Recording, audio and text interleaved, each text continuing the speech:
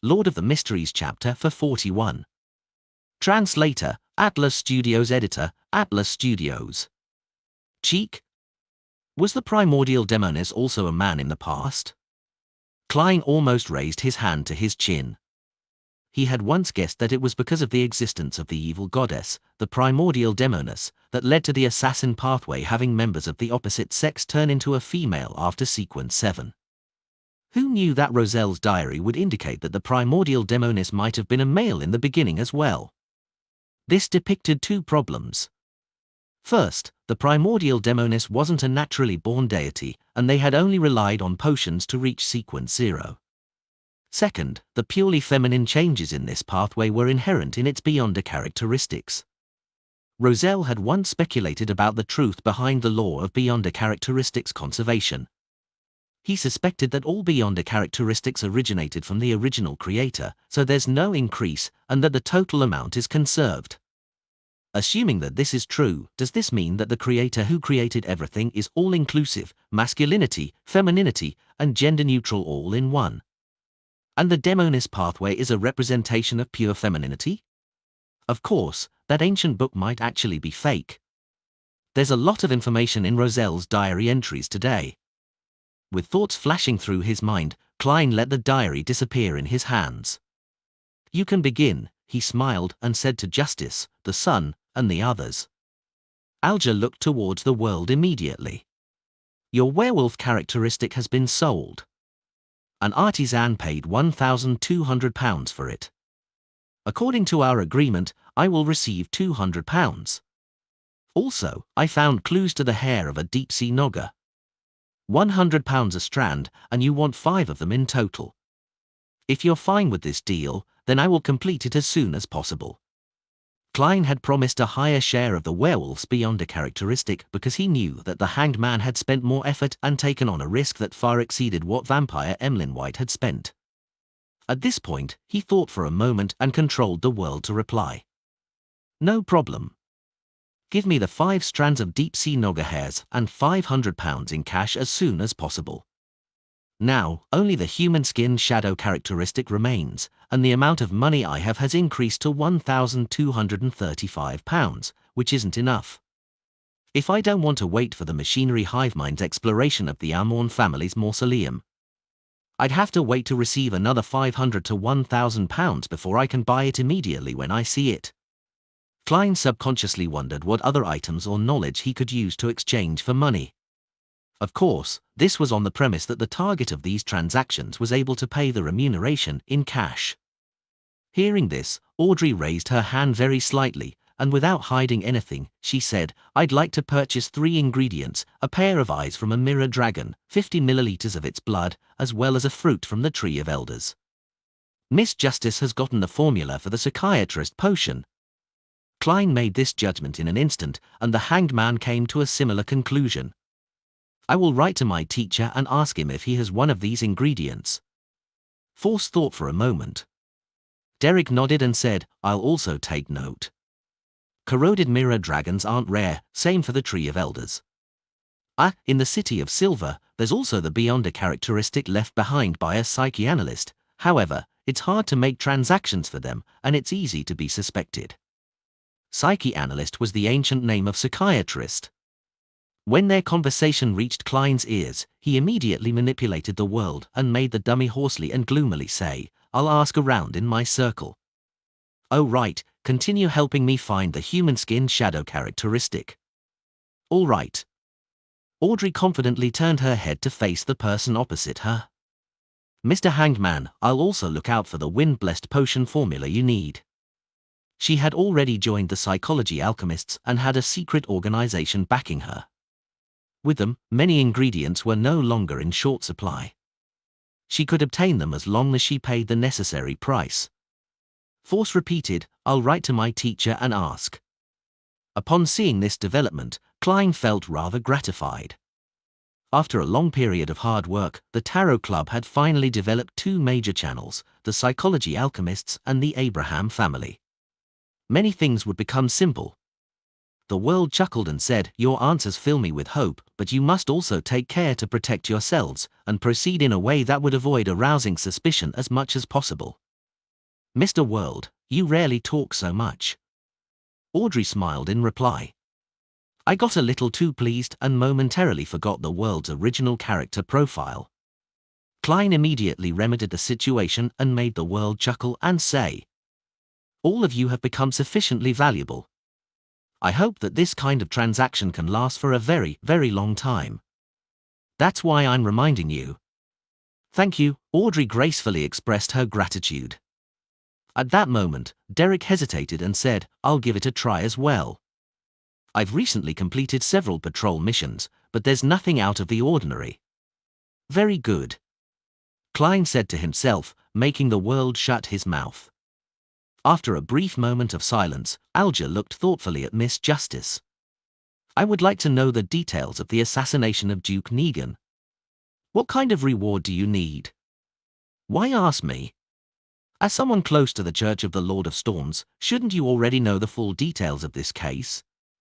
Audrey was surprised for a moment, but then she understood the meaning of Mr. Hangman's words. He wants to ask about the organization or force that instigated the Desire Apostle, but he doesn't think it's right to ask the fool directly, thinking that it would be too sudden and invasive. So he took a roundabout way by asking me to open up the topic, gently shifting the focus to the things he wants to know. He knows that I'm a noble lady and that I should pay attention to the assassination of Duke Negan. So he's not worried that I won't answer him.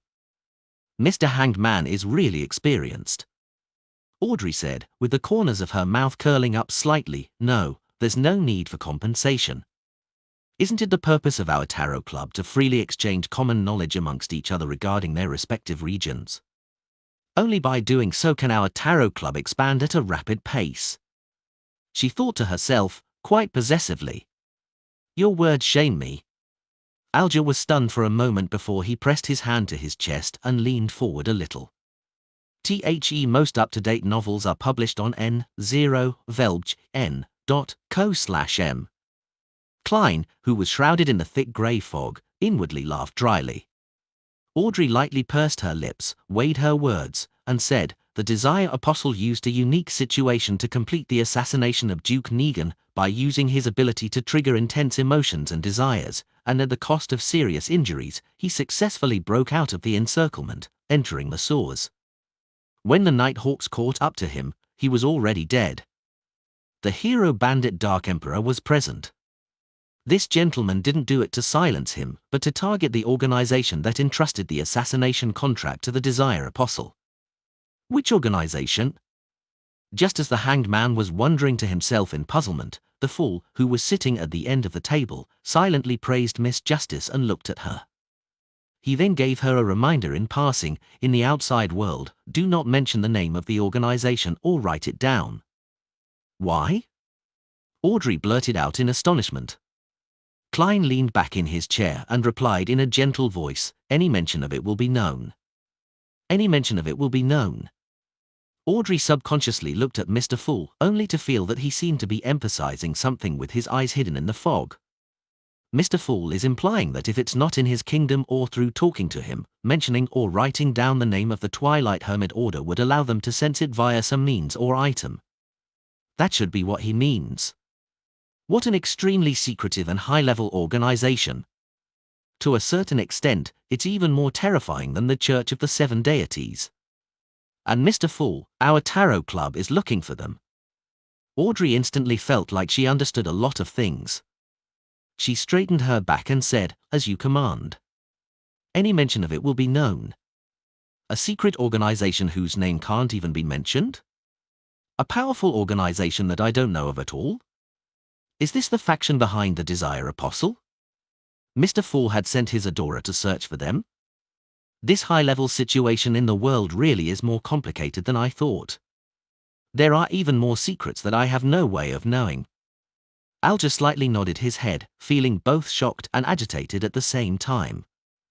At this moment, he had the urge to pay Mr. Fool for the name of the organization. However, after thinking about it carefully, he felt that there was no need for that. Although understanding the situation involving the higher-level entities would help him perfect his plans for the future and play an important role in certain situations, he, who was currently at the bottom of the mid-sequence levels, had no way of making contact with matters related to the mysterious organization. What he needed the most right now was the formula and ingredients for Wind Blessed, so he had to save up enough wealth for them. After succeeding my advancement, I could seek an opportunity to consult Mr. Fall. Alger made a note of this. Force was confused by what she heard. Things like the Desire Apostle and the organization in which any mention of it will be known were completely different from what she had read in the newspapers. There are indeed many secrets behind the assassination of a duke. It's a pity that the organization's name cannot be written down. Otherwise, I can use it as the villain of a future novel. It will definitely be a classic. I still owe 10 diary pages and haven't bought the Spirit Eater's stomach pouch. There's no need to spend the money in order to understand such high-end matters for the time being. Well, the secrecy and knowledge circulating in the Tarot Club are 10 times greater than Mr. A's gathering, or more. Force restrained her curiosity as a writer. As for Derek, he didn't know who Duke Negan was, so he didn't care who was behind the assassination. He sat silently and was reserved, as though he were in class. When the matter regarding the Twilight Hermit Order was over, Force looked around and probingly asked, "Lady and gentlemen, do you have a way to solve the problem of accumulating too many Beyonder characteristics of the same level?" Lord of the Mysteries chapter for 42. Translator, Atlas Studios. Editor, Atlas Studios. Alger looked at Force and returned with a question. "You were forced to drink a second apprentice potion? Why did you figure it out so easily? It's as though you were there to see it." Force uncomfortably cleared her throat and said, "Yes, let's just pretend that's what happened. What solutions do you have? What do you need me to exchange for it?" Alger glanced at Mr. Fall, but seeing that he had nothing to say, he replied in a calm and low voice, "You don't need payment, because it will certainly not be able to satisfy your needs."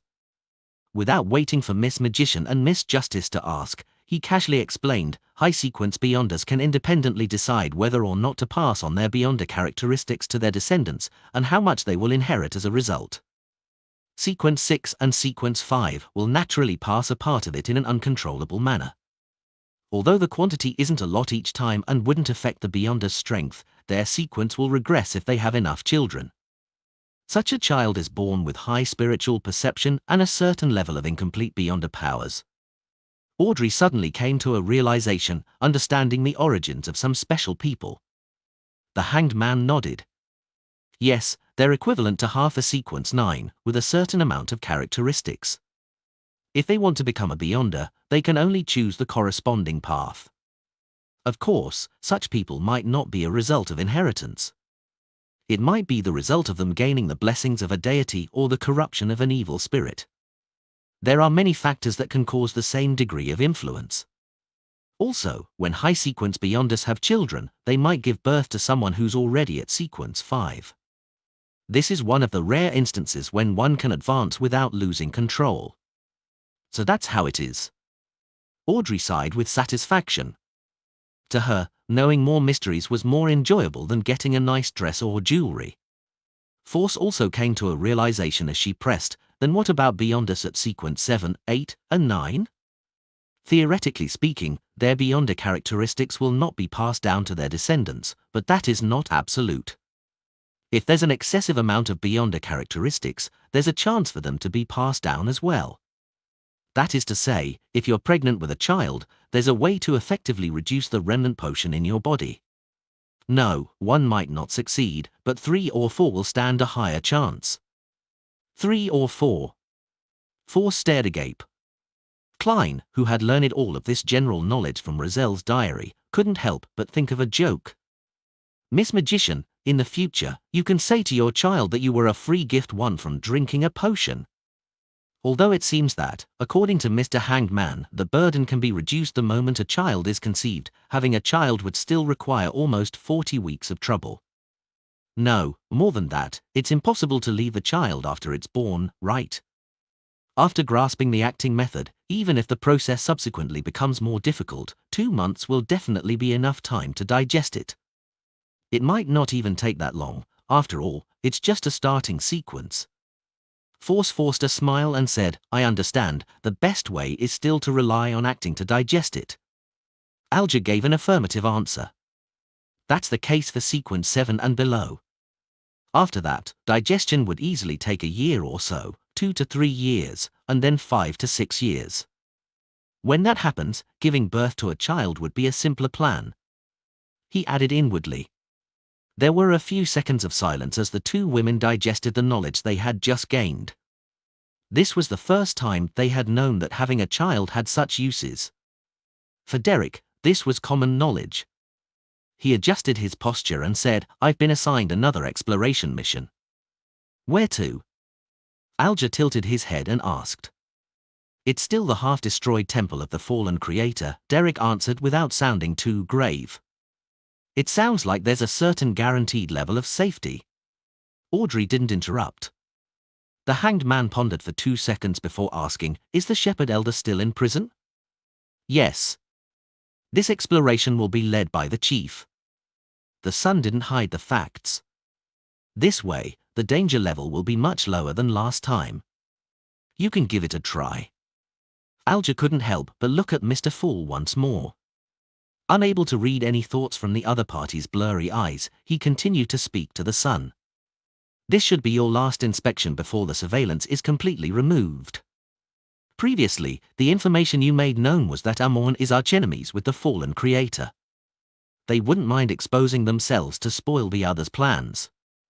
This time, by heading to the fallen creator's temple for exploration, as long as you don't reveal any abnormalities, the 6-member council will basically determine that you're no longer under Amon's influence. Mr. Hanged Man sure is experienced." It's as if he was planning the operation. Derek kept it in mind before asking, "What else do I need to pay attention to?" At the very end of the long bronze table, the fool, who was quietly watching, opened his mouth. "Flesh and blood, ravings." Klein had only said 2 words, leaving the Tarot Club members to comprehend them on their own. This was the demeanor of a great figure. The hanged man pondered for a few seconds, then he said to the son who had thanked the fool, in particular, "Don't look at what you shouldn't, don't listen to what you shouldn't, don't eat what you shouldn't, and don't touch what you shouldn't." "What are those that shouldn't be seen or heard?" Derek asked, puzzled. The hanged man said with a deepened voice, "After entering the temple, everything is included." "Then, how should I explore?" Derek asked in surprise. The hanged man chuckled. "Aren't there other members? Isn't there a chief? It really is Mr. Hanged Man's style." Audrey subconsciously wanted to cover her face with her hands, but the education and habits ingrained in her had told her that such actions weren't graceful, so she forcefully changed the way she moved, stroking her drooping hair and pushing it behind her ears. The son felt that such a method was quite unacceptable. Upon noticing his reaction, Alger secretly cursed before saying, "What I mean is to listen to your chief's instructions. Only do what he allows you to do. At any other times, do not take matters into your own hands." "I understand." "Thank you, Mr. Hangman." The son instantly relaxed. "Phew." Alger exhaled and turned to the woman opposite him. "Miss Justice, I wish to know the political changes in Backland after Duke Negan's passing." Audrey recalled the information she had heard, both directly and indirectly in recent times. Duke Negan's death has divided the House of Lords. Although his eldest son is about to inherit the nobility title and become a member of the House of Lords, his prestige isn't enough to calm the dispute. Nearly 10 members of the House of Lords have jointly proposed that the newly conferred nobility should also have a chance to obtain a fixed seat as a Member of Parliament.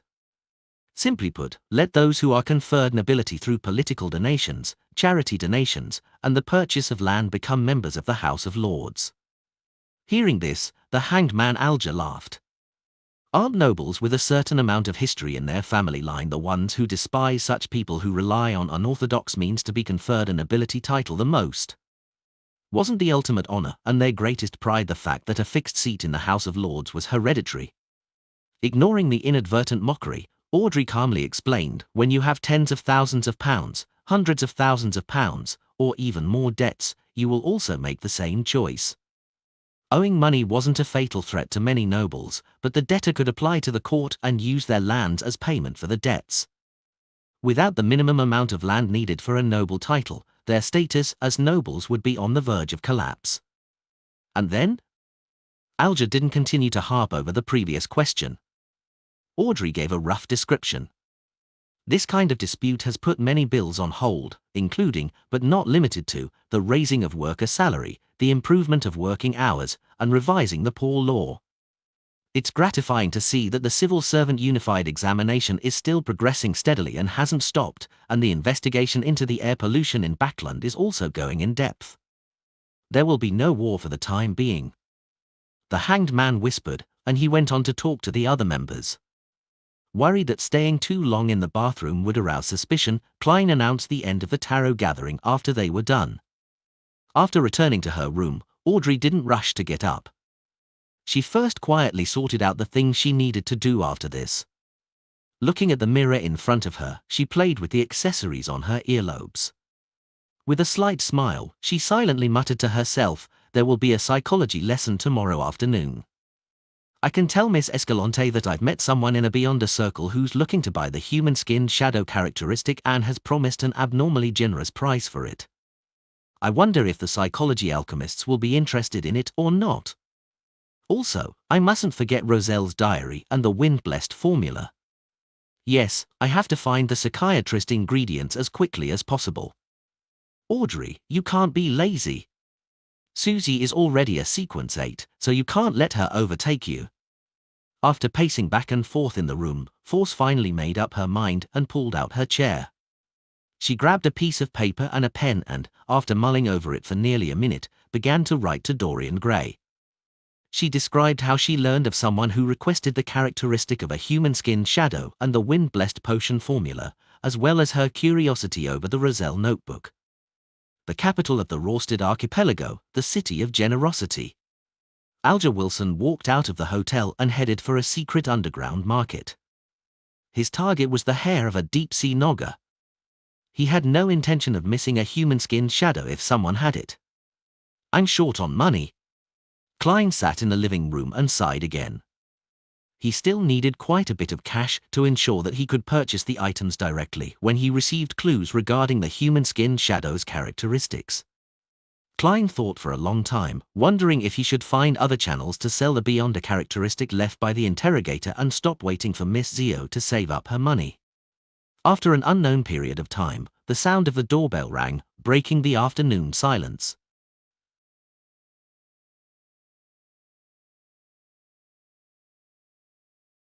Lord of the Mysteries chapter for 43. Translator, Atlas Studios. Editor, Atlas Studios. The visitor was a man in a dark green postman uniform. He smiled at Klein in a fawning manner. "Are you Mr. Sherlock Moriarty?" he asked. "Yes." Klein could vaguely guess the purpose of the other person's visit. The visitor raised his right hand and handed over a palm-sized item that was wrapped in layers of black gauze. "Please sign and accept your package." Klein deliberately revealed his doubts. "Shouldn't you give me a slip and let me go to the corresponding post office for collection?" The Lund Kingdom's postal system was a perfect replica of the Inti's system, and even the flaws were copied quite significantly. Anything that couldn't be stuffed directly into the mailbox, no matter what it was, would only be given a collection slip by the postman, making the recipient go through the hassle of collecting it himself. "Ha ha, because it's rather precious, so I have to personally deliver it to you," the postman said after a momentary shock. "It seems you're not professional enough to be a real postman." Without further questions, Klein accepted the package, pen, and slip before signing them. He closed the door and returned to the living room. He didn't rush to open the package, but he took out a gold coin and threw it into the air. "Pa!" Klein caught the gold coin and looked down to see if it was heads or tails. A number faced up, indicating a negative response.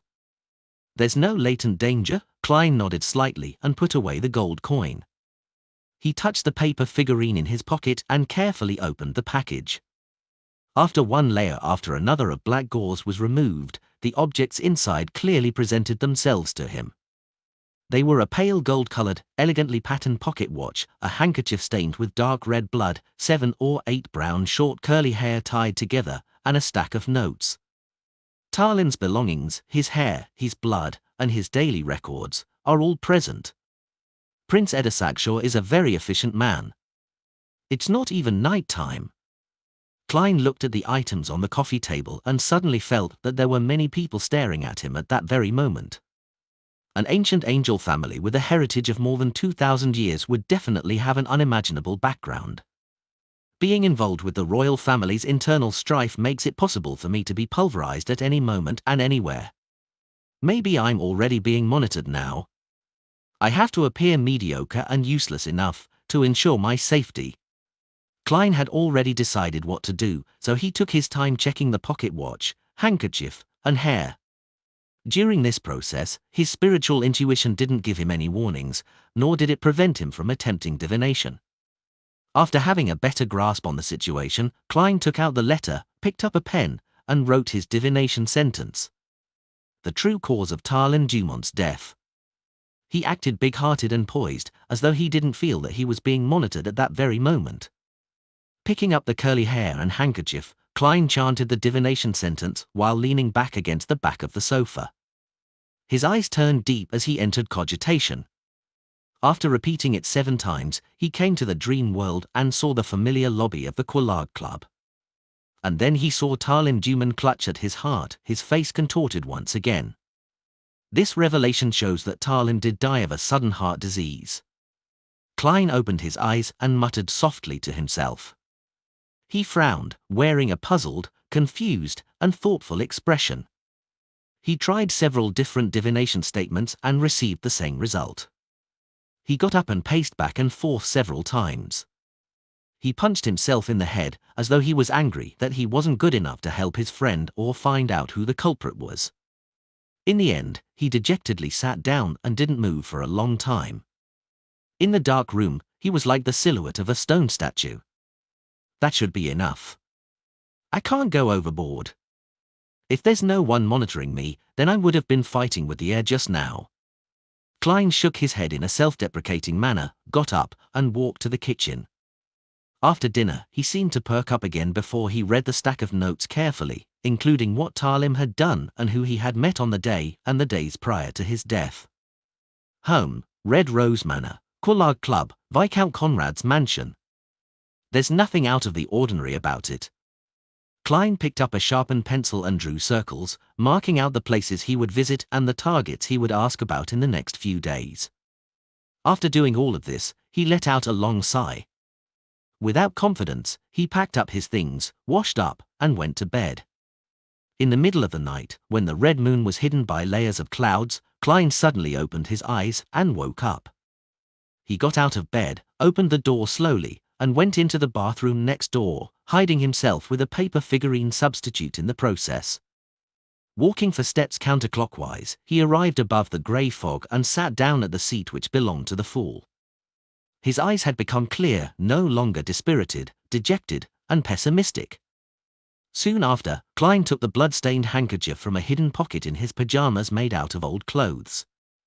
When he was packing his things, he had used his beyonder powers as a magician to hide the handkerchief on his body. After taking a deep breath, Klein conjured a pen and paper, and he wrote down the divination sentence that was no different from the beginning. The true cause of Tarlin Dumont's death. After he repeated it 7 times with his body and mind in peace and quiet, he leaned back in his chair with the paper and handkerchief in his hand and fell asleep in the silent and empty old palace. In a grey, separated, and illusory world, Klein saw a completely different scene from before. Presented before his eyes was a palm-sized wooden puppet, carved with eyes, a nose, and a mouth. There were a few drops of dark red blood on the puppet's body, giving it a demonic appearance. A palm stretched out. The skin was white and exquisite, smooth and beautiful, with 5 slender and delicate fingers that accentuated the hand's flesh and bones. The most eye-catching thing was a unique ring with an inlaid sapphire on the hand's pinky finger. Pa. The hand's index finger was wreathed in black flames as it pointed at the heart of the wooden puppet. Without a sound, the scene shattered and Klein woke up from his dream. His initial judgment wasn't wrong. Talim had died under a curse. But there was a problem. He had already seen the scene of the curse happening, so why wasn't the scene displayed in its entirety? The mysterious space above the grey fog is able to get rid of all interference. Klein was puzzled for a moment. Normally speaking, receiving a revelation that too abstract and easy to misread was a problem with his limited divination abilities. It meant that the difficulty of the matter he was divining was too high and that it had nothing to do with the grey fog. It was an understandable outcome, but he had clearly seen the scene of the murderous curse, but he was limited to a small scope of the situation. It didn't provide a relatively effective revelation and was rather baffling. Have I encountered such a similar situation in the past? Klein dug through his past experiences. Suddenly, he sat up straight, remembering a similar experience. In Ting-Jen, when he was divining the real reason behind the countless coincidences, something similar had happened. He could clearly see the house with the red chimney, but he couldn't reach its Zangwil and sealed artifact 0-08. This is the power of someone or something that's at the level of a grade 0 sealed artifact that's resisting the power of the grey fog. Klein's eyes abruptly narrowed. No, not necessarily. There are still quite a few possibilities. I have to confirm it again. He put in a lot of effort in order to calm down. As for the method used for confirming, it wasn't daunting for the experienced him. The method was simple, redoing the same divination again. If the revelation doesn't change, it means that things aren't so terrible, and if divination is no longer successful, then something around the target or the target is resisting the grey fog to some extent, like 0-08. Taking a deep breath, Klein calmly repeated the previous divination. The true cause of Talim Dumont's death. He leaned back in his chair and chanted in a low voice, his eyes growing darker. In the dream, all he could see was a hazy, shattered grey fog. There were no more wooden puppets or fingers. Whoosh! Klein straightened his back, his expression abnormally grave. What did Talim get himself involved in? He frowned as he muttered to himself. There's no question as to what I should do next. It's to be passive and perfunctory. I'll first lie to Prince Edisak before telling him that I'm incapable of figuring out the truth. Phew, this world is really scary. Just the slightest bit of carelessness would cause me to come into contact with something extremely terrifying. Klein sighed. Without daring to stay any longer, he quickly returned to the bathroom in the real world. Tuesday 9 a.m. at the Crown Cemetery. Klein stood at the edge of the crowd, wearing a black shirt, black vest, and a black tweed coat whilst he was carrying some fresh flowers he bought for 12 soli. He looked gravely at Talim Dumont's coffin being carried over, had his soul put to rest, and was buried bit by bit into the earth. During this process, Talim's mother's eyes were red and swollen. She wanted to speak a few times, but she couldn't find her voice. His father's hair was grey, and his expression was haggard. He just stood there, trembling slightly. When the scene reflected in his eyes, Klein tilted his head back and closed his eyes. He waited until the mourners had left before he walked over, bent over, and placed the white flowers on top of the others. I'm sorry, he silently said inwardly. Standing up, he stepped aside and was about to leave when Klein noticed reporter Mike and Surgeon Aaron closing in. What a pity. I never thought that Talim would actually. Sigh. Mike's expression was pained as he couldn't finish his sentence. Aaron, who was always cold, took off his glasses and wiped the corners of his eyes. He sighed and said, he's a warm-hearted guy. He shouldn't have ended up like this. Yes, he could have gotten rid of his grandfather's bad reputation, Klein echoed. Just then, he saw a female figure in a thick black dress with a veil covering her face walk up to Talim's grave. She, too, was also carrying a bouquet of white flowers. Klein looked away, not paying much attention, just keeping watch through the corner of his eye. The woman bent down to release the flower, revealing her left palm, which was covered by a black gauze glove. A blue gem faintly appeared on the pinky of her left palm. Knee updates at novel/bin.com. Klein's scalp tingled instantly. His entire body felt numb.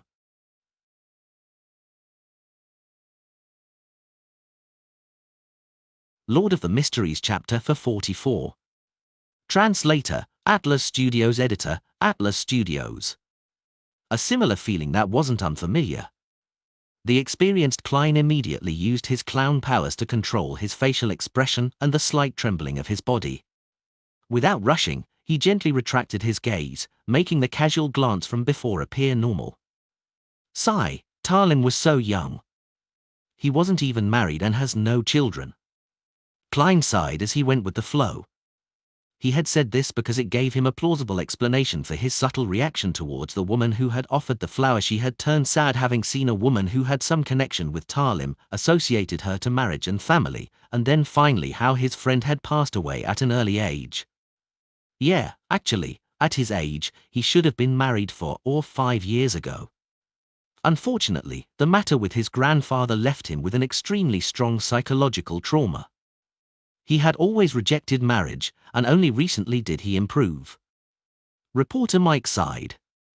At this moment, the seemingly normal Klein seemed to have a cluster of thorns stabbing at his back, slowly piercing into his skin and flesh, causing him to feel extremely tense. The girl in the black dress with the sapphire ring on her left-hand pinky had straightened her body and calmly surveyed her surroundings. Afterward, she quietly left Talim's grave with 2 maids accompanying her. She silently walked further and further away from Talim's grave. Phew. Klein secretly heaved a sigh of relief. The feeling of his back being stabbed quickly turned into a cold sweat. Just who is she, and why did she come to the grave to offer flowers? Talim's lover? However, how could Talim, who had no wealth or status, have a relationship with a terrifying person who is involved with a grade 0 sealed artifact or that of a demigod? This isn't a novel. Furthermore, she should be the one that used a curse to kill Talim. This matter runs deep. Klein listened quietly as Mike and Aaron recounted Talim's past. Get the latest novels on no/v/elbin.c/om. His thoughts quickly dispersed, feeling that the most puzzling thing about this matter was that Talim's death, an ordinary person who had no money, power, status, or strength, was actually involved with a grade 0 sealed artifact or a powerhouse of the same level. This was simply inconceivable. But this isn't an isolated case. There's another similar case that has happened around me. Klein suddenly thought of something and looked at the surgeon, Aaron. This ordinary person's home might very well be hiding a sequence 1 snake of mercury.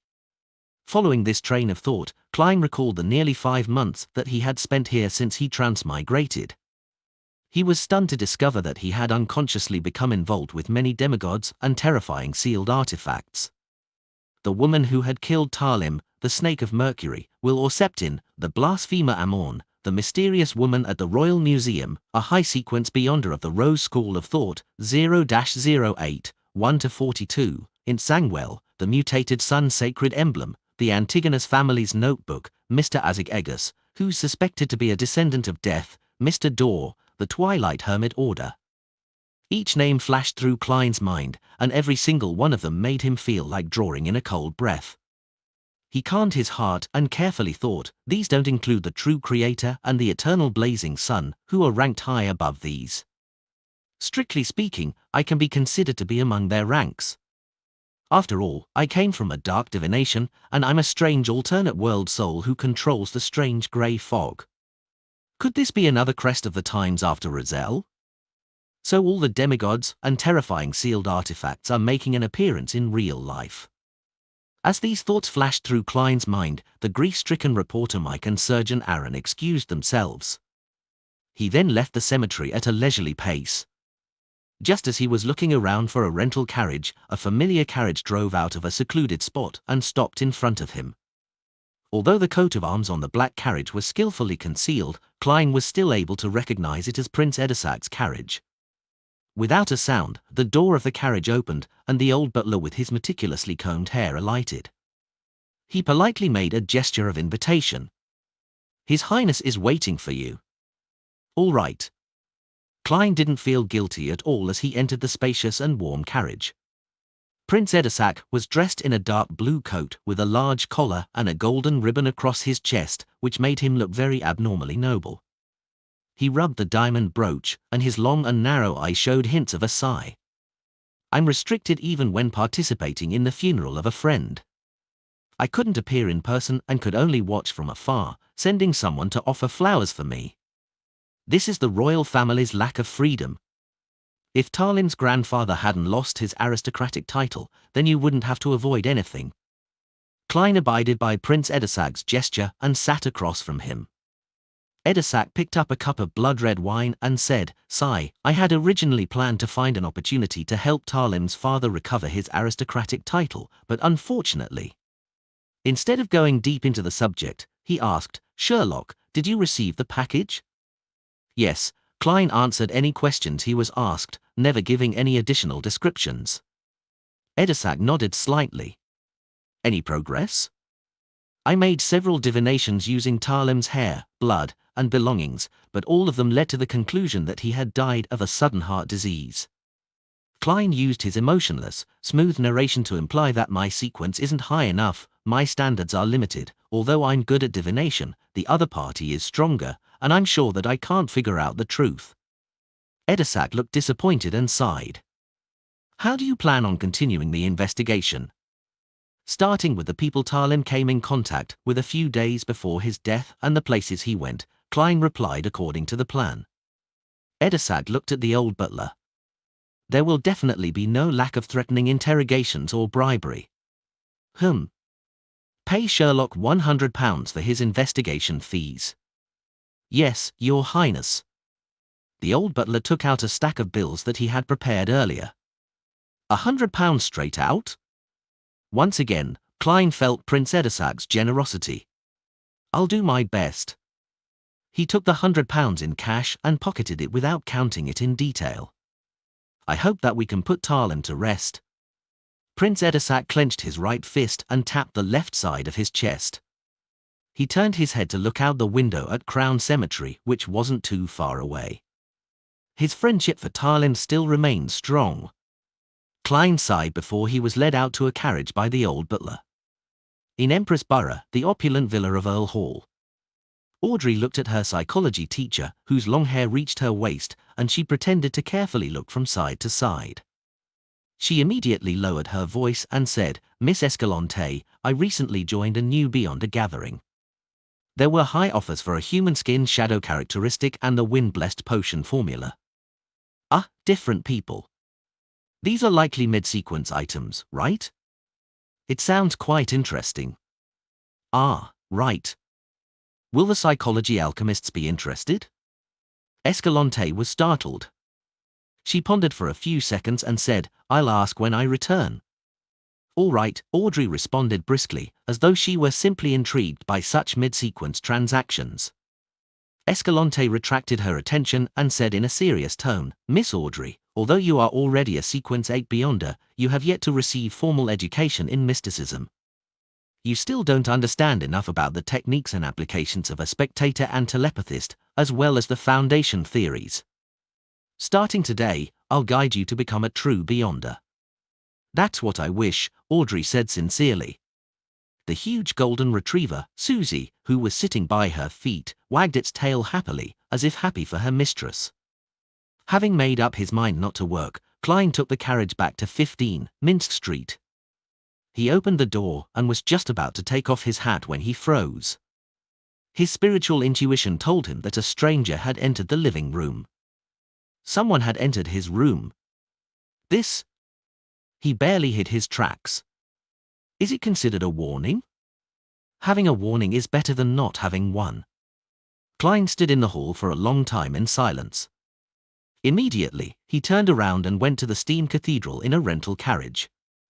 The cathedral towered over the chimneys and clock tower, the former representing the power of steam, while the latter represented the beauty of machinery through the hanging of its intricate clocks. It was neither the weekend nor noon or the evening, so there were only a few devotees in the hall quietly praying. Klein sat down in the aisle, leaned his cane, took off his hat, and pretended to pray for 10 minutes in front of the sacred emblem. Then, he picked up his things and walked along the aisle to the altar. He said to the bishop standing to the side, "I wish to make a confession." "Good, God is watching you." The bishop, who had a kind face and hoary hair at his temples, walked to the confessional by his side. Klein followed closely behind and closed the door. He sat down on a chair and said to the bishop through the wooden board, "I confess that I didn't adhere to my principles when facing danger, and I chose to retreat." "What were you thinking at the time?" the bishop gently asked. Klein immediately described in detail about Talim's death, his suspicions, the reminder from the machinery hive mind, Prince Edisac's entrustment, and, after how he failed to obtain any answers from his divination, he expressed his heartfelt cowardice in the face of the royal family's strife. The reason he didn't go straight to Carlson was that he was afraid that not only was he being watched, but Prince Edisac's men were also watching him from the shadows. Once he made his intentions clear, he couldn't be sure if he would encounter another calamity. The Steam Cathedral was the headquarters of the Church of the God of Steam and Machinery, and it was one of the 3 great holy temples. No one could spy on whatever happened inside.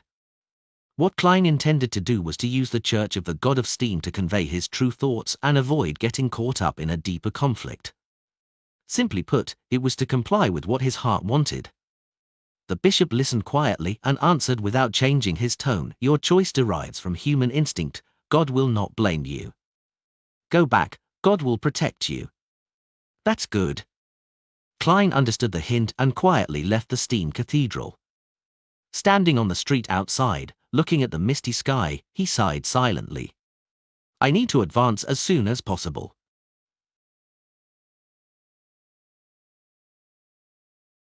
Lord of the Mysteries chapter for 45. Translator, Atlas Studios. Editor, Atlas Studios. Lightning streaked across the sky, illuminating the pitch-black city walls. Carrying a leather bag on his back and the axe of Hurricane in hand, Derek Berg stood outside the doorway to a cave with nearly 10 of his teammates. Lifting his eyes up, he saw that, between the stone cracks of the city wall, the dry and hardened black soil was crusting, but a bunch of tenacious weeds had grown out. They were densely packed and resembled human hair. At that moment, he hurriedly withdrew his gaze and looked towards the city gate when he heard light footsteps. As the lightning and darkness alternated, a tall figure slowly walked over, carrying 2 straight swords which were crossed on his back. Then, his pale, disheveled hair, his ancient eyes, his twisted, deep, old scars, and his perennially unchanged brown coat and flaxen-colored shirt entered Derek and the others' sight. The approaching person was the chief of the 6-member council of the City of Silver, Colin Iliad, a powerful demon hunter. After greeting him, Derek subconsciously looked at the chief's waist. There was a leather belt divided into many compartments, each with a different metal bottle inside. This was a symbol of an experienced and powerful demon hunter. Derek had previously heard his parents mention that demon hunters were good at discovering the weaknesses for different monsters, identifying the uses of various materials, and were able to use their special cogitation state against the former. With the latter, they could concoct corresponding magical medicine, holy ointments, essential oils, and special imprints. Then, through consumption, smearing, and using these items, they could achieve the effect of restraining the target.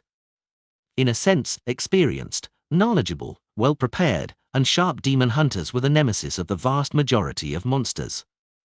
The amount and variety of small metal bottles at their waist represented their experience. Of course, this was only a portion of the demon hunters' beyond powers.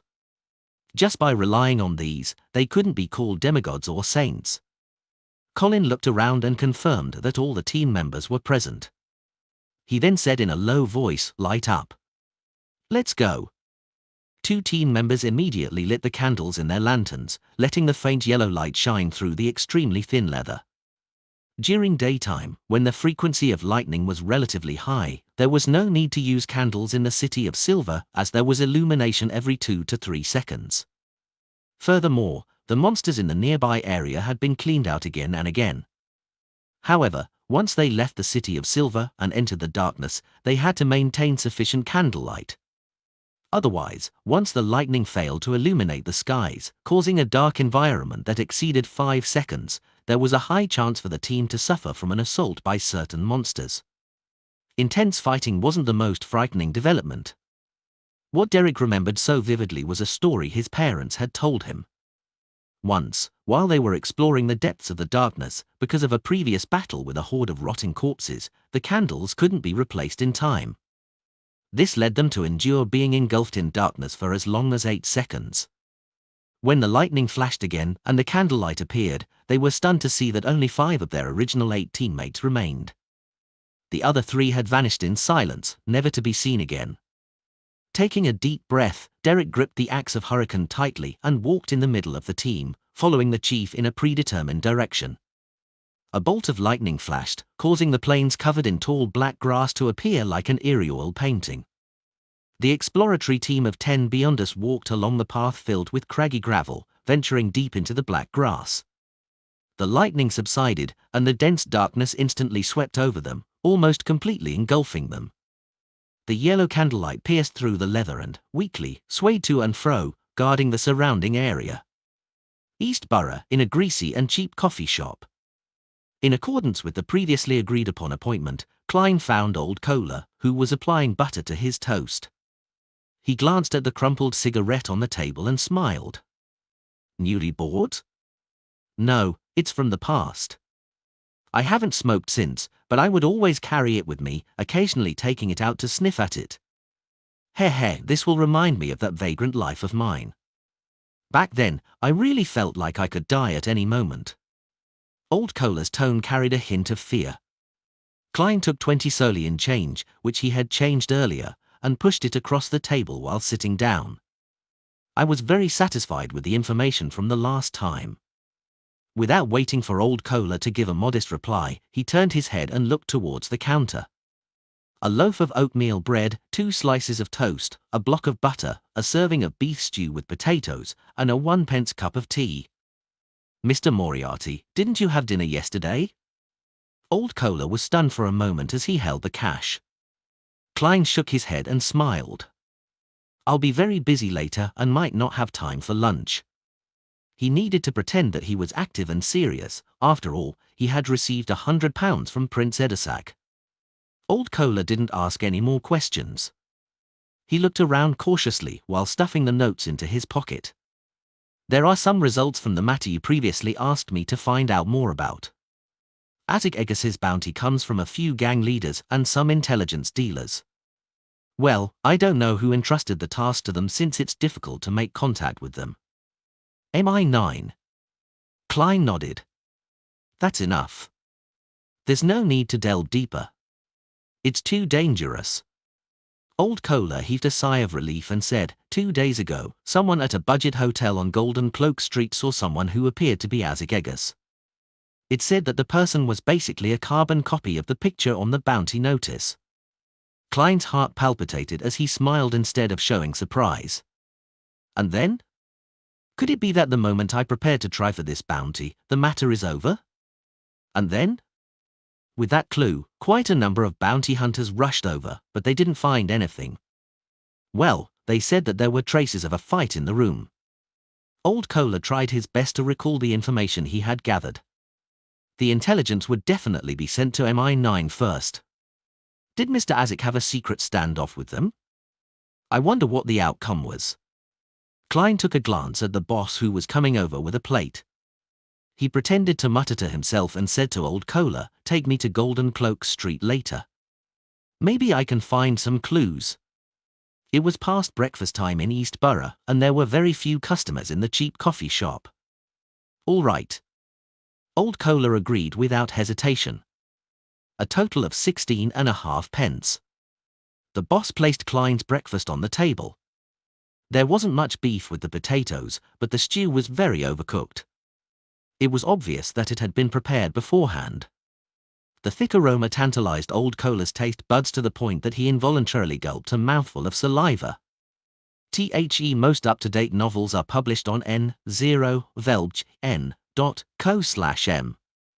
After paying the bill, Klein picked up a fork and spoon and said to old Kohler, continue. There aren't many people looking for the believers of the fall anymore, except for a few stubborn bounty hunters. Many unemployed textile women, including some male workers, left East Borough. Old Kohler went down a list of matters. What? Klein swallowed the beef and looked up. Left East Borough? They must have found some other job. As for where they went, I couldn't find out, Old Kohler answered truthfully. Their families aren't aware? Klein pressed. Some left with their unemployed family members, while others had come alone from outside the city to search for work. Old Kohler had already done some investigations. Judging from the target's choice, there's something wrong. Klein made a mental note of it and continued to eat while he listened to Old Kohler talk about matters that had happened in Eastborough recently. After making an appointment for the next meeting, he put down the cutlery, wiped his mouth, picked up his hat, and said, "Let's head for Golden Cloak Street." In the only budget hotel on Golden Cloak Street. After the boss accepted a 2-pence tip, he led Klein and Old Kohler to the room which was suspected to be where Azakegas used to live. There have been many bounty hunters visiting over this period of time. It made me earn quite a bit, so I have maintained its original state. The hotel owner opened the door with his key and pointed inside. At first glance, Klein saw overturned chairs and rags scattered everywhere. There were no other signs of a fight. With his considerable spiritual perception, Klein cast his gaze under the bed. After staring for 2 seconds, he walked over and bent down to pat the bed. Dust flew into the air with a puff as a grey rat jumped out from under the bed. It looked normal, without any problems, but in Klein's spirit vision, its aura only had the colors black and green. The rat turned a corner and climbed up a wall, exposing its belly to Klein's eyes. In that soft spot, its flesh was green with flowing pus. One could see that his internal organs had similarly rotted away. Klein thoughtfully looked back at Old Kohler, who wasn't paying attention to the rat. "Has the bounty for Azakegas been withdrawn?" "No." Old Kohler shook his head in confirmation.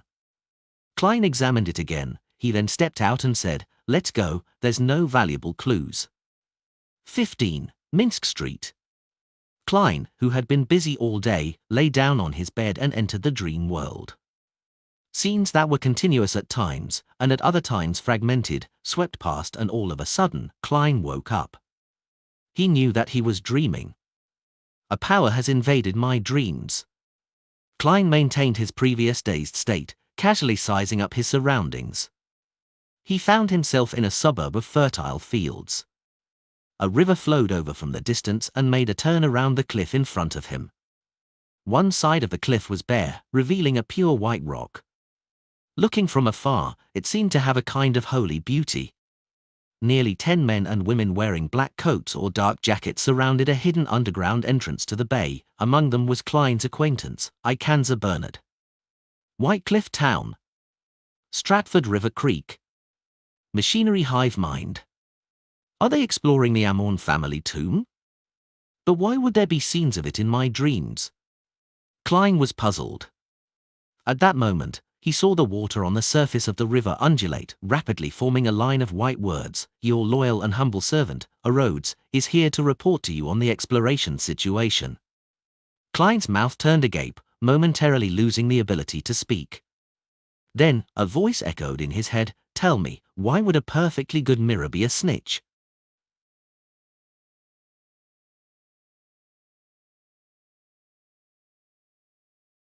Lord of the Mysteries chapter for 46. Translator, Atlas Studios. Editor, Atlas Studios. In an instant, Klein switched to his unfathomable state as the fool who overlooked everything. He nodded and said, "Not bad." Ahead of him, the river surged, and the white word squirmed and changed before taking shape again. What follows is the exploration process your loyal servant, Rhodes, has recorded. You can choose to speed up or skip certain scenes at any time. This sentence froze for 2 seconds, and then the scene abruptly zoomed in.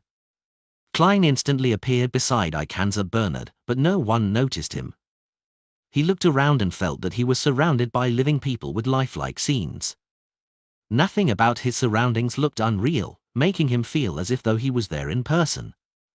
I can even speed up or skip certain scenes. The original form of this mirror, Rhodes, is a virtual reality family cinema. Klein couldn't help but lampoon. He took another look at the Machinery Hive Mind members and saw that it was led by an old man in white priest robes and a cleric cap. His face was unusually kind, and his expression was calm and gentle. "Your Grace, everyone is ready," Ikanza approached the elder and said with a bow. "Archbishop. This is the Archbishop of the Church of Steam and Machinery's Backlund Diocese, the demigod, Horamic Haydn. The machinery hive mind really is cautious, and not careless. Who knows, they might have even brought along a Grade 1 sealed artifact and performed a divination in advance. After all, they're in control of the mystery prior pathway. Luckily, I can basically confirm that the fog's anti-divination or divination interference abilities are similar to the cards of blasphemy, allowing the result to be as ordinary as possible and the least bit suspicious, otherwise, certain matters might be exposed. However, there's a certain probability that the meeting between Miss Sharon and I will appear, because, to me, that isn't something harmful. It depends on whether a wraith's instinct to interfere with divination will affect the machinery hive mind's attempt. Wait, the machinery hive mind is highly likely to have relied on Rhodes, and based on its performance from just now and previously, it isn't impossible for him to curry favor with me by adding some mosaics. Klein thought in enlightenment. At this point, Horamic Haydn drew a triangular sacred emblem on his chest. "Begin the operation. God will protect us." Nearly 10 Beyonders headed down as Klein followed closely behind. He didn't fast forward at all.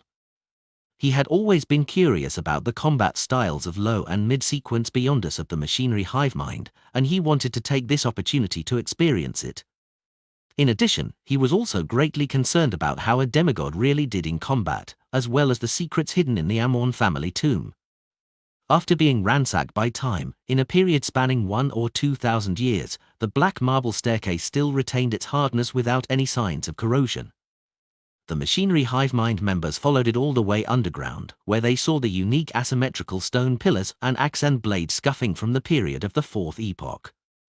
The pillars stood on either side of the wide road, and in front of them was a large, heavy, dark grey stone bifold door. The stone door had already cracked open, wide enough for 2 people to walk alongside each other. It was completely dark inside. The machinery hive mind members were in no hurry to enter. They carefully searched the surrounding area with lanterns, but they found nothing of value. According to the plan, the first group will begin with a preliminary cleanup. With the Archbishop's approval, Ikanza pushed down his hat, compressing his fluffy hair. "Clean up?" By the side, Klein ruminated over the word. Amidst his puzzlement, the 2 strongest and burliest male machinery hive mind team members each laid down a long black box on their backs and opened them up. Inside one long box was a sturdy, heavy, iron-black cannon-shaped object. Its surface was engraved with dense and arcane patterns. In the other box was a complex and exquisite firearm with a chain of pale golden bullets inserted into it. One of the 2 team members carried the cannon-shaped object and trudged to the open stone door. Another machinery hive mind member picked up the peculiar gun, adjusted the bullet chain, and followed slightly behind. After the 2 of them glanced at each other, the cannon-shaped object on the former's shoulder rapidly lit up, outlining burning patterns and imprints before a loud salvo. Boom! A golden fireball, akin to a miniature sun, flew out from the cannon barrel and into the darkness. Boom! The ground trembled slightly, and intense light was emitted from the crack. The body of the machinery hive mind member, who was holding onto the cannon barrel, clearly sank a little as his feet trembled. Boom! Boom! Boom! He repeatedly used the Beyonder weapon to launch one golden cannonball after another at different spots, causing the tomb to sway without a speck of dust falling. After he came to a stop, the team member with the peculiar gun stepped forward and pulled the trigger. DA! DA! DA! DA! DA! The sound of machine gun fire echoed as one pale golden bullet after another flew out, purifying the danger in the depths of the darkness. Isn't this the bombardment effect I've always wanted? Furthermore, they're using Beyonder expendables like purifying bullets and exorcism cannonballs. How extravagant! Is this the combat style of the machinery hive mind? Klein stared with his eyes wide open and his mouth slightly agape. After the series of savage bombardments, Ikanza raised his voice above the rumbling echoes and said, "Group 2, do the follow-up cleanup." there's more. Klein felt a little numb from what was happening. The second group was also made up of 2 team members who used scrolls made of different kinds of leather. They chanted simplified incantations, activated the scrolls, and tossed them inside. The construct behind the stone door was suddenly shrouded by gentle and pure light. Droplets of golden holy rain pattered down, cleansing everything in the area. Klein looked at this scene and suddenly found it somewhat ridiculous. Wait, aren't you guys here to engage in archaeological studies? Aren't you professional archaeologists? Aren't you afraid that the tomb would collapse from using such cleanup methods? While these thoughts flashed through his mind, the second team was done, and they shouted at Ikanza, "Deacon, as expected, the construct's structural integrity hasn't been destroyed." They were clearly prepared. "All right, continue forward." Ikanza gave the order. Klein walked in the middle, through the stone door, and saw piles of dirt and debris on the ground.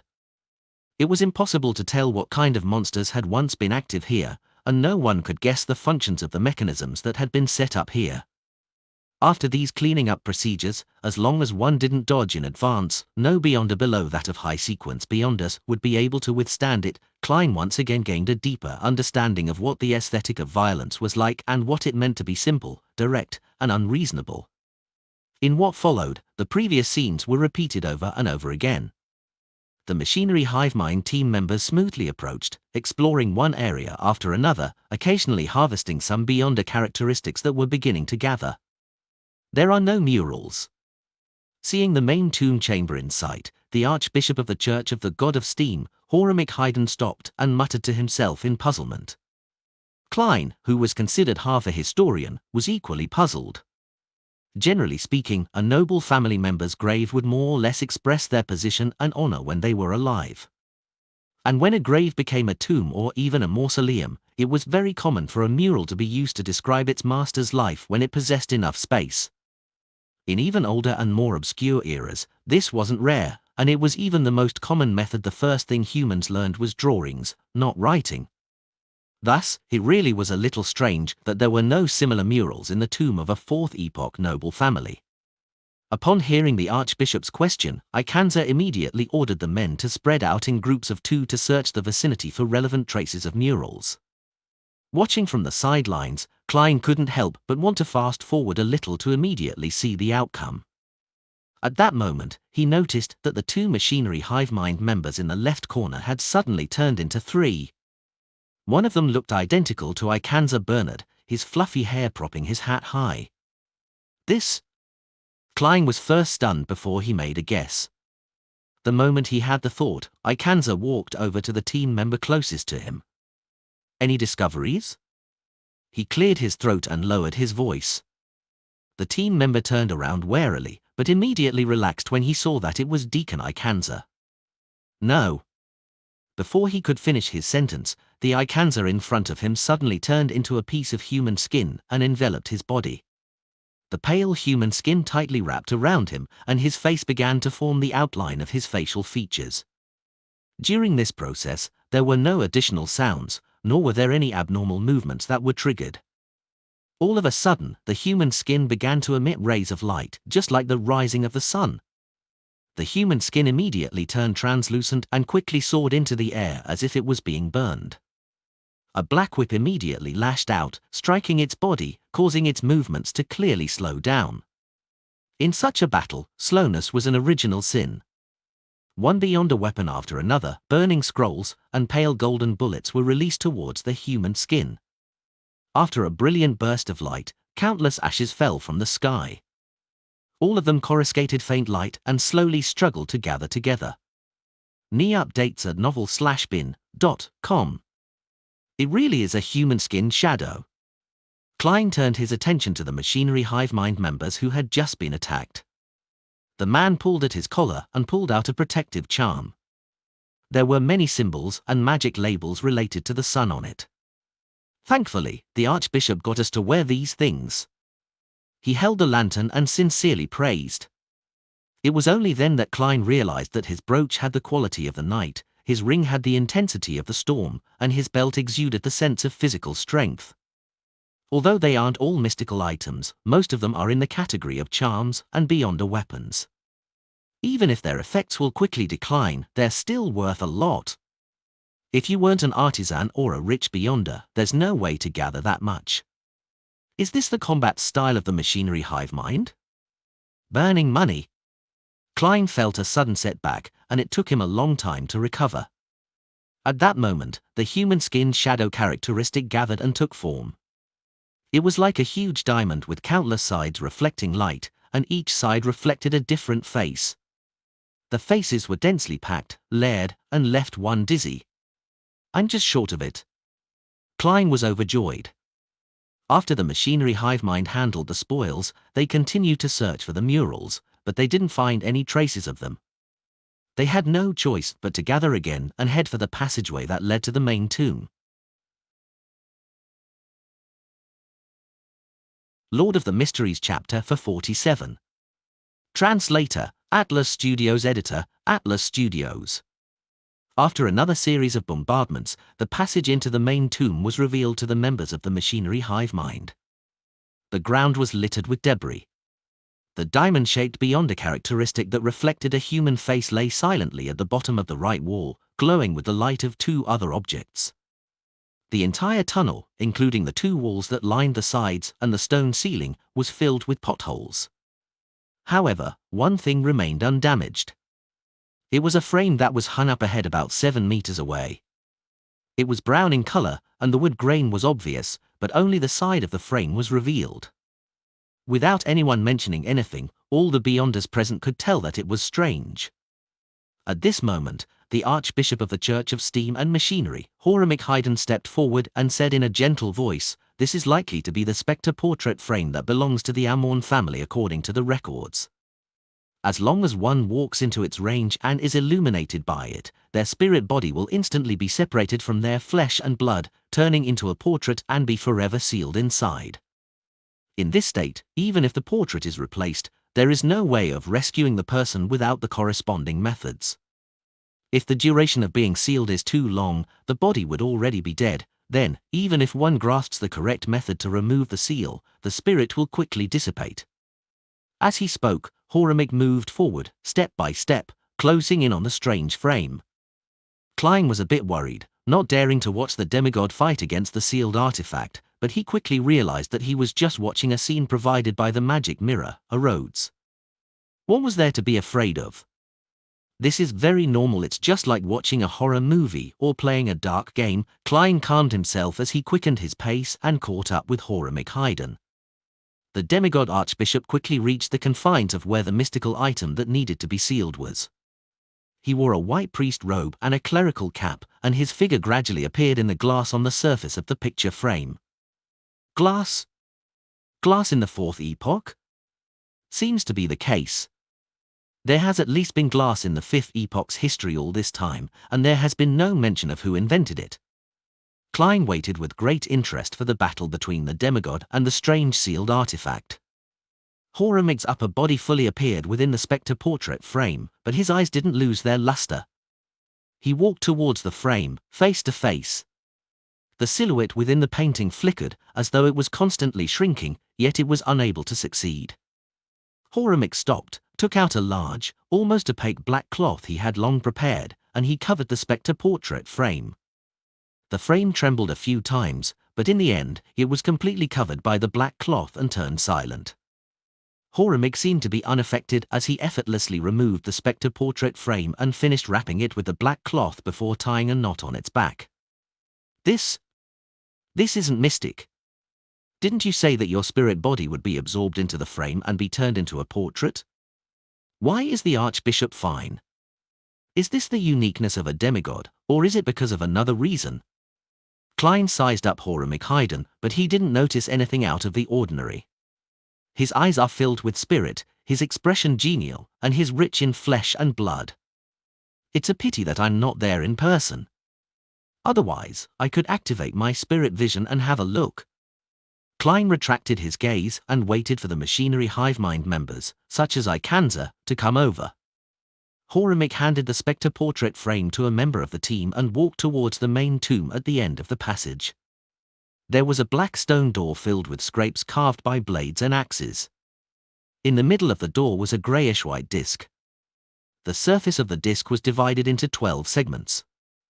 There was a black needle, just like a clock from the outside world. However, the segments weren't evenly distributed across the disc. They were of varying sizes and extremely incongruous. Furthermore, each grid had half of its surface covered in a shadow. The coat of arms of the Amorn family. Archbishop Horamik made a brief introduction. He didn't explain the symbolic meaning of the coat of arms, because presently only Deacon Ikanza Bernard was qualified to know. Klein, on the other hand, relied on his own knowledge of mysticism to attempt to decipher it.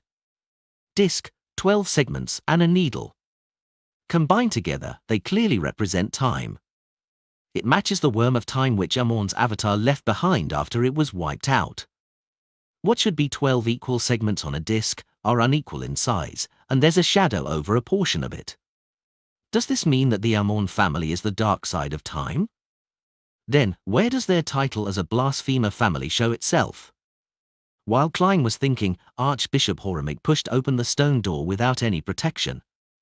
The heavy stone door opened, revealing an extremely spacious tomb chamber. In the center of the chamber was a dais with a deep black coffin on top of it. The surrounding walls were decorated with iron lampstands, each holding a burning white candle. All the candles didn't flicker. It was so quiet that it seemed like a scene that was fixed in place, completely devoid of any signs of it suffering the effects of time that spanned 1 to 2,000 years. On the straight path from the stone door to the coffin, there were corpses lying on the ground. They were all wearing black tweed coats, half-top hats, or even ordinary worker clothes with a cap on their heads.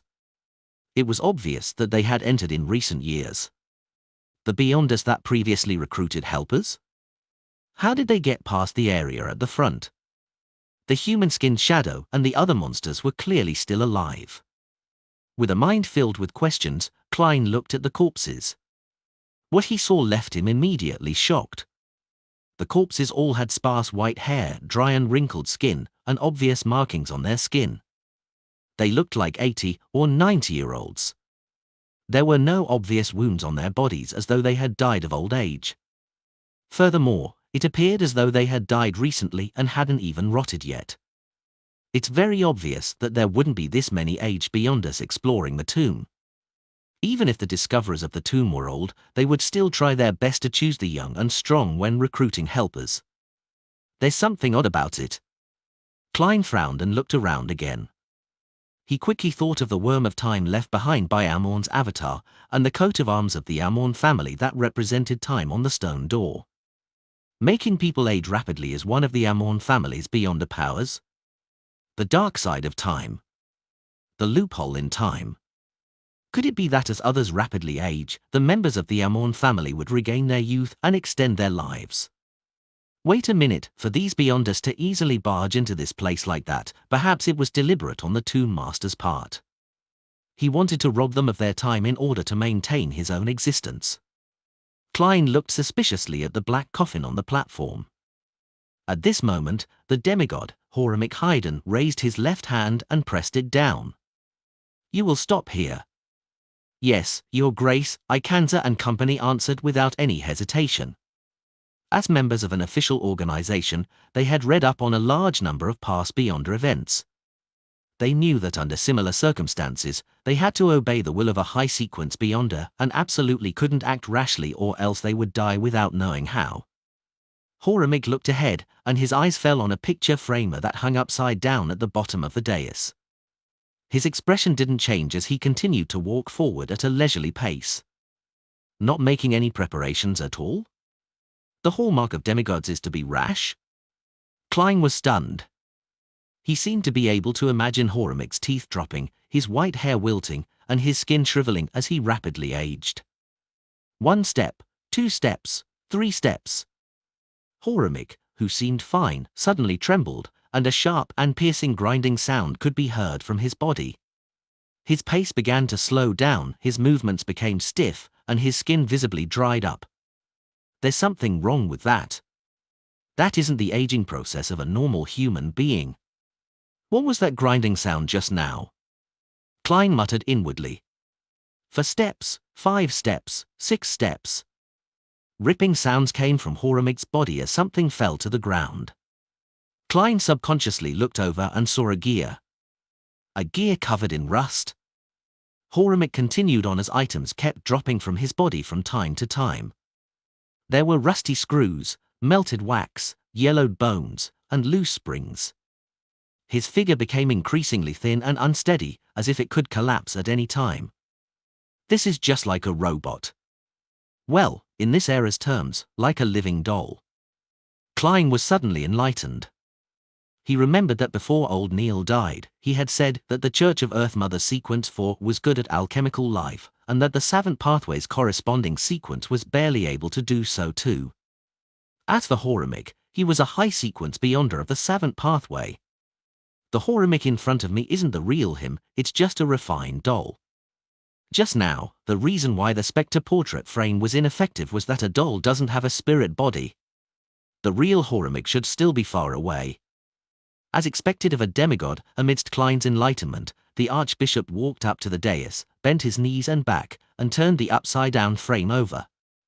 Generally speaking, when exploring a tomb involving beyonder elements, it was necessary to avoid flipping items over, but this time, Horamig had made the opposite choice.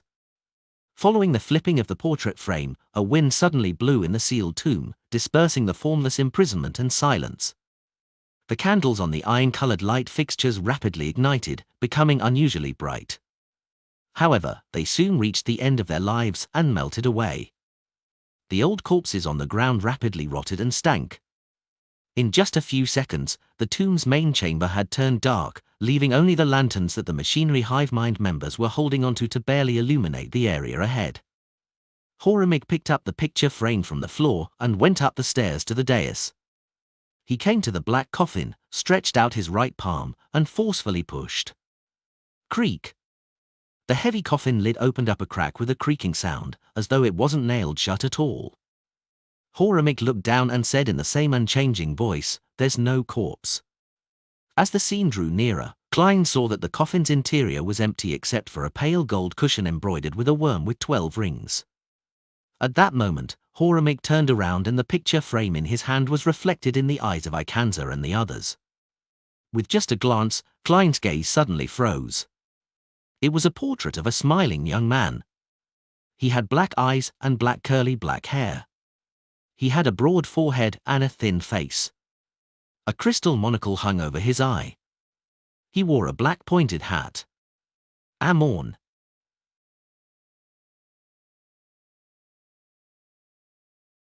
Lord of the Mysteries chapter for 48.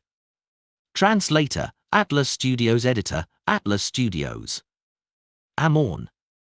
Klein said the word in his mind. He had originally thought that the blasphemer who appeared in the forsaken land of the god city of Silver was a descendant of an ancient family like Amorn.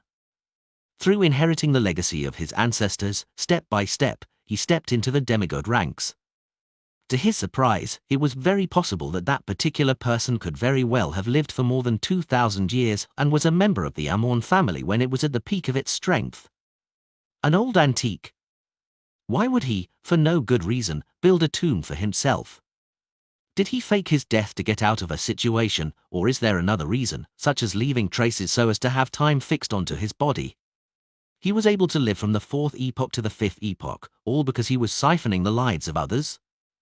I originally guessed that he's a sequence 3 or sequence 2. Based on what I've seen today, it's not impossible for him to be a sequence 1. After all, long periods of time would eventually bring about an intrinsic improvement. Klein switched back and forth between puzzlement and speculation.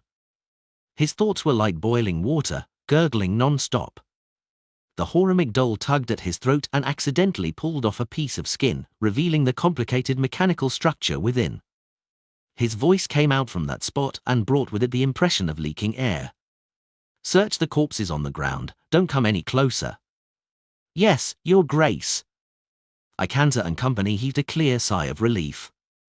The corpses on the ground had long since produced their beyonder characteristics. Some of them had even combined with certain parts of the body to form a terrifying mystical item. In addition, the dead carried all sorts of items on them. The machinery hive mind sure has reaped quite a harvest this time. Together with the Spectre portrait frame and the human skin shadow characteristic, this completely makes up for the crazy expenses of the cleanup. A huge investment for a high return.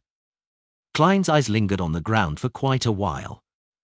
He inhaled, tore his gaze away, and followed Horemheb, who didn't carry a lantern, to the wall on the other side of the coffin. At this moment, the magic mirror, arose, brightened up the scene, allowing the things in front of him to be seen clearly. Klein saw that the wall across him had become mottled due to the rapid weathering just now. Many of the murals had been destroyed and could no longer be restored to their original states. The only one that was more complete and could barely be seen clearly was a colorful mural at the top of the wall, which took up a small half of the dome. It described a towering mountain range, and on the highest mountain peak, there was a huge cross that was taller than the mountain. The cross was covered in layers of radiance, making it seem unusually holy. In front of it, a tall and domineering figure could be seen vaguely. The mountain range was like a pet that lay prostrate at its feet. This figure was surrounded by 2-winged, 4-winged, and 6-winged angels. They were holding bugles, playing harps, or playing flutes, looking pious and sprightly. At the foot of the mountain range, 2 12-winged angels were humbly walking towards the mountaintop, each holding a baby in their arms. The baby on the left had curly black hair, and the baby on the right had pale blonde hair. One of their eyes was black, the other golden. Elsewhere in the mountain range, there was a vague depiction of a giant with chains at its legs and a dragon that had its legs bound and never be able to land. Horemheb first looked at the baby on the left, and his genial expression became increasingly serious. He said a word in a very low voice, Amon. Then, he turned to look at the baby on the right, and after a few seconds of silence, he said another name, Adam. Amon, Adam. As Klein repeated the names, he felt that the fog that hung over the history of the 4th epoch and the 3rd epoch was growing thicker. He combined all the information he had learned and quickly made a guess. On the mountaintop, the figure in front of the glowing cross is surrounded by angels, with giants and dragons submitting to it. It's definitely a real god that's at sequence 0. Another being who likes to partially use the cross as a symbol is the true creator. It's said that Amon is the descendant of an ancient sun god, but the one at the top of the mountain doesn't seem like a pure sun god. Could it be that he is the Lord that created everything, the omnipotent and omniscient God that the City of Silver believes in? This is in accordance with the legends of the City of Silver. The awakening of the Creator who stripped the King of Giants and the Dragon of Imagination and other ancient gods of their authorities. The so-called ancient sun god is actually the Lord that created everything as spoken about in the City of Silver? He may be in charge of the domains such as sun and time. In addition, the authorities of the Giant King, Ormir, and the Dragon of Imagination, Ankwelt, has likely returned to him. This can no longer be completely contained within sequence 0. So, the original Amon was the descendant of the City of Silver's Lord that created everything, the omnipotent and omniscient God, who inherited the beyonder characteristics of the time domain. This seems to slightly explain why he remained silent in the City of Silver's dungeon for decades.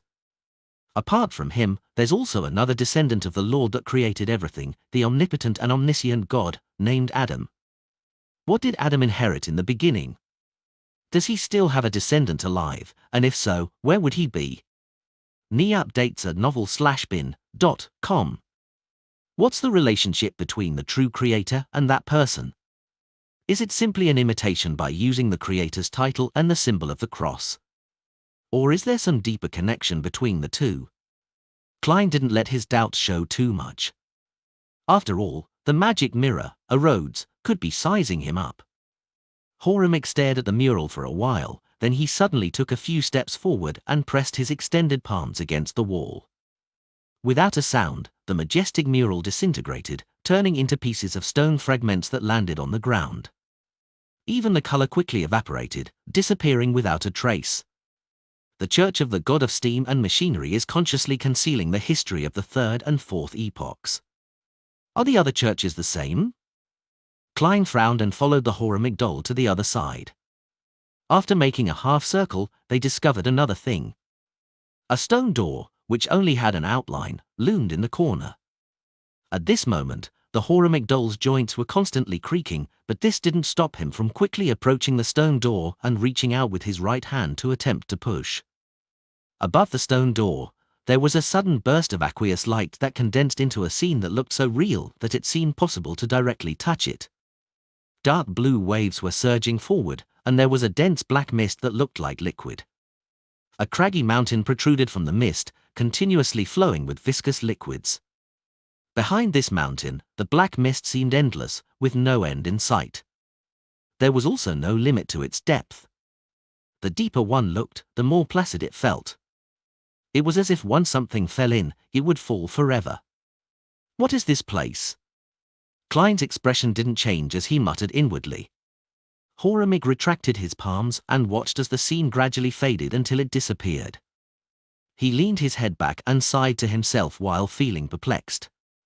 The abyss? Abyss? That's the source of all corruption. It's said that it's an abyss that can even corrupt a true god? Klein was amazed, but as a former clown, he regulated his expression and limbs to appear unperturbed. He immediately thought of something. Roselle, who was exploring the fog sea, had once deviated from his path, leaving behind a puzzling sentence, "I saw the abyss." As Klein pondered about the layers of waves that were surging towards the black fog, he made a conjecture. There's an entrance to the abyss somewhere in the fog sea? Immediately after, he looked towards the stone door. He suspected that Amon, who lurked around the city of Silver, had employed a certain ritual. After finishing the tomb, he didn't depart from it normally. Instead, he used a special tunnel to head for the abyss. Thus, in the eyes of most people, he was already dead. As for whether the city of Silver or the forsaken land of the gods was located somewhere in the abyss, Klein couldn't be sure. After all, the history of this tomb was at least 1,500 years old, so Amon had plenty of time to use the abyss to go somewhere else. Would he still occasionally come back to siphon off time? If he finds out that someone has dug up his grave, the expression on his face would definitely be very marvelous. Klein rejoiced for a baffling reason. At this moment, the Horamigdol held his left hand in his right palm and abruptly twisted it. With a creaking sound, his left hand was bent at the wrist, but there were no bones that pierced out of his skin, spewing out flesh and blood. There was a heavy, black metal tube inlaid in his left wrist.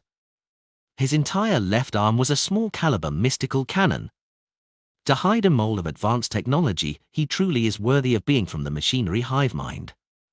However, the requirements and costs for such a thing are too high. Clearly, it could only be provided to specific personnel and not for military troops. Klein felt that today was an eye-opener for him, an opportunity to see another development path in the mysterious world.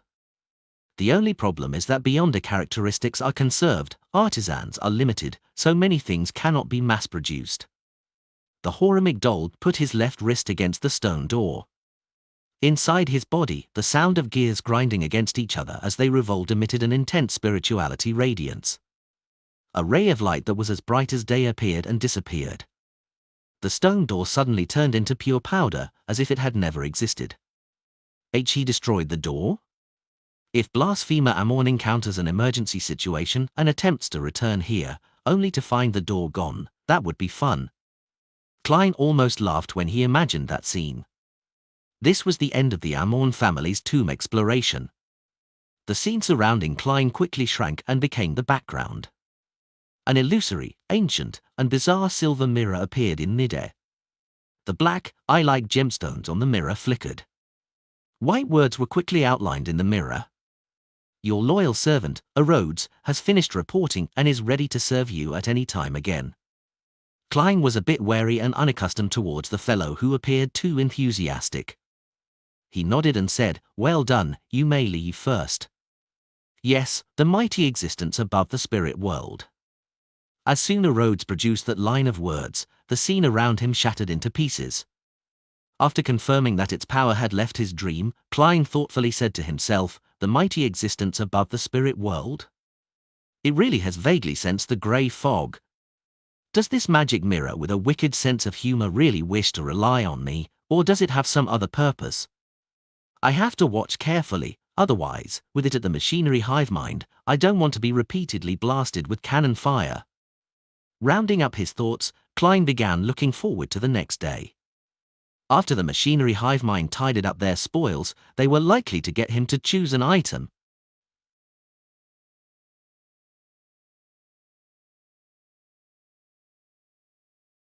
Lord of the Mysteries chapter for 49.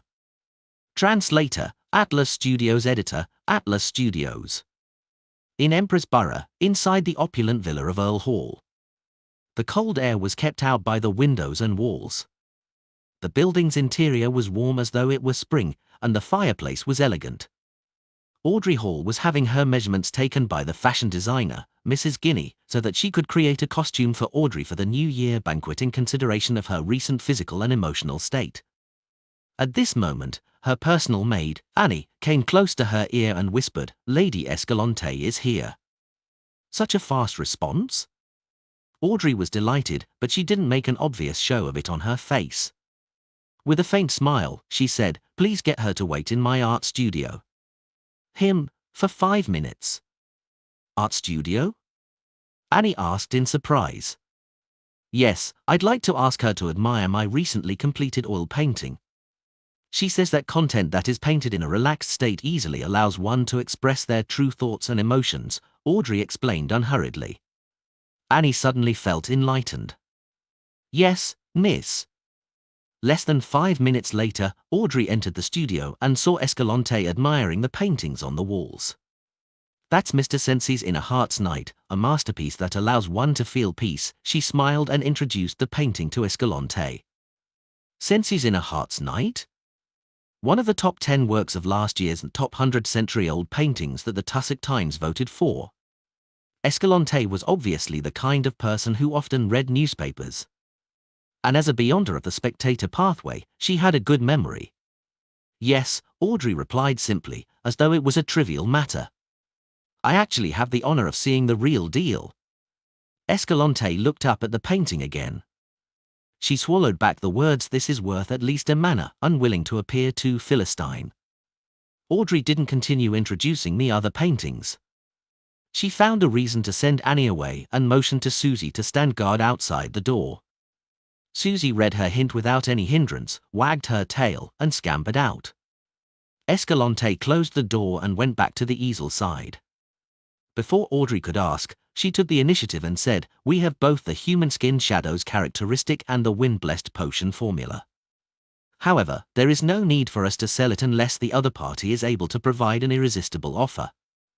The willingness to negotiate means there's hope." Audrey's green eyes darted slightly as she asked with a chuckle, "What do you wish to receive in exchange?" Escalante stroked her hair and gave her pre-prepared answer. £2,500 for the human skin shadow characteristic and £3,000 for the wind-blessed potion formula. Quite a huge premium. Although Audrey didn't find them expensive, she lamented the fact that the Psychology Alchemist's premium had exceeded 50%.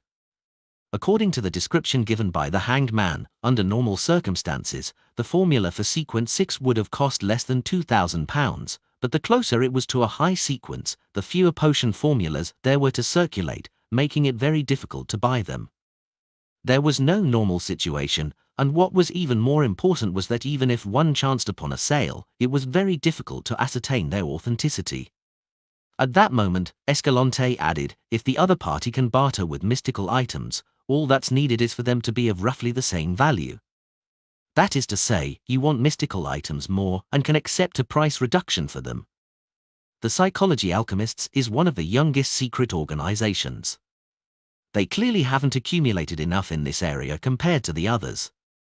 Audrey pursed her lips and said, "I'll inform them, but I can't guarantee that they'll accept it." She wasn't the least bit worried that the Psychology Alchemist would notice that she hadn't been involved in any Beyond a Gathering recently. After all, her schedule was rather tight: afternoon tea, music lessons, dinners, dances, equestrian training, language lessons, dancing lessons, and so on. There were too many opportunities for her to interact with different people. In that case, perhaps a particular dinner was a cover for Beyond a Gatherings, or perhaps the music teacher was a senior Beyonder, and it was almost impossible for the Psychology Alchemists, who hid in the shadows, to investigate it when they couldn't act openly. Having said this, Audrey curiously asked, "Ms. Escalante, I thought you wouldn't sell the wind-blessed potion formula since it's already at sequence 6. Hell, if there's a chance, it might be more useful to spread this information out, Escalante answered vaguely. In her mind, although Miss Audrey was a new member who had a high level of importance attached to her by the organization, she was still a new member after all. There were many things she couldn't know about. Why? Audrey suppressed her doubts and smiled sweetly. She asked innocently, Ms. Escalante, if this deal succeeds, can you count it as my contribution? Escalante broke into a laugh. Yes. Klein busied all morning until he returned to Minsk Street. He filled his stomach and prepared to rest, only then did he have the time and opportunity to listen to prayers above the grey fog. Someone on Miss Justice's side has the human skin shadow characteristic? Seriously? Either it doesn't come, or it comes in pairs. As a secret organization, the Psychology Alchemists is quite qualified in the field of resources. Klein was suddenly left in the throes of happiness from having a choice. Even if he counted the £500 which the hanged man still hadn't paid him, he only had £1,335 in cash. This didn't prevent him from seriously considering the request for a deal with the Psychology Alchemists. After thinking for a dozen seconds or so, he passed Justice's words to the hanged man to see what choice the latter would make. £3,000? Alger Wilson, who was still in Rawsted Archipelago's capital, the city of generosity, felt as if someone had struck him hard. Get the latest novels on no/v/elbin.c/om. After he became captain of the Blue Avenger, he sometimes played the role of a pirate and sometimes a law enforcer, secretly exterminating several groups of pirates. But even so, the total value of his spoils of war didn't exceed £2,000, and a portion of it had to be distributed to the sailors under him. Of course, this didn't include the ships and cannons, which were captured as they had to be handed over to the Church of the Lord of Storms. This made Alger often sigh that most pirates weren't rich, that they were used to squandering on having opulent lives. Liquor, barbecue, whores, marijuana, and gambling had drained the pirates of their money. Unless I meet a pirate crew with Beyond Us, it would be very difficult to get rich so suddenly. Alger paced a few steps, then he made up his mind. He took out a gold mask from his undergarment pocket. The mask had rough facial features, and the way they were formed had the characteristics of a primitive human being from an ancient forest. Alger sat down, humbly recited the honorific name of the fool, and said, I'm willing to use this mystical item to barter for the wind-blessed potion formula. As long as the user wears this mask, they will become extremely calm and emotionless. At the same time, they will also obtain an extremely strong regenerative ability, exaggerated speed, and outstanding strength, as well as grasp a certain amount of black magic and primitive curse techniques. Its weakness is that as the number of times it's used increases, the wearer will become more and more unlike a human being. They will turn colder and colder, eventually treating themselves as a god. Sitting in his seat as the fool, Klein looked at the £500 note in front of him, the 5 strands of dark blue hair as thick as a tiny snake, and the simple golden mask. He tapped the edge of the long table with his finger, thinking carefully about what mystical items he could use for a trade. The all-black eye? Certainly not. This is the main ingredient of a Sequence 5 Nimble Right Master. It's just short of having Little Sun to obtain the method to remove the mental corruption. Dark Emperor card? This card, which cannot see the light of day, has a value countless times higher than that of a human skin shadow's characteristic. Mr. Azik's copper whistle? At the moment, its only function is the summoning of a messenger, and it's an important tool for communication. I can't sell it. The copper whistle of the numinous episcopate member who left behind white feathers? Similarly, it can only summon a messenger, but the target on the other side of the messenger seems to be very dangerous. Sun brooch? This is something I want to use for myself. It effectively makes up for my weaknesses. Master key? It involves Mr. Door and has too many hidden secrets. In addition, just from the value of its effects, it pales in comparison to the human skin shadow's characteristic. Biological poison bottle? This is very compatible with my spirit body state. If I use it well, I can even fight a group of Beyond Us. demon-hunting bullets, purifying bullets, exorcism bullets. They are not mystical items and are considered consumable beyond a weapons. They are of very low value. The Book of Secrets? This isn't a mystical item either. The psychology alchemists likely do not lack such knowledge. At present, only the beyond a characteristic of an interrogator can be sold. However, the psychology alchemists want mystical items. Furthermore, the trading venue is in Backland, so it would easily expose information pertaining to Hero Bandit Dark Emperor.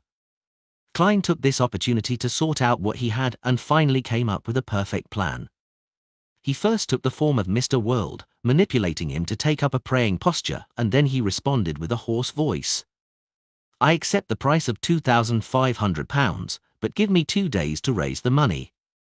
Immediately following that, Klein threw the reply scenes of the Hanged Man and the world to the Crimson Star, which symbolized Miss Justice. After receiving affirmation from Miss Justice, Klein waited patiently all afternoon at Minsk Street. It was late afternoon when the Machinery Hivemind member, Carlson, rang his doorbell. Klein didn't ask anything further. He followed the man to the Lever Cathedral near the West Balan dock and entered a 3-story building next to the cathedral. The signboard wrote, Backland Institute for Mechanical Research. How academic. Klein suddenly thought of the Blackthorn Security Company and cracked the corner of his lips into a smile. Under Carlson's guidance, he passed through some strange devices and found himself in a windowless room. On the long table in the room, there were many items emitting strong spirituality, including the human skin shadow characteristic and the spectre portrait frame, which was covered in black cloth. However, there were no characteristics left behind by the dead beyond us. Obviously, the higher-ups of the Machinery Hivemind don't want me to know about the law of indestructibility and conservation. Klein wasn't the least bit surprised. You can choose one. The hatless icons are pointed at the long table. Klein scrutinized the items several times before sighing. There's nothing I want. If I were to convert it into gold, how much would I get? He had already made up his mind that he wouldn't obtain the human skin shadows characteristic from the Machinery Hivemind. Although this could be explained as the need to create some mystical item or to try out a unique ritualistic magic, there was still a chance of exposing his own sequence. In a situation where there was a better choice, Klein didn't want to take the risk. Thus, he intended to take only money. Not only would this help him gather the £2,500 that the psychology alchemists quoted, but he could also effectively dispel the Machinery Hivemind's wariness towards him. Ikanza was visibly relieved. He smoothed his hair and answered with a smile, £1,500. However, we encourage you to choose money, so a total of £2,000. Klein immediately revealed a sincere smile. All right. Lord of the Mysteries chapter for 50. Translator, Atlas Studios. Editor, Atlas Studios. With the help of a bestowment ritual, Klein handed £2,500 in cash and the gold mask provided by the Hanged Man to Miss Justice, and he used the image of the world to urge her to close the deal as soon as possible. I've spent almost £5,000 in the past 2 weeks. If I didn't leave Tingen, this amount of money is enough for me to maintain a lifestyle just like my landlady's family. A dole ruins one's life, consuming potions bankrupts you for 3 generations. 1. Klein looked at the vast fog and the ancient palace, which had returned to silence. He was a little upset, as though he had lost something important. He was quiet for a few seconds before returning to the real world. He picked up the remaining £830 on his desk, and he counted out 6 £5 notes. Then, Klein put the £30 of cash in his now deflated wallet and stuffed it solemnly into the inside pocket of his clothes. He divided the other £800 into 2 stacks, placing 1 stack in each of his side pockets. After that, Klein opened the drawer and took out 2 of the 5 deep-sea Noga hair strands that he had brought back to the real world. He wrapped them in layers after layers of paper and carefully put them into his pocket. When he was done, he took his hat and cane, and he headed for the street corner under the glow of the street lamps at night. He got on a carriage and headed for the Bravehearts bar in the Backlund Bridge area. In the heated and noisy environment, Klein insisted on finishing his glass of Southville beer before he slowly made his way out of the bar and into a rental carriage through the thundering cheers for the boxers. Taking in the rumbling of the wheels, he intentionally closed his eyes. Suddenly, he heard the sound of the window being lightly tapped. Klein's facial muscles twitched slightly as he opened his eyes and looked in front of him. He saw the pale and exquisite Miss Sharon sitting quietly across him. Without waiting for her to question him, Klein smiled and said, "I sold the information you gave me last time for a good price, the one about the Amorn family tomb." Sharon looked at him silently. Leaning his cane to the side, Klein took out 2 stacks of cash and a small clump of paper from his pocket. £800 plus 2 strands of deep-sea Nogger hair, for a total of about £1,000, that's what you deserve. Klein took a silent breath and smiled as he handed over the cash and paper clump. Sharon glanced at him and reached out her hand to take both items. She lowered her head, looked at the items in her hand, and asked in an ethereal voice, "How much did you sell it for?" £2,000, so we split it equally. Klein chuckled. If the machinery hive mind had only paid me £1,500 according to the original plan, then I'll have to first owe you a portion of it, he thought gladly. With a flip of Sharon's bloodless hand, the cash and the paper clump disappeared without a trace. She raised her head and tersely acknowledged before asking succinctly, "What's in the tomb?" "I don't know, I didn't go." Klein didn't disclose the help he had received from the magic mirror, a Rhodes. For an instant, he felt that if he described the experience in detail, Miss Sharon would have listened attentively with one hand on her cheek, as she had done before. This wraith lady seems to have a hobby of watching situational scenes and dramas or listening to all kinds of rumors. Klein summed up. Sharon's expression didn't change. After a few seconds of silence, she said, "Someone is digging a tunnel to the underground ruin." Who? Klein wasn't able to react for a moment to what Sharon was talking about. However, he soon understood which underground ruin Sharon was referring to. There was only one underground ruin the two of them knew of, and that was the 4th epoch Tudor dynasty ruin. Someone is digging their way into the underground structure? Klein pondered for a few seconds, then he suddenly came to a realization. Is it that baronet? He had already forgotten the name of the hidden Tudor dynasty descendant, other than knowing that he had an aristocratic title of a baronet and that he lived on Civilla Street where the Backlund police station was located. Yes. Sharon gave him a positive answer. What is he looking for? Doesn't he know that there's an evil spirit inside? Doesn't he know that all the Beyonders from his family died in there? Klein asked himself a few questions. Sharon sat up straight and replied seriously, "I don't know if he knows or not." "How much longer will he take to dig through?" Klein asked in deliberation. "Another 2 to 3 months, for the time being, he's doing it on his own." Sharon provided her own judgment. Phew. Klein let out a small sigh. There's no need to rush. When I'm ready, then we can go visit him together. At this point, he explained with a smile, "As you know, I like to make sufficient preparations in advance. I won't get involved in anything until I advance to Faceless." He warned himself inwardly. All right. Sharon didn't ask him what he was going to do, but her figure faded quickly, and she disappeared from the carriage. Klein leaned back against the wall, feeling relaxed. The ingredients for the Faceless potion has been reserved, and I'm just waiting for the delivery. My debts have all been paid off, so there's nothing to worry about. His mood was like a fizzy wine that had settled.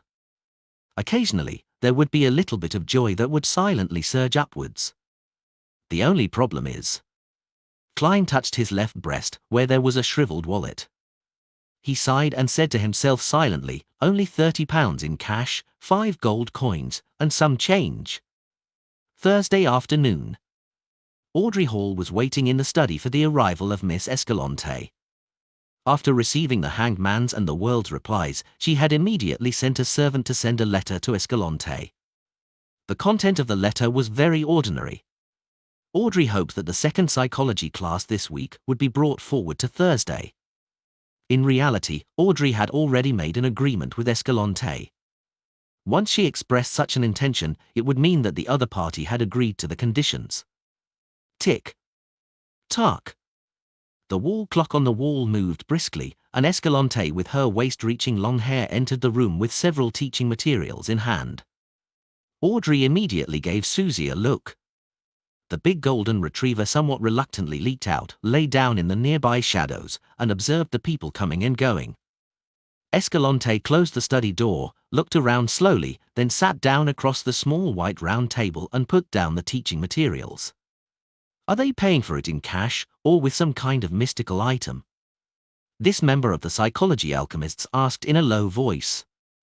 One directly gave £2,500, and one provided a mystical item. Audrey flippantly took out a white cardboard box from her medium-sized orange handbag. The outside of the box was covered with a wall of spirituality. After removing the wall of spirituality, she opened the lid of the box, revealing the simple golden mask. Then, she recounted the flaws and effects of the mask.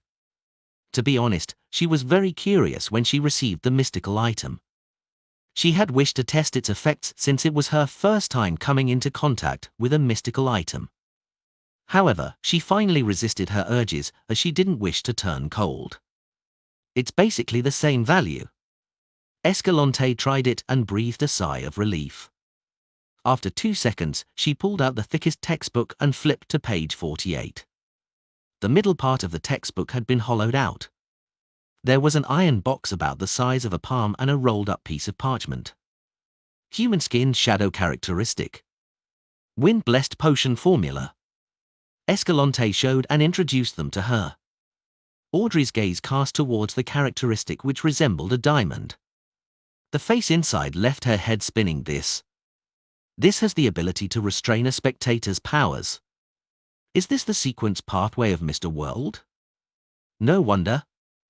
Audrey looked away and studied the formula. This has the ability to restrain a spectator's powers. Is this the sequence pathway of Mr. World? No wonder. Audrey looked away and studied the formula. Sequence 6, Wind Blessed. Main ingredients, 6 crystalline feathers of a blue shadow falcon, a pair of dragon-eyed sea condor eyes. Before Audrey could examine the supplementary ingredients, Escalante rolled up the parchment in time. After that, she set up the wall of spirituality around the metal box again, closed the textbook, and pushed the thick book towards Audrey. Audrey held the book, but she didn't hand over the gold mask and £2,500 to Escalante in a timely manner. Get the latest novels on no/v/elbin.c/om.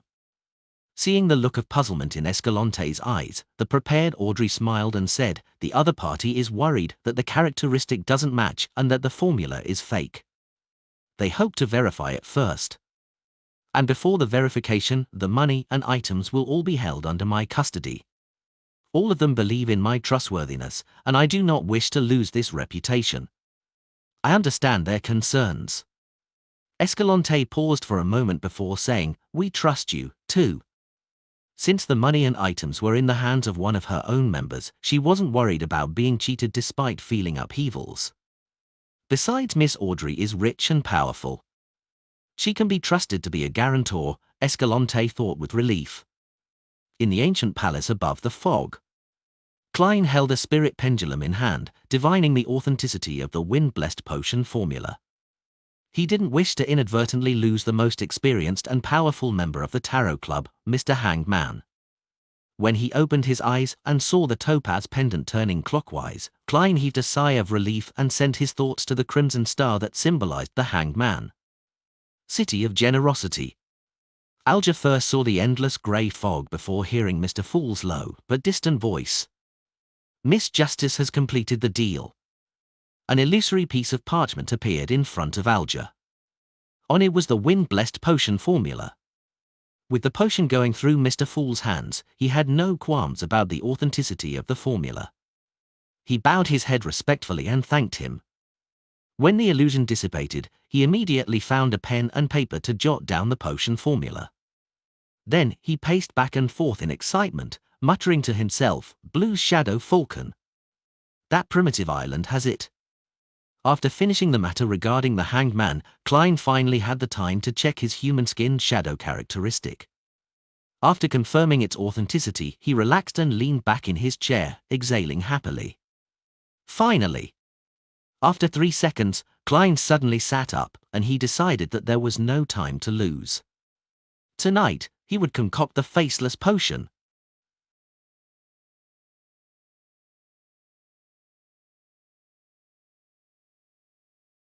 Lord of the Mysteries chapter for 51.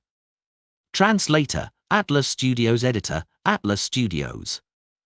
15. Mint Street, in the dank, cold kitchen. Klein rummaged for his newly bought large iron pot, poured fresh water into it, and carefully scrubbed it several times. Then, he dropped some matches into it and snapped his fingers. The scarlet flame soared, and under his control, they quickly burned the remaining water droplets dry, without harming the surface of the pot. This time, there were no ingredients such as pure water in the potion recipe, so Klein was even more careful than the previous 2 times. He wanted to ensure that everything was in good measure to prevent any problems. Although he was able to divine whether the concoction would be successful or not, at least to not endanger his life, such a result could still involve his potion being ineffective. Attempting to extract the beyonder characteristics from the concoction would be relatively difficult, just like the removal of the mental corruption of a rampager. He would need the corresponding technique, methods, or rituals, and Klein wouldn't be able to gather a second round of ingredients within a short period of time either. After finishing his preparations, Klein took a deep breath as he looked at the neatly arranged boxes. Finally, he recalled the potion recipe. Faceless. Main ingredients: mutated pituitary gland of a thousand-faced hunter, characteristic of a human-skinned shadow. Supplementary ingredients: 80 milliliters of a thousand-faced hunter's blood, 5 drops of black Jimson weed juice, 10 grams of dragon toothgrass powder, 3 strands of hair from a deep-sea nogger. He first picked up the cardboard box, which came from Vampire Emlyn White. He opened the box and took out the glass bottle that contained 100 milliliters of a thousand-faced hunter's blood. Glancing at the scale, Klein unscrewed the lid and steadily poured the sticky liquid into the pot with a stable wrist. The liquid changed its color depending on the variation in the lighting. As it was a supplementary ingredient, he didn't pursue precision and didn't use chemical experiment apparatus to separate and titrate the liquid. The thousand-faced hunter's blood was like thin honey that slowly filled the bottom of the pot. When Klein felt that it was about time, he stopped tilting it and allowed the liquid to flow back. There's still about 20 milliliters left, my spiritual intuition is quite accurate. Klein withdrew his gaze from the glass bottle and tightened the lid. This 20 milliliters of thousand-faced hunter's blood could still be used to make mystical items, beyonder weapons, extraordinary scrolls, or for drawing symbols or labels in some ritualistic magic. It was still very precious. After putting the glass bottle back into the cotton-filled box, Klein went down the list and added the black Jimson weed juice and the dragon toothgrass powder. He saw that the liquid in the iron pot started to bubble. Without pausing, he picked up 3 strands of dark blue hair that resembled tiny snakes with his black-gloved right hand, and he firmly placed them on the surface of the liquid. Sizzle! A faint mist rose from the iron pot, and the color of the liquid turned a deep blue. It already has such a strange effect even without adding the main ingredients. As expected of a sequence 6 potion, Klein reached out and grabbed the silver tin box, which Vampire Emlyn White had thrown in as well. With a snapping sound, Klein opened the lid of the box, revealing a peach-like item inside. He didn't directly touch the thousand-faced hunter's mutated pituitary gland. Instead, he placed the tin box over the top of the pot and overturned it. A yellow-brown object with the grooves and ridges of a brain fell in, crashing into the dark blue liquid. At this moment, no liquid droplets splashed up, and the pituitary gland that was constantly changing its shape silently melted. The colors of gray and yellowish-brown quickly merged with the dark blue, and the bubbling suddenly increased in size. At this point, Klein was a little nervous, but he controlled himself. He picked up the last box and overturned the huge diamond-like human-skinned shadow characteristic into the pot. All of a sudden, the mist converged, and even the glow of the gas lamps showed signs of being attracted and devoured as the room turned darker. When everything returned to normal, Klein finally saw what the final potion looked like. It was blackish-green all over, and from time to time, it would produce a bubble the size of an eye, and as if it had a life of its own, it would produce a burping sound every few seconds. When the bubble reached the surface, it would immediately burst, and during this process, it would reflect light in a myriad of colors. The colors combined to form a picture of different faces, and the facial features seemed to be a random combination. Klein picked up the iron pot with one hand and poured the liquid inside into a glass bottle that he had prepared beforehand. Because of the potion's characteristics, not one bit was left in the pot. Using divination to confirm that the degree of harm was acceptable, which meant that the potion had been successfully concocted, Klein took the faceless potion bottle and walked steadily back to the second floor, entering the room with the curtains closed.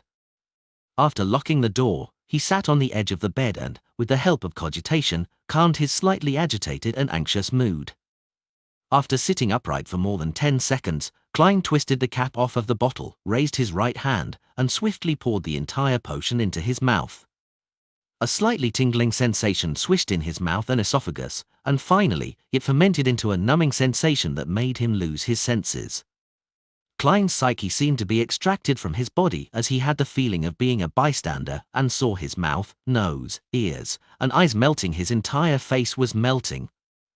In just 2 or 3 seconds, his face and head had turned into what seemed like scorched white wax.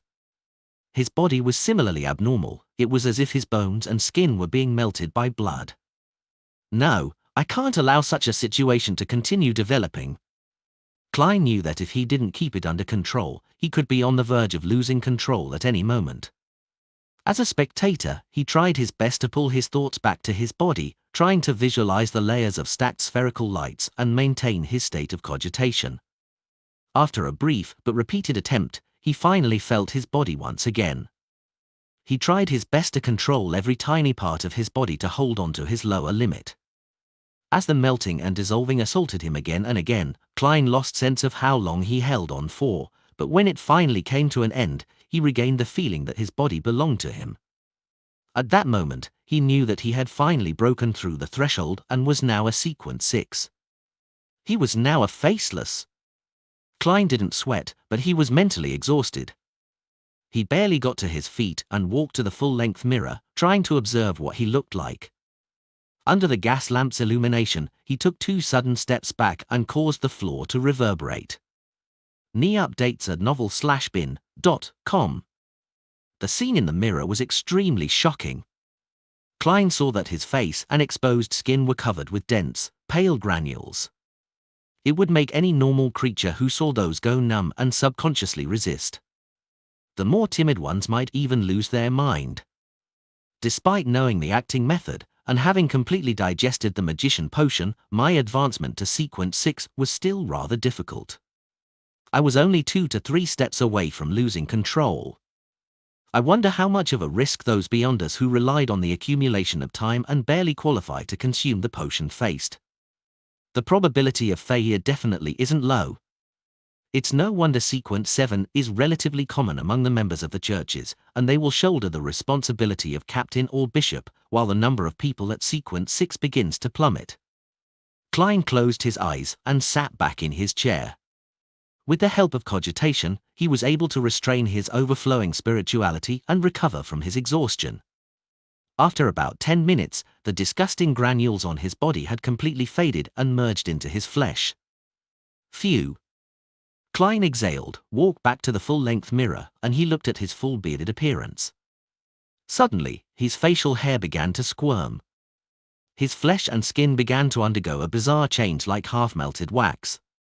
Within a second or two, Klein had reverted to his original appearance: black hair, brown eyes, ordinary facial features, a clean face with a deep outline, and a somewhat thin body.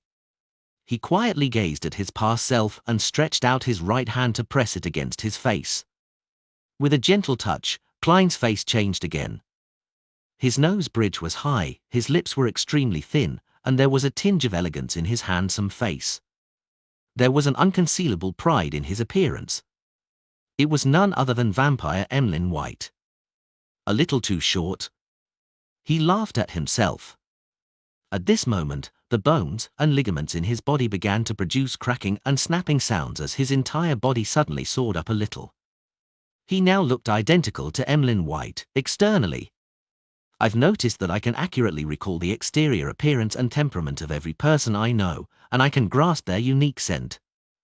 Klein's paws squirmed, and his body changed accordingly. The smell of his body became different as a result of this. He looked into the full-length mirror again, letting his hairline slowly recede, and he changed the color of his eyes into a deep gray. Without a sound, Dunn Smith seemed to come alive again, and he was staring at the team member who always came to him to report on unusual matters. Letting out a breath, Klein returned to his original form, but the corners of his mouth remained curled upwards. He thought for a moment, took a few steps back, and looked at the magazine, Ladies' Aesthetics, which he had bought to look at fashionable beauties, and he noted down the appearance of the actress on the cover. Then, he went back to the full-length mirror and wiped his face with his right hand. When he looked in the mirror again, he saw a young lady with black hair that went past her shoulders and delicate facial features. It really works. Klein looked down at his chest, but he didn't see any protrusions. Trying hard to control his body, he managed to create a pair of cups by moving his fat and some of his flesh. However, there was nothing he could do about his lower body. That is to say, it is just a superficial change in appearance, nothing fundamental. Also, I can only grow taller or shorter by 10 centimeters at the moment. Going beyond this range would be difficult. Also, there's a limit to the enlargement and shrinkage of the head. For example, I can't mimic Father Yutravsky's half-giant head at all. Also, I can only observe the appearance and temperament of the target in an instant, without knowing anything related to him. It's easy for me to be exposed when facing a spectator like Miss Justice. In the clown stage, the clown restrains the spectator, but in the faceless stage, it is actually somewhat restrained by the spectator. Interesting. Upon having this thought, Klein stopped changing and returned to the appearance of Sherlock Moriarty. Divination, fighting, as well as a magician's beyonder powers, have all been enhanced. As for how much they've improved, it can only be confirmed through practice. I should find some time to head to the Quelaag Club tomorrow. Klein took one last look and went downstairs to clear up the mess. After rounding up everything, he quickly washed up and crawled into bed. Lying there, looking out the window at the crimson moonlight, he gradually calmed down. After a few minutes of this, Klein slowly closed his eyes and smiled to himself. Good night, Faceless.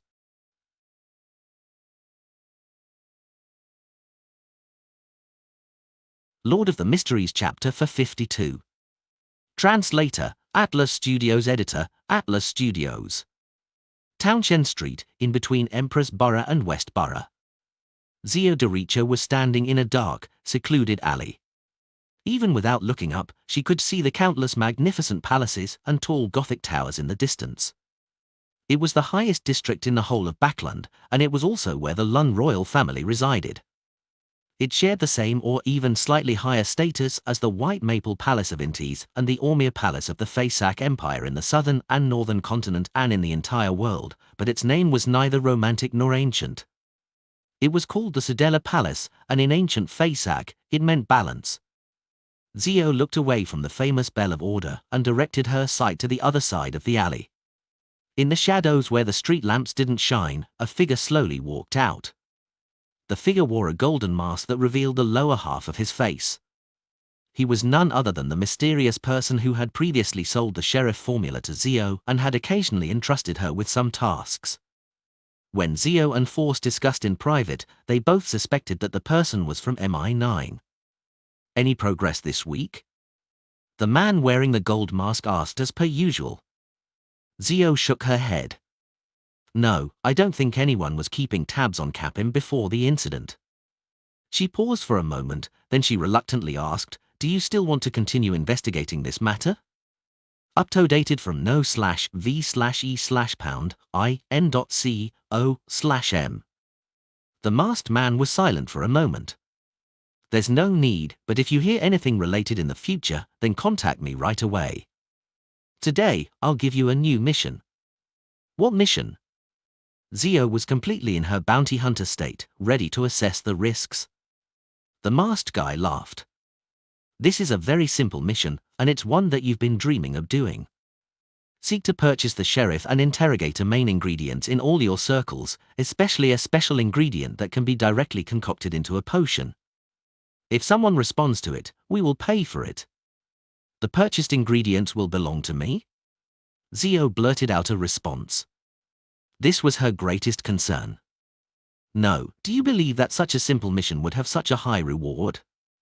Of course, if you're able to fish out the person we're looking for, it's not impossible to negotiate and let you obtain the main ingredients, the masked man said with a chuckle. But I don't know the main ingredients of the interrogator potion. Zio hesitantly said. I'll tell you later. This is also our advance payment. Even if we don't find the target, you'll have the main portion of a Sequence 7 potion formula, worth more than £600. I think you're fully aware of our generosity, the masked man said in a bewitching tone. Generous indeed. Who's their target, and why are they willing to pay such a high price to find them? Well, if he were from MI9, taking advantage of this mission to retrieve the Beyonder ingredients of the Arbiter pathway on the market should also be one of his goals. There's no problem about wasting money. As quite an experienced bounty hunter, Zio instinctively thought of a few things. After some deliberation, she nodded and said, I'll take this commission. Very good. The masked man's tone turned relaxed as he surveyed his surroundings and said, the interrogator potion's main ingredients are the horn of a flash-patterned black snake and dust of a lake spirit. After saying that, he slowly retreated and melded into the shadows, disappearing into the corner of the alley. He really told me the main ingredients of the interrogator potion. Zio was momentarily stunned. Only at that point did she clearly realize how much importance the masked man's faction placed on this mission. I wonder who their target is. It seems to be focused on some special ingredient that can be used to directly concoct a sheriff or interrogator potion.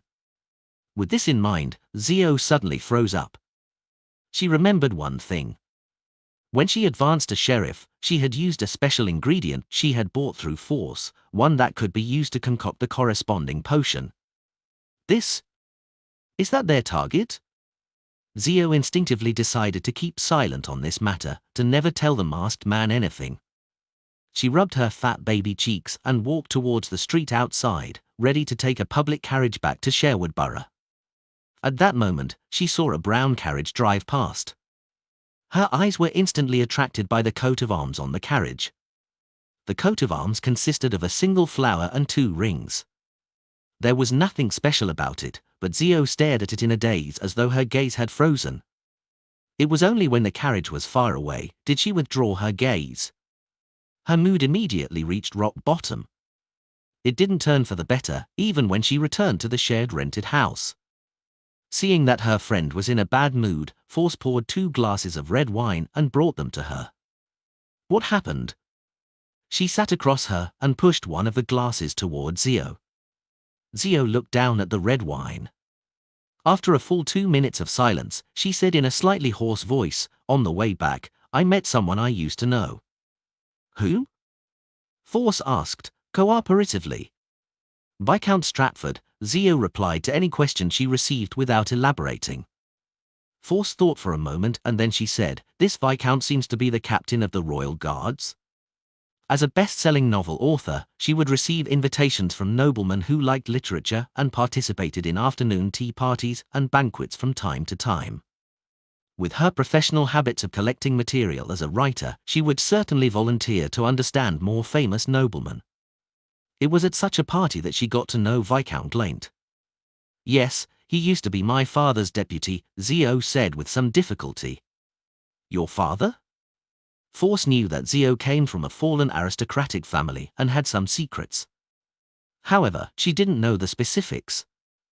Zio picked up the glass of red wine and gulped it down, coughing a few times after she choked. After calming herself down, she said, my family was once part of the aristocracy. In its heyday, it even served as an Earl Palatine. Earl Palatine? What position is that?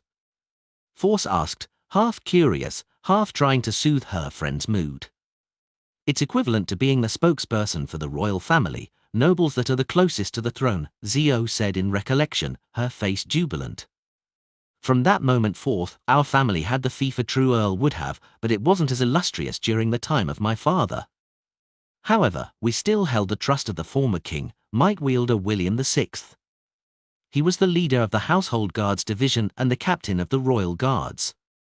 Her tone gradually turned melancholic as she found it difficult to hide her pain.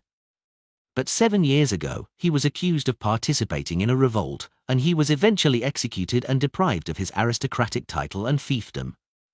Because of this, my family fell from grace, and many of my family members even died for no reason. In order to live, we changed our surnames and left East Tucker County. I don't believe that my father would engage in mutiny. He was so loyal to the royal family, even more so than his belief in the goddess. In order to. Anyway, I left my mother and my younger brother and came to Backland, looking for a chance to improve myself, hoping to restore my family's glory and my father's reputation. Zia was vague about some of the things midway through her account, but Force didn't mind. She sighed and said, "It'll be very, very difficult." But she immediately smiled. "But I will support you. And behind me is the mysterious Tarot Club," she added in her mind. Nighttime in Tingen City, 2, Daffodil Street. Melissa, who was doing math problems, turned her head to the door and looked at Benson, who had just taken off his half-top hat.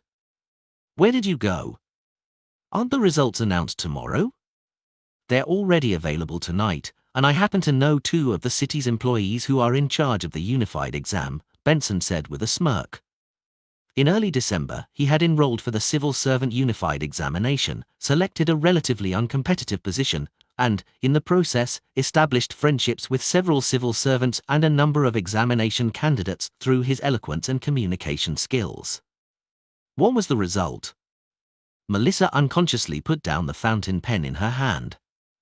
Benson's expression immediately darkened, but before Melissa could open her mouth, he revealed a bright smile. "I passed. And I'm ranked quite high." "That's great." Melissa stood up and took 2 steps forward. "You have to start preparing for the second round of exams at the end of January. It's held in Backland. I need to prepare your luggage for you ahead of time. When are you planning on leaving?" Seeing his sister's concern, Benson walked into the living room, smiled and said, "I plan to do so after the new year. We'll go to Backland together and rent a house there. Regardless of the success of the exam, I'm prepared to stay in Backland and try my luck. And you can take advantage of the New Year's holiday to transfer to the technical school in Backland to prepare for the entrance exam at the Backland University of Technology and Industry in June." Just a month ago, the Backland University of Technology and Industry had been reorganized and officially upgraded to a University for Industry and Technology. Melissa's lips unconsciously pursed as she quietly listened. She looked around wistfully and replied softly, "Okay."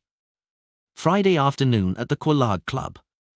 Klein walked out and hired a carriage to head for Prince Edisak's Red Rose Manor. It was the place where Talim had gone to a few days before his death. As a qualified detective, he would be completely unworthy of the £100 he was paid if he didn't hold any investigations there. "No matter what, I still have to put on a convincing act," Klein muttered as he sat in the carriage and enjoyed the scenery outside the window. After his morning practice, he had roughly grasped the range of improvements in every aspect. Flame controlling, flaming jump, and other beyonder powers had become about 30% stronger. The might of their bullets and the length of the underwater breathing pipe had even increased several-fold. His divination and combat skills had also received a substantial improvement. Paper figurine substitutes and damage transfer didn't experience much change, but because of the growth of his spirituality, the number of times that they could be used had increased. Klein finally arrived at Red Rose Manor amidst the rumbling journey and informed the 2 soldiers guarding the entrance of his purpose. After passing the news, he met the old butler from before. "You can ask everyone here." The white-haired elderly butler paused, then added, "Except that lady. That's what I want. I don't want to get into trouble." Klein laughed casually. "All right."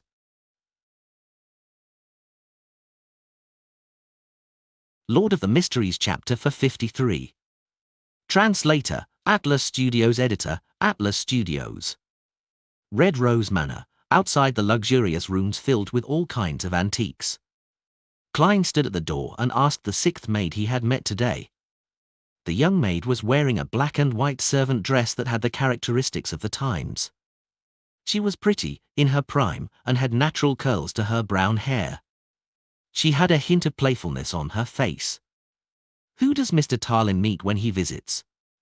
Klein repeated the question numbly. The maid replied almost without a pause, Mr. Tarlin usually requests to meet His Highness, or to accompany him in riding horses, or to discuss matters. If His Highness happens to be absent, he will meet with that lady. They are very good friends. He receives permission from the butler. Tarlim is good friends with the commoner lady who Prince Edisac likes. Meeting in private from time to time? It was likely that he was persuading her to leave this place, so as to not affect the reputation of the prince. Klein nodded thoughtfully. I mean Mr. Tarlim and the young lady, what would they talk about? When he asked this question, Klein suddenly recalled how Tarlim had fallen in love just recently. With his rich experience from the information age, he somehow came up with an extremely contrived romance story. The maid wasn't afraid of the detective. She smiled, shook her head, and said, at times like these, we're all asked to leave the room. Even more than ever, Klein couldn't resist making associations, even to the point of changing the colors one of Prince Edisac's hat and helmet. Without waiting for him to ask any further questions, the maid chuckled and said, Detective Moriarty, if you want to find out exactly what the lady and Mr. Tarlin were talking about, you can ask her directly. The old butler doesn't permit that. Klein confidently pushed out his scapegoat. He changed the topic and said with a smile, you seem to know more than the other servants. You even know to call me Detective Moriarty. The maid looked around, maintained her smile, and said, it's because I've been serving the lady during my rotations. She's always wanted to meet you, Detective Moriarty. After all, she's close friends with Mr. Tarlim and cares a great deal about his death. Unfortunately, she always ends up missing you. Always? Klein was sensitive to the words always, just happened, and missed. The maid nodded seriously and said, the first time His Highness invited you to be his guest, she intentionally threw a tantrum and wanted to take advantage of the opportunity to walk downstairs to meet you. Who knew that you would leave in a hurry? Afterwards, she took the initiative to represent His Highness to place flowers on Mr. Tarlim's grave, but as she didn't know what you looked like, she wasn't able to find you. And today, she just happened to go to the golf course out back to relax on horseback. Otherwise, even if the butler didn't allow it, she would have tried to find a way to meet you. What a coincidence! Klein sighed as he suddenly grasped a crucial point. On the day of Tarlin's funeral, it was the commoner lady he loved who had offered flowers in the prince's place. On that day, Klein was most concerned about the lady with the black veil and the sapphire ring on her finger. She might have a grade 0 sealed artifact or some powerful existence of an equal level.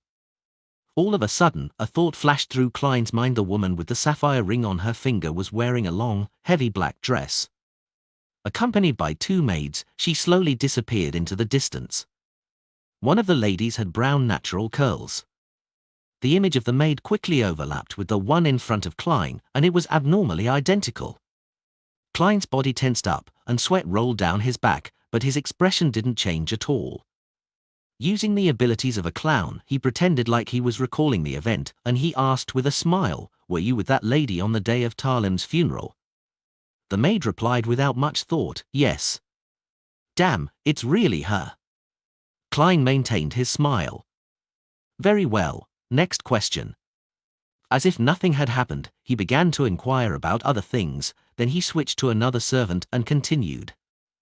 However, Klein secretly shortened the process and sped up the progress. He wanted to leave Red Rose Manor before the young lady returned from her riding. At 4 o'clock in the afternoon, before the sky had turned dark, Klein left the manor much earlier than expected and took the carriage sent by the old butler back to the city. Sitting in the window with his back against the wall wrapped in silk and muslin, he was relieved to have the energy to reflect on the whole situation. It was Prince Edisac's beloved commoner lady who had cursed Tarlim. Why did she have to deal with a descendant of a fallen noble family? To take revenge against Tarlim for trying to break up the relationship between her and the prince? But there's no need for her to do it herself. She can find a chance to mention it while in bed. Prince Edisak has plenty of ways to make Tarlim disappear without a sound. Tarlim was in a state of deep love before he died. Yes. The first sign was after he successfully persuaded the commoner lady to leave Prince Edisak. They had an affair?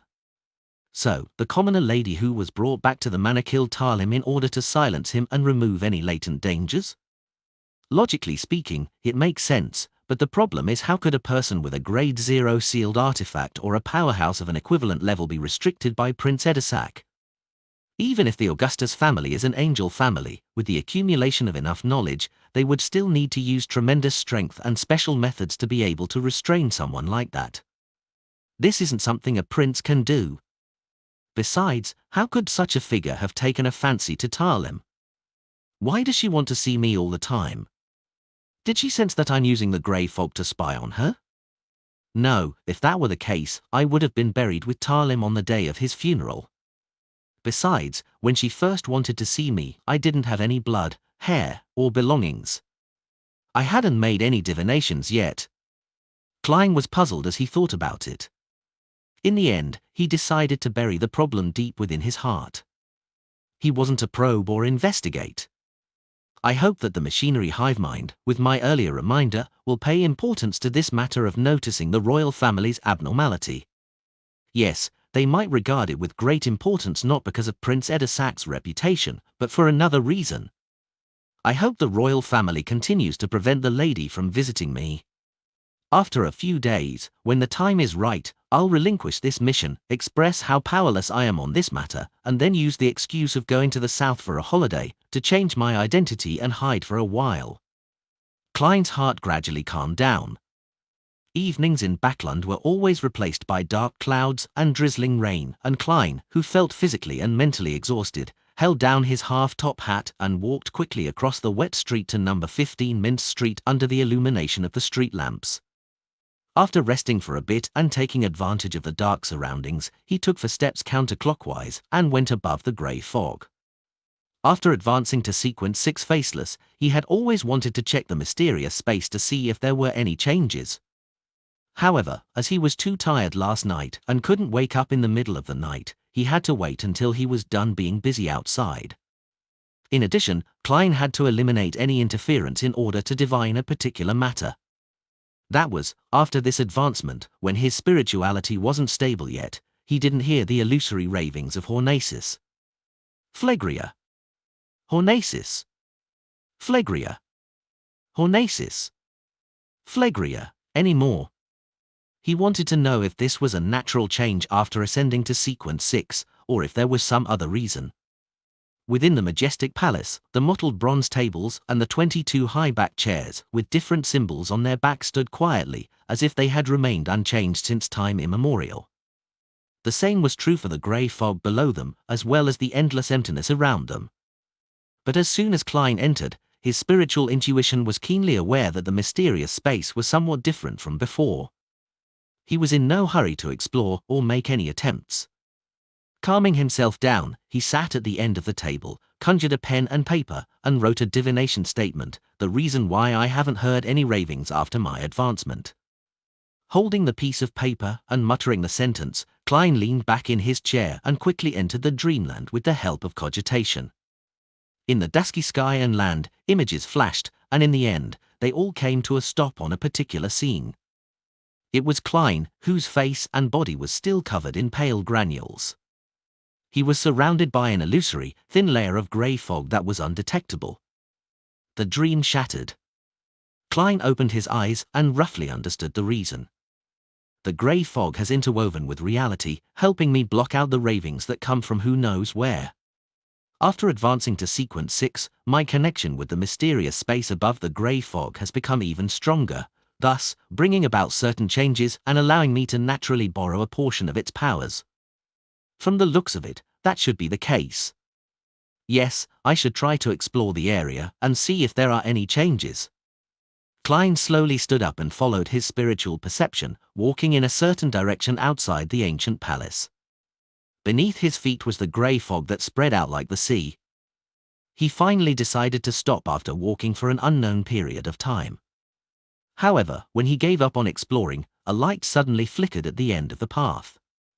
In his joy, Klein quickened his pace and approached. 7 or 8 seconds later, he saw a flight of stairs that seemed to lead to heaven. Get the latest novels on no/v/elbin.c/om. The staircase was formed from pure light. It was holy, transparent, and untainted, capable of shocking anyone's heart. There were only 4 levels as the staircase reached up into the void, and each level was rather high, as though it was meant for creatures even larger than giants. Klein looked up, followed its path, and saw a layer of greyish-white fog, condensed and suspended in midair, as though it was supporting something. It was a significant distance from the staircase of light. The 4-stepped staircase represents my consumption of the Sequence 9, Sequence 8, Sequence 7, and Sequence 6 potions? What exactly is above that layer of fog? Klein cautiously advanced until he reached the staircase of light and stepped onto it. There was nothing odd about the steps, and they were as solid as stone. Klein went up the stairs, climbed up to the 4th level, and then tried to look up at the area above the grey fog. Unfortunately, his vision couldn't penetrate anything. He thought for a moment, then he took 2 steps forward and jumped up with all his might. However, the moment he left the staircase of light, he lost his momentum and his spirit body's flight instinct. He plummeted straight down and landed on the bottom layer of the grey fog. Looks like I need to advance another 2 to 3 other sequences. If Sequence 4 really does result in a qualitative change, then I should be able to see after becoming a demigod. Klein looked up and made a judgment. Lord of the Mysteries chapter for 54. Translator, Atlas Studios. Editor, Atlas Studios. After looking around, Klein, who had found nothing else, returned to the stone pillar-propped ancient palace. He sat at the head of the long bronze table with his eyes half closed. He examined his spirituality growth with the number of members he could draw in. Including the empty positions that I could handle from before, I can still recruit for new members. However, there are no suitable targets at the moment. Klein shook his head and muttered before returning to the real world to busy himself for a good dinner. After slicing potatoes, boiling beef, adding onions, and stir-frying them for a while, as well as sprinkling seasonings like sugar and pepper, Klein poured the prepared hot water into the saucepan, covered it with a lid, and turned the fire down. I have to admit that a magician's flame controlling is a good helper in the kitchen. Ever since I got it, my culinary skills have clearly improved. If it wasn't for the loss of control, the monsters, the searches, and the evil gods, the world would be at peace and perfect if everyone was dedicated to using their abilities without causing public damage. Klein sighed and left the kitchen to enter the living room. As the light from the wall lamps spilled out, Klein, who had been planning on flipping through magazines and wait for the appropriate time to throw in the potatoes, carrots, and the proper amount of salt, he couldn't help thinking about how to act as a faceless. Just after waking up this morning, my spirituality had completely stabilized. I discovered that although there aren't any signs of digesting the faceless potion in me, I do have a certain level of harmony. This is a phenomenon that never happened after consuming the seer, clown, and magician potions. With this in mind, Klein looked up at the oriel window. As it was already dark outside, it had become like a mirror, faithfully reflecting Sherlock Moriarty with his black hair, brown eyes, beard, and gold-rimmed glasses. Klein nodded thoughtfully. Perhaps it's because I've always been acting as Klein Moretti. Yes. In a way, Sherlock Moriarty is just Klein's disguise, not someone else. Although I've received many memory fragments and gained some of the original's feelings that previously existed, in essence, I'm still a guest from an alternate world. I am Earth's keyboard warrior, Ju Mingrue. I've been through so much in the last 5 months that sometimes I even think I'm Klein Moretti. Amidst the silence, many thoughts flashed through Klein's mind, giving him a lot of insight.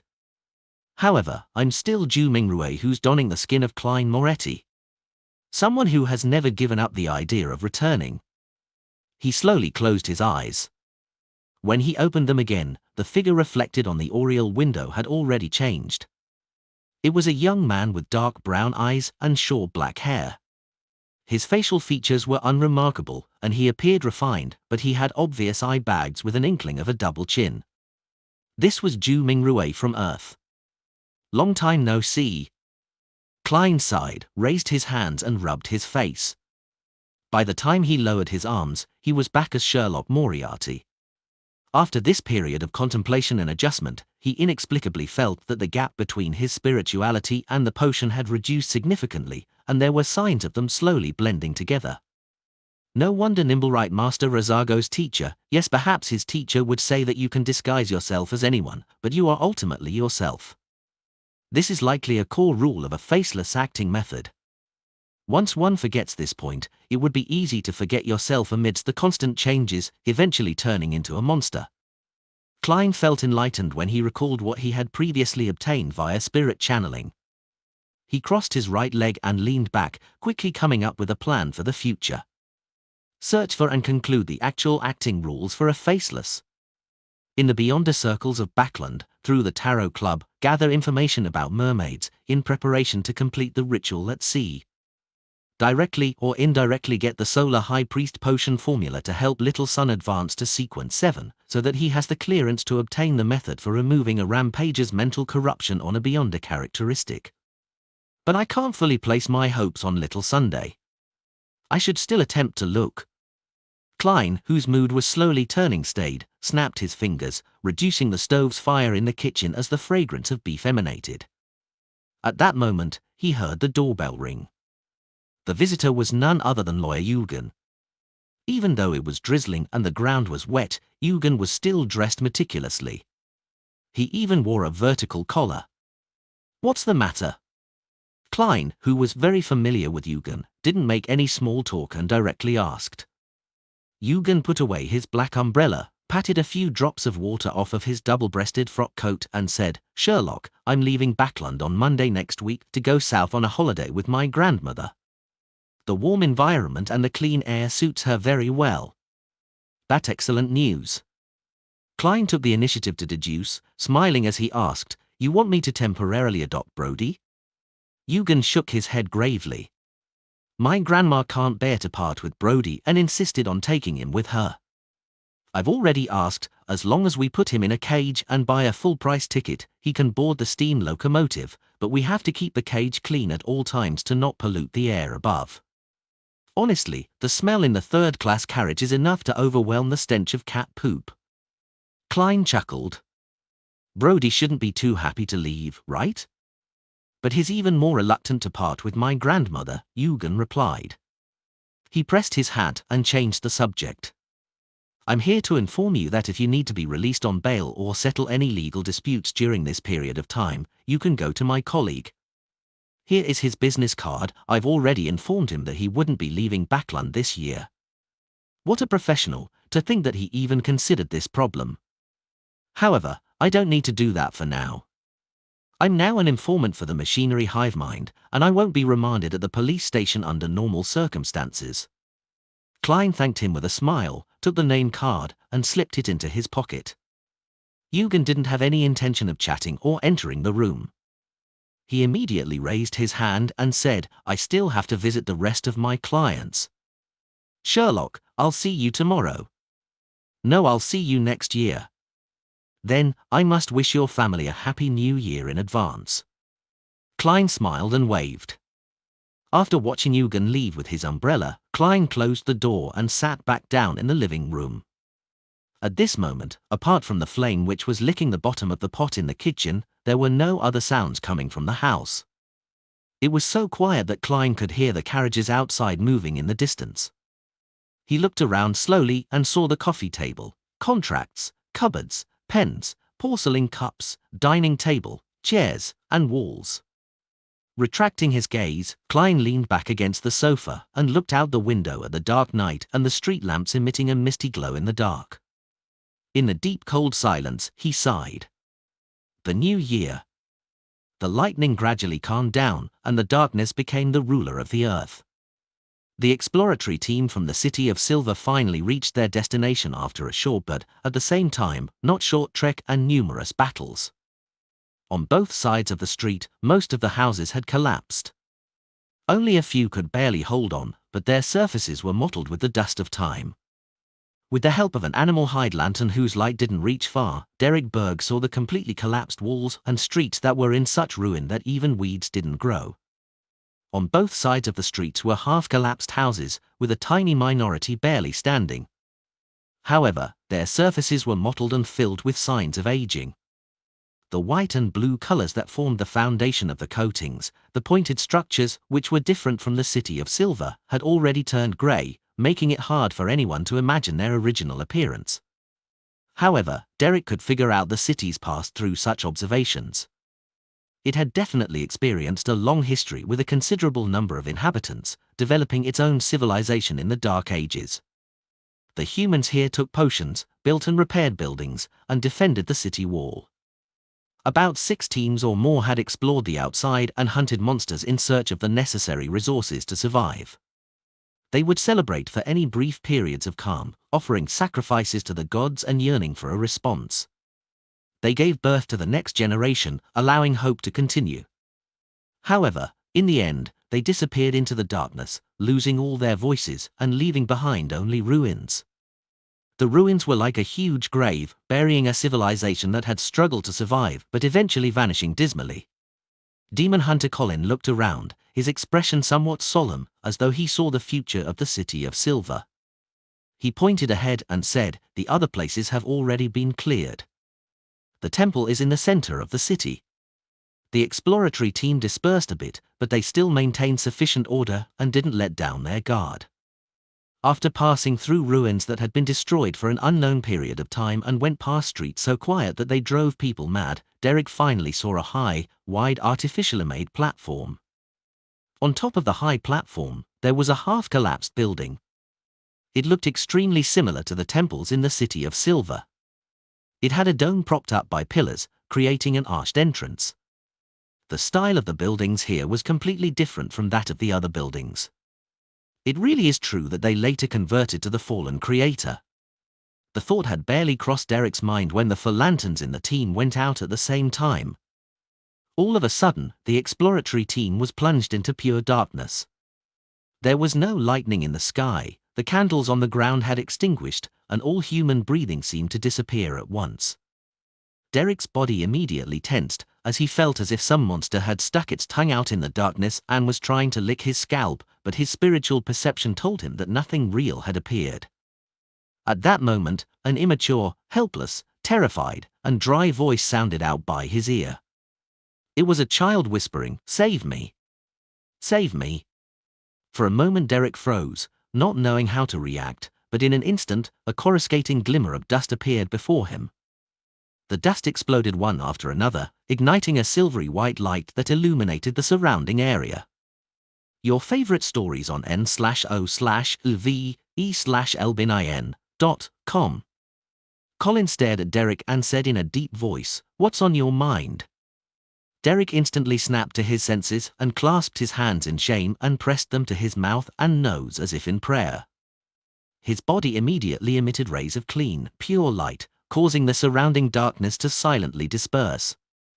The other team members seized the moment to reignite the candles. Because of the Demon Hunter's timely reaction, no members disappeared this time, nor were there any new members appearing. Colin retracted his gaze from Derek and looked at the half-collapsed temple on the high platform. He solemnly said, "From now on, we can't afford to be careless. We have to be on full alert."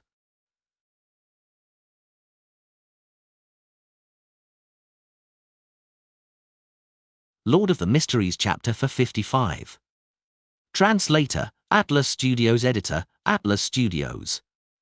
Within the half-collapsed temple, only a few stone pillars remained intact as they collectively supported half of the main hall. At the very front of the main hall, there was an altar covered in cracks. In the middle of the altar, there was a huge, pitch-black cross. Hanging from the cross was a naked man who was hanging upside down. Around his ankles, thighs, and torso there were obvious rusty metal spikes protruding outward that were accompanied by bright red bloodstains. Derek knew that this was the statue of the fallen creator, but he couldn't help look down to size up the statue's face. He saw the face of the statue. The nose, mouth, and ears were all blurry, except for the eyes, which were carved with abnormal clarity. The fallen creator's eyes were tightly shut, as though he was suffering from guilt and pain. "Look away, don't study the statue of an evil god," Demon Hunter Colin warned in a low voice. "Yes, Your Excellency." The few members of the exploratory team immediately retracted their gazes. Before today, although the City of Silver had discovered many destroyed cities and written records pointing to evil gods during their explorations, most of the residents had never seen the statues of so-called evil gods. The remaining area of the temple wasn't very wide, so the exploratory team quickly split up into groups of 2 or 3 and completed the investigations without finding anything abnormal. Upon seeing this, Colin, the chief of the 6-member council, said after a few seconds of deliberation, "Let's head underground." As he spoke, he drew one of the 2 swords he carried on his back and smeared it with a greyish-silver ointment. Then, he removed a small metal bottle from a hidden compartment on his belt, pulled out the stopper, and gulped the contents of the potion. At this moment, Derek felt as if the light blue eyes of the chief had become a little brighter. The members of the exploratory team made their utmost careful preparations. Under the illumination of the 4 animal hide lanterns, they followed the stairs on the left side of the statue as they walked down into the underground area. Derek took his turn holding the lantern, walking at the front left as he cautiously entered the darkness. He heard the sound of his own footsteps and those of his companions echoing off of the stone steps. They produced a distant and empty echo. The echoes didn't suffer from any interference, making the absolute silence beneath them obvious. However, in the hearts of the exploratory team members, it was like a knock on the door. The attempt to uncover a secret that had been buried for an unknown number of years left them feeling extremely tense. After walking without having any sense of time, Derek finally saw that the road ahead had turned flat. He also saw the newly discovered mural, which the corrupted Dark Regents had mentioned. The mural was spread across 2 sides of the wall. It was simply colored and gloomy, looking ancient as if it had seen the vicissitudes of life. Derek took a casual glance and was immediately attracted by one of the murals. On the wall to the left up ahead, a pure white cross was depicted in the middle. It was surrounded by seawater-like blackness, drowning all the humans who were struggling as they stretched out their arms. Hanging upside down from the cross was the fallen creator. The rusted nails and blood-red stains were no different from the statues in the outside world. But in this mural, the fallen creator was suffering from a black erosion, so much so that part of the white of the cross had become pitch black. In addition, the cross supported a hazy piece of land, and countless humans were kneeling and praying to the fallen creator. Around the mural, in the deepest part of the darkness, there were 6 figures akin to evil gods. In the upper left corner was a woman wearing a black, classical dress. Her clothes were layered but not complicated, and it was embedded with a starry sheen. Her body was relatively ethereal, with signs of rippling outward. Her face was blurry, as though she was wearing a mask without any facial features. Updated from no/v/e/pound/in.co/m. The darkness around her surged as one strange eye after another faintly became discernible. Directly above was a young man wearing a pure white robe. His face was painted with a pure gold color, and there were tentacles in the form of light growing out of his skin. In his hands was a putrid green book and a radiant spear, and his chest and back were inverted. In the upper right corner was a trident-wielding monster with an octopus-like head, wide eyes, and a body wrapped in lightning. The feathers of countless birds formed his cloak, and the darkness turned into waves that supported the bottom of his feet. At the bottom right was a supple and beautiful woman. Her chest bulged, propping her clothes up. In her arms was a rotting baby, and at her feet were black ears of wheat, spring water squirming with flesh, herbs dripping with pus, and wildly mating animals. Directly below was an old man wearing a hood that revealed his mouth, wrinkles, and a white beard. The old man held an open book, and on top of it was an eye that was the symbol of omniscience. At first glance, this old man looked the most normal, but the smile on his face was indescribably evil. At the bottom left was a giant warrior in tattered armor. He held a long sword and was sitting on a throne with bleak dusk as its backdrop. What this mural means is that when the cataclysm struck, the evil gods climbed out of the abyss. In order to save the people of the world, the fallen creator had suffered the vast majority of the sins and pain, and as a result, showed signs of being corrupted and having his image change. But I think he is the worst evil god. Carrying an animal hide lantern in his hand, Derek looked at the mural on the wall as he walked. He realized that the description was identical to Dark Regent's description, with the core theme being that the place where they were had not been abandoned by the gods. Instead, it was blessed by the Creator and had maintained civilization through the apocalypse. Of course, Dark Regents had only briefly mentioned it, and the details were far what the murals depicted. Throughout the entire process, Derek didn't let his guard down. He prepared himself in case any accidents were to happen so that he could respond immediately. Under the dim yellow light of a candle, the exploratory team went through many corridors, halls, and rooms one by one, delving deep into the temple's basement. Suddenly, a semi-open grey stone door appeared in front of them. Outside the door, a cluster of beautiful mushroom-shaped objects grew. They were palm-sized, with white stems and bright red heads, sparkling with dark golden specks. Upon seeing these mushrooms, the members of the exploratory team had their appetites whet. All they wanted to do was to rush over, pull out a stalk, and stuff it into their mouths. Gulp! Quite a few people swallowed their saliva. However, most of the people who were able to enter the exploratory team had rich experience and were of a relatively high sequence. Having received a warning beforehand, someone immediately stood up and said in a low voice, "Those are rotten flesh and hairy scalps." Derek knew this teammate and that his name was Joshua.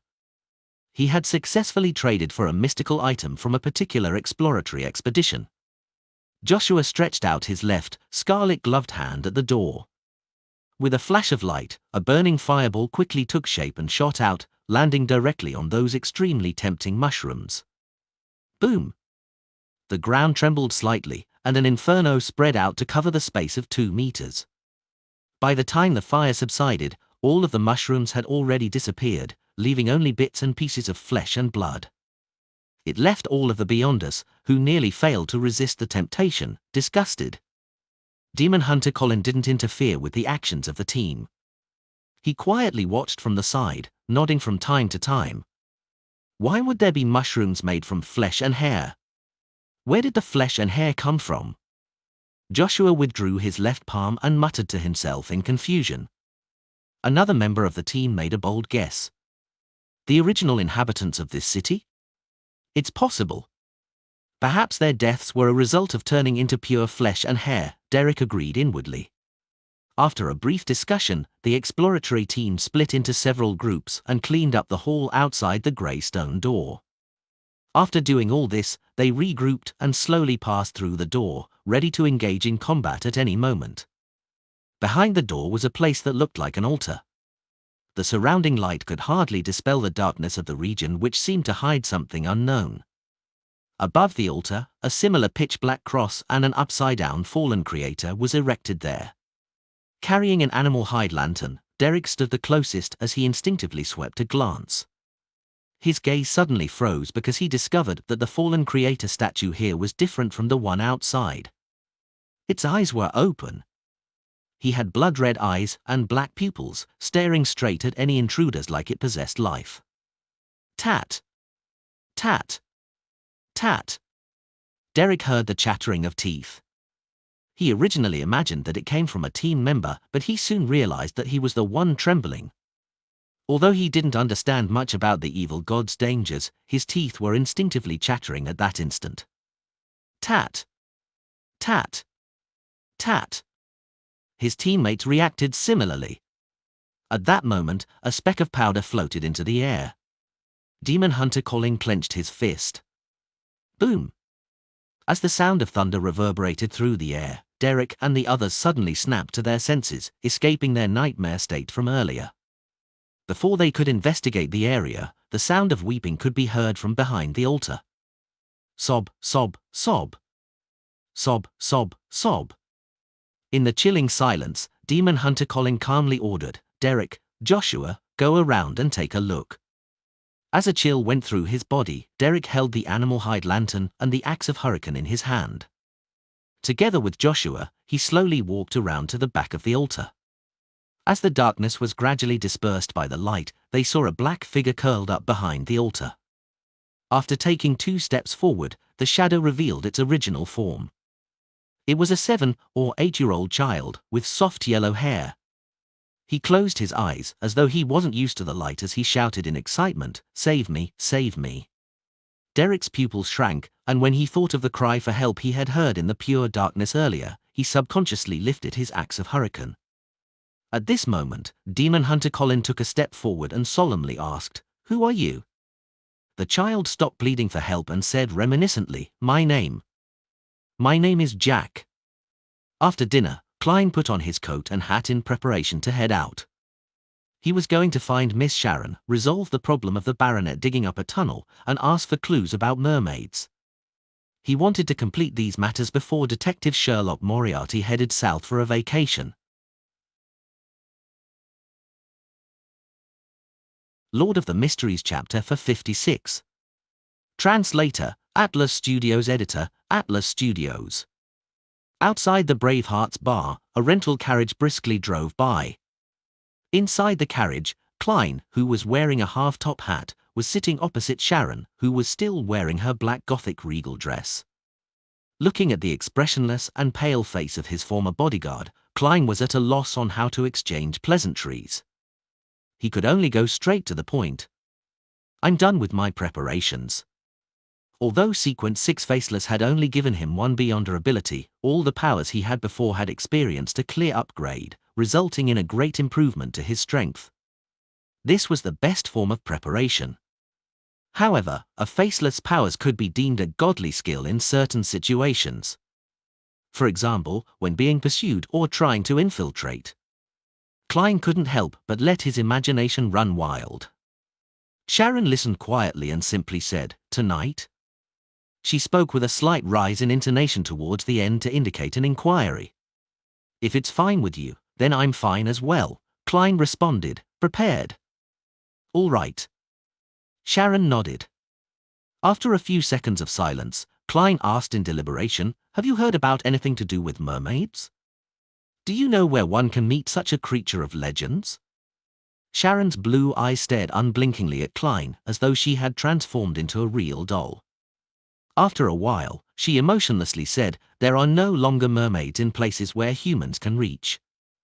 Only the fishermen of the Gargas Islands would occasionally hear the mermaid singing in the midst of a storm during their long voyages to hunt white-tailed whales."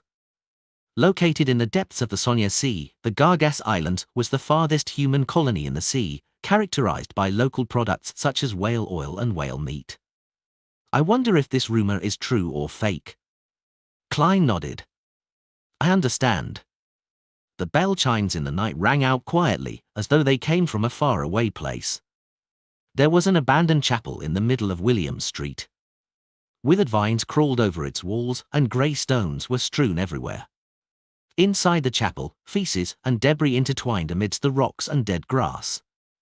In the half-collapsed corner, a middle-aged man, wearing black tights, was moving stones that hid the entrance to a cave. He carefully and excitedly went into the tunnel, carrying his digging tools, lighting tools, an earth basket. His hair was grey at the temples, and his eyes were puffy. He was Baronet Rafter-Pound, who was considered mentally ill by the outside world, but he was secretly a descendant of the Tudor family of the 4th epoch. This prodigy, who was always entangled with high-class call girls, had a serious expression on his face, and his eyes were bright. It was impossible to find any signs of him being addicted to drinking and sex. He pushed himself up on his elbows and rapidly crawled down the slope as though the end of the tunnel hid the greatest and only hope of his life. Not long after, he touched the wet mud and cold stone in front of him. This didn't extinguish Rafter-Pound's enthusiasm. He repeated motions that he was extremely proficient with after having recently gained the experience. As he was digging, carrying, and moving things, an empty area appeared before him. It was a dark underground palace that was in front of him. Rafter-Pound's expression immediately became crazed with excitement. He quickly moved forward and grabbed the black iron badge. The badge was a hand holding a scepter. Seeing this, Rafter Pound's eyes lit up as if they were on fire. Just as he put the black iron badge on his chest, everything in front of him shattered. He was still in the narrow and irregular tunnel, with wet mud and ice-cold stones in front of him. No, there was someone else there who was quietly watching him. He had no eyes, no nose, no mouth, no eyebrows, and no ears. Rafter Pound's pupils contracted. He could only feel a numbness rising along his spine from his waist down to the back of his head. Without even thinking about it, he immediately threw away all his tools and frantically retreated. His elbows smacked the ground, but he felt no pain despite having a mangled wound. Finally, Rafter Pound left the tunnel and returned to the abandoned chapel. Because of the loss of his lantern, he could only see the deep darkness and the dim crimson that shrouded the edges. Suddenly, the withered vines that were crawling up the wall swayed like snakes. A figure walked out from the darkness. She was wearing a Gothic regal dress and a black small soft hat, with a pale face to the point of being transparent, as well as pale blonde hair and blue eyes that didn't look human. Rafter Pound almost shouted out loud. For such a woman to appear in an environment such as this was no different from a ghost story from folklore. Tap! Tap! Tap! He took a few steps back and almost tripped over a rock. At that moment, he seemed to think of something, and he suppressed his horror in an instant, revealing an excited and hopeful expression. "Are you that evil spirit inside the underground palace?" "Yes, it must be you." "Sir Pound, there seems to be a misunderstanding." Faceless Klein came out of the tunnel and stood in the shadows. His and Sharon's original plan had been to scare Rafter Pound off, scaring him so badly that he would no longer dare to explore the underground ruins again. However, Rafter Pound's reaction was somewhat out of their expectations. Sharon was silent for a second before tacitly asking, "What do you wish to say?" Rafter Pound quietly exhaled, and he then curled his lips into a smile. "After attempting for so many years, I believe you already understand that killing the descendants of the Tudor family won't help you break the seal. Only by working with me, who has the great Tudor bloodline, can you hope to get out of this predicament that has lasted for more than 2,000 years. The Tudors knew about the existence of the evil spirit, but they still died in that room." Klein frowned as spoke before Sharon could. He imitated Sharon's ethereal voice. "What took you until today to come here?" This was a branch of the faceless beyond a power stone mimic the sound of a target. He could reproduce any voice as long as he heard it before. Of course, Klein believed he couldn't repeat the ravings of the true creator and the pleas of Mr. Dorr. This beyond a power was still limited to the realm of ordinary people. Sharon looked sideways at him but didn't expose him. Rafter Pound didn't notice and chuckled. "It's because the Dark Emperor has appeared. Fate tells me that the glory of the Blood Emperor will appear once again. Is there some logical connection?" Klein had an inexplicable feeling that Rafter Pound was more like a madman than before. He asked in Sharon's voice again, "Dark Emperor?" "Harvar." Rafter Pound laughed. "Yes, hero bandit Dark Emperor. He must be closely related to the real Dark Emperor." "Why don't I know that?" Klein felt amused. He thought for a moment, then he stopped asking, giving up the right to ask questions. Sharon, for some reason, remained silent. Upon seeing this, Rafter Pound was overjoyed as he quickly asked, "So, what's your answer?" "I refuse," Sharon replied emotionlessly. Rafter suppressed his anxiety and tried to persuade her again. At this moment, his eyes suddenly glazed over as he abruptly took a few steps to the side, arriving at a relatively intact stone wall. This? Klein and Sharon noticed an abnormality at the same time. They responded in their own ways, one pulling out a revolver and pointing it at Rafter Pound, the other filling the ruined chapel with a crimson lunar brilliance. Rafter Pound didn't even look at them. He faced the stone wall and slammed his head into it. Thump! Thump! Thump! He slammed his head 3 times in a row and fainted with blood dripping from his forehead. Then he got up again, his eyes were bloodshot for some unknown reason. Rafter Pound raised his right hand and wiped the blood from his forehead, covering his palm with blood. He stuck out the tip of his tongue, licked the scarlet liquid, and said in an intoxicated manner, "A member of the Tudor bloodline sure is delicious, it's really intoxicating. It will allow my loathing to exceed its limits to the greatest extent, and it will help me temporarily expand the boundary of the seal." Klein's muzzle was aimed at him as he asked in a stunned tone, "The evil spirit in the ruins?" Blood trickled across Rafter Pound's face, and he laughed horribly. "You guessed right. Before, I judged that you were weak and wanted to corrupt your mind and enter your dreams to tempt you into rescuing me. Who knows, you're also a person with a secret. Don't be so direct."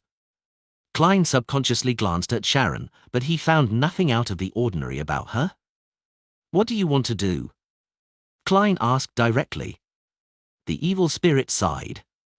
"I'm an innocent person who was harmed because of a Lister Tudor's ambition. Due to the constraints of my corpse, I've been trapped in that underground ruin for nearly 2,000 years. I hope that you can help me out of this predicament and allow me to become a free spirit. I swear, I won't involve innocent people." After saying that, he looked at Sharon with his bloodshot eyes. "You should be a wraith from the mutant pathway. The next stop is a critical point to becoming a demigod. I'm not sure if you have the puppet potion formula, but I can help you obtain it. I can even be a part of your ritual. That is the reward I can promise you." Puppet, sequence 4 of the mutant pathway is called Puppet? What a strange name, Klein muttered inwardly. Knee updates at novel/bin.com.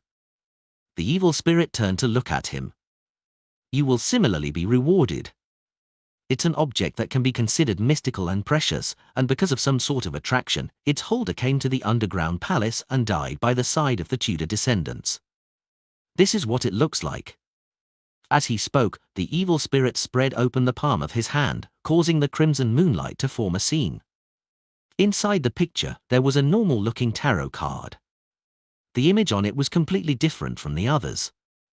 Sitting inside a chariot wasn't a king, but rather a male priest wearing a dark red robe. The priest looked like Roselle Gustave. This? A card of blasphemy.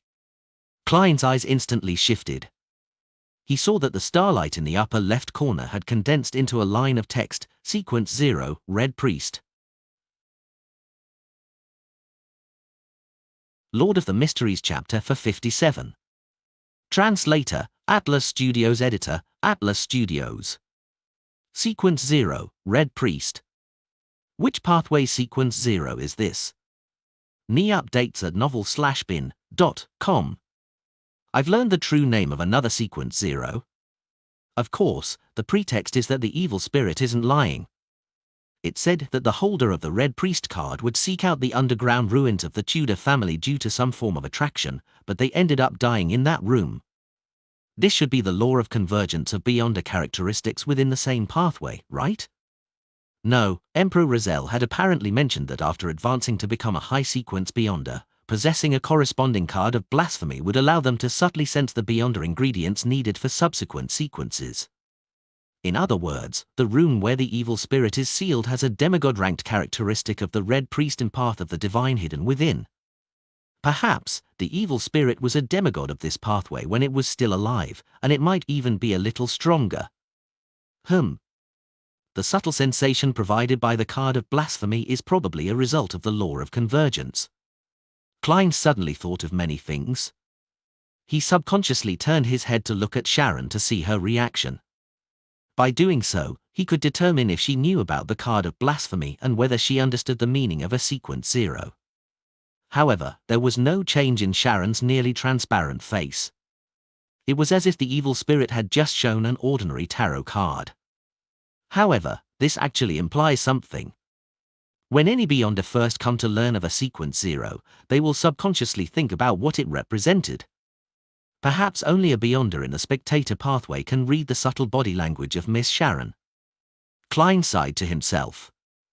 Seeing that both of them were silent at the same time, the evil spirit gave Klein a deep glance, slowly making the projection of the card of blasphemy disappear. It once again looked at Sharon with its bloodshot eyes and said with a low and hoarse laugh, "If you are unwilling to become a demigod of the mutant pathway, then I can provide you with the sequence for potion formula of the abyss pathway. The temperance of desire and the flamboyance of malice has always been very congruous, isn't it? Sharon ignored the evil spirit's question and turned unhurriedly to Klein, leaving him to respond. What the evil spirit means is that the mutant pathway and the abyss pathway are closely related pathways which are exchangeable at high sequences. How the Rose School of Thought and the Blood Sanctify sect act on the surface does seem very similar. Klein thought for 2 seconds and looked at the blooded rafter pound. Then, how can your seal be removed? The evil spirit laughed and said, very simple. Find a direct descendant of the Sauron, Einhorn, and Medici family and obtain 10 milliliters of their blood, each. A little more is fine, but not less. Then mix them with holy water and pour them into my room. This way, the seal will be lifted. It's a very simple and strange method. Even in the field of mysticism, it's rare. Why must they be direct descendants of the Sauron, Einhorn, and Medici families? I have never heard of the last one. Sauron is the former royal family of Intis, and Einhorn is the royal family of the Faesak Empire. Both of them were loyal to the Trunsoist Empire, the angel family of the Fourth Epoch, and they were the final winners. However, Lund's Augustus and Phaenopotter's Castia families also meet the same conditions. Oh right, the Sauron and Einhorn family have one more thing in common, and that is their possession of the Hunter pathway. Is this the reason for them being chosen? A. Taking the situation from before into context, the Hunter pathway is equal to the Red Priest pathway. As he made a guess, Klein didn't conceal his doubts. I know about the Sauron and Einhorn families, but I've never heard of the Medici family. Very normal. They often enjoy hiding in the shadows. They are corrupted angels and have established an extremely secretive organization, the evil spirit said with a contemptuous tone. That organization is known as Rose Redemption. This name is very familiar. That's right, inside the abandoned temple of the true creator that was recently found by the City of Silver, there is something similar written on a corner of a mural. They suspect that it's the name of the city or the creator of the temple. Now, from the looks of it, this symbolizes an extremely secretive organization that was founded by corrupted angels. They believe in the true creator? What is their relationship with the Aurora Order? Klein pondered for a moment and said, it's related to the true creator? The evil spirit was silent for 2 seconds before asking in a low voice, you know about Rose Redemption? I heard it by chance. Klein spoke the absolute truth. The evil spirit thought for a moment, then it suddenly said with a smile, you have more secrets than I thought. Can we not talk about such things? Klein held himself back from watching Sharon's response as he wore an unperturbed look. The evil spirit's gaze swept across the two and laughed. Rose Redemption has a close relationship with the birth of the true creator. It's impossible for you to imagine that certain people were once members of Rose Redemption, but they have since left it. As long as you find an organization that believes in the true creator and trace it to the very end, then there will be a chance of you coming into contact with Rose Redemption. It sounds a little like the Twilight Hermit Order, with one being the front side while the other is back side. Klein made an intuitive guess. Seeing that the evil spirit had no intention of giving an in-depth introduction to Rose Redemption, he laughed and said, do you think we can complete something like that with our strengths? The evil spirit was silent for a few seconds before saying, maybe you guys can try your luck in Beanchy Town. Beanchy Town? Where's that? Despite Klein's repeated questioning, the evil spirit refused to reveal anything else. Faced with this situation, Klein could only switch to asking, during the Fourth Epoch, were the Dark Emperor, Blood Emperor, and Night Emperor fighting for the position of Sequence 0? When the evil spirit heard this, it was stunned for a moment before it smiled and said, it was the case, but not later. It wasn't the case after Alistair Tudor went mad. Alistair Tudor was that Blood Emperor? Klein sought confirmation. The evil spirit nodded. Yes, there has only been one Blood Emperor, that lunatic, Alistair Tudor. Heh. The descendants of the Tudor family have all inherited the madness of that bloodline. They're usually crafty, devious, careful, and cautious, but at critical moments, they can become reckless and not consider the repercussions. The evil spirit pointed at Rafterpound's face and said, "He is an example. However, after this lesson, he will definitely become more normal for a long period of time. I've no idea if he's the last Tudor. Alistair left quite a number of good things which require the blood of his descendants in order to gain access to them. It's best that you don't kill him now." The evil spirit paused and chuckled softly. "All right, after you help me remove the seal, I will tell you all the stories I have experienced. No, a more accurate description is the history I've experienced." Having said that, Rafterpound's eyes suddenly lost focus. His body twitched a few times before limply collapsing to the ground. Sharon silently watched this scene before she suddenly took a step forward. Whoosh! The wind howled as the dirt and rocks on the ground began to move before falling into the underground tunnel and sealing off the entrance. After that was done, Klein and Sharon left William Street and took a detour to another block in the silent darkness. When Klein boarded the rental carriage, Sharon's figure appeared, and she sat across from him. She looked unblinkingly at Klein as she asked with her hoarse and ethereal voice, "Will you help it lift its seal?" "No." Klein didn't hesitate to reply, and then he asked, "What about you?" Sharon shook her head, indicating that she wouldn't either. Klein heaved a sigh of relief as he smiled. "It's already been dead for about 2,000 years, and right now, it's just a remnant of an evil spirit. Dispersing or returning to the spirit world is supposed to be its end. My plan is that once we become high sequence beyond us, we can team up and eliminate it, giving it true deliverance." Although the Red Priest card, the hidden history of the Fourth Epoch, and the evil spirit's promised rewards were tempting, Klein had no confidence in it at all. In his mind, he would always recall the scene of the evil spirit's corpse sitting on a high back chair with its head lowered. He would also remember how the other party's face would be covered in traces of decay when he raised his head. Sharon tersely acknowledged, giving the necessary response. "Aren't you supposed to ask me why I'm so confident in becoming a high-sequence beyonder?" Klein couldn't help but lampoon. And the answer to that question was that people needed to have dreams.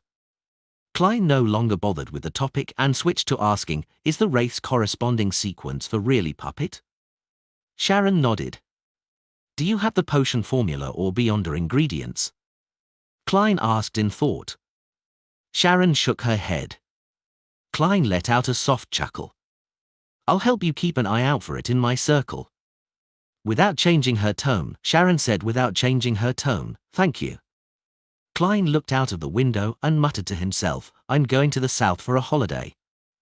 At this point, he said with a smile, as if he were speaking to a lawyer, "Eugen, let me wish you and Marek a happy new year in advance." Sharon was silent for 2 seconds, then she pursed her lips and replied in a fleeting voice, "Happy New Year." Her figure gradually faded and disappeared from the carriage.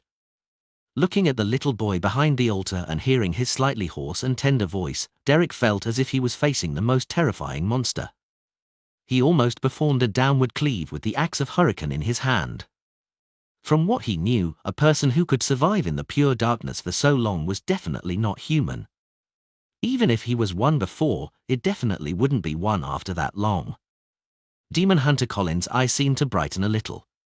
He tightened his grip on his sword and asked in a calm voice, "What are you doing here?" The yellow-haired boy who called himself Jack had a pained expression as he replied, "We're looking for the holy residence of the Lord." "The holy residence of the Lord?" Colin pressed. "Right." The little boy Jack turned his head and looked at the pitch-black cross and the statue of the overturned man. "They told me that as long as I go in the direction that the Lord's eyes look in, then I will be able to reach his holy residence." "They? You still have companions?" Colin's eyes moved one full revolution as if he were a monster, taking in the surroundings. "Where are they?" Hearing this question, the little boy Jack was stunned for a moment. Suddenly, he held his throat, and with a twisted, blank look on his face, he said, "I'm so hungry. So hungry."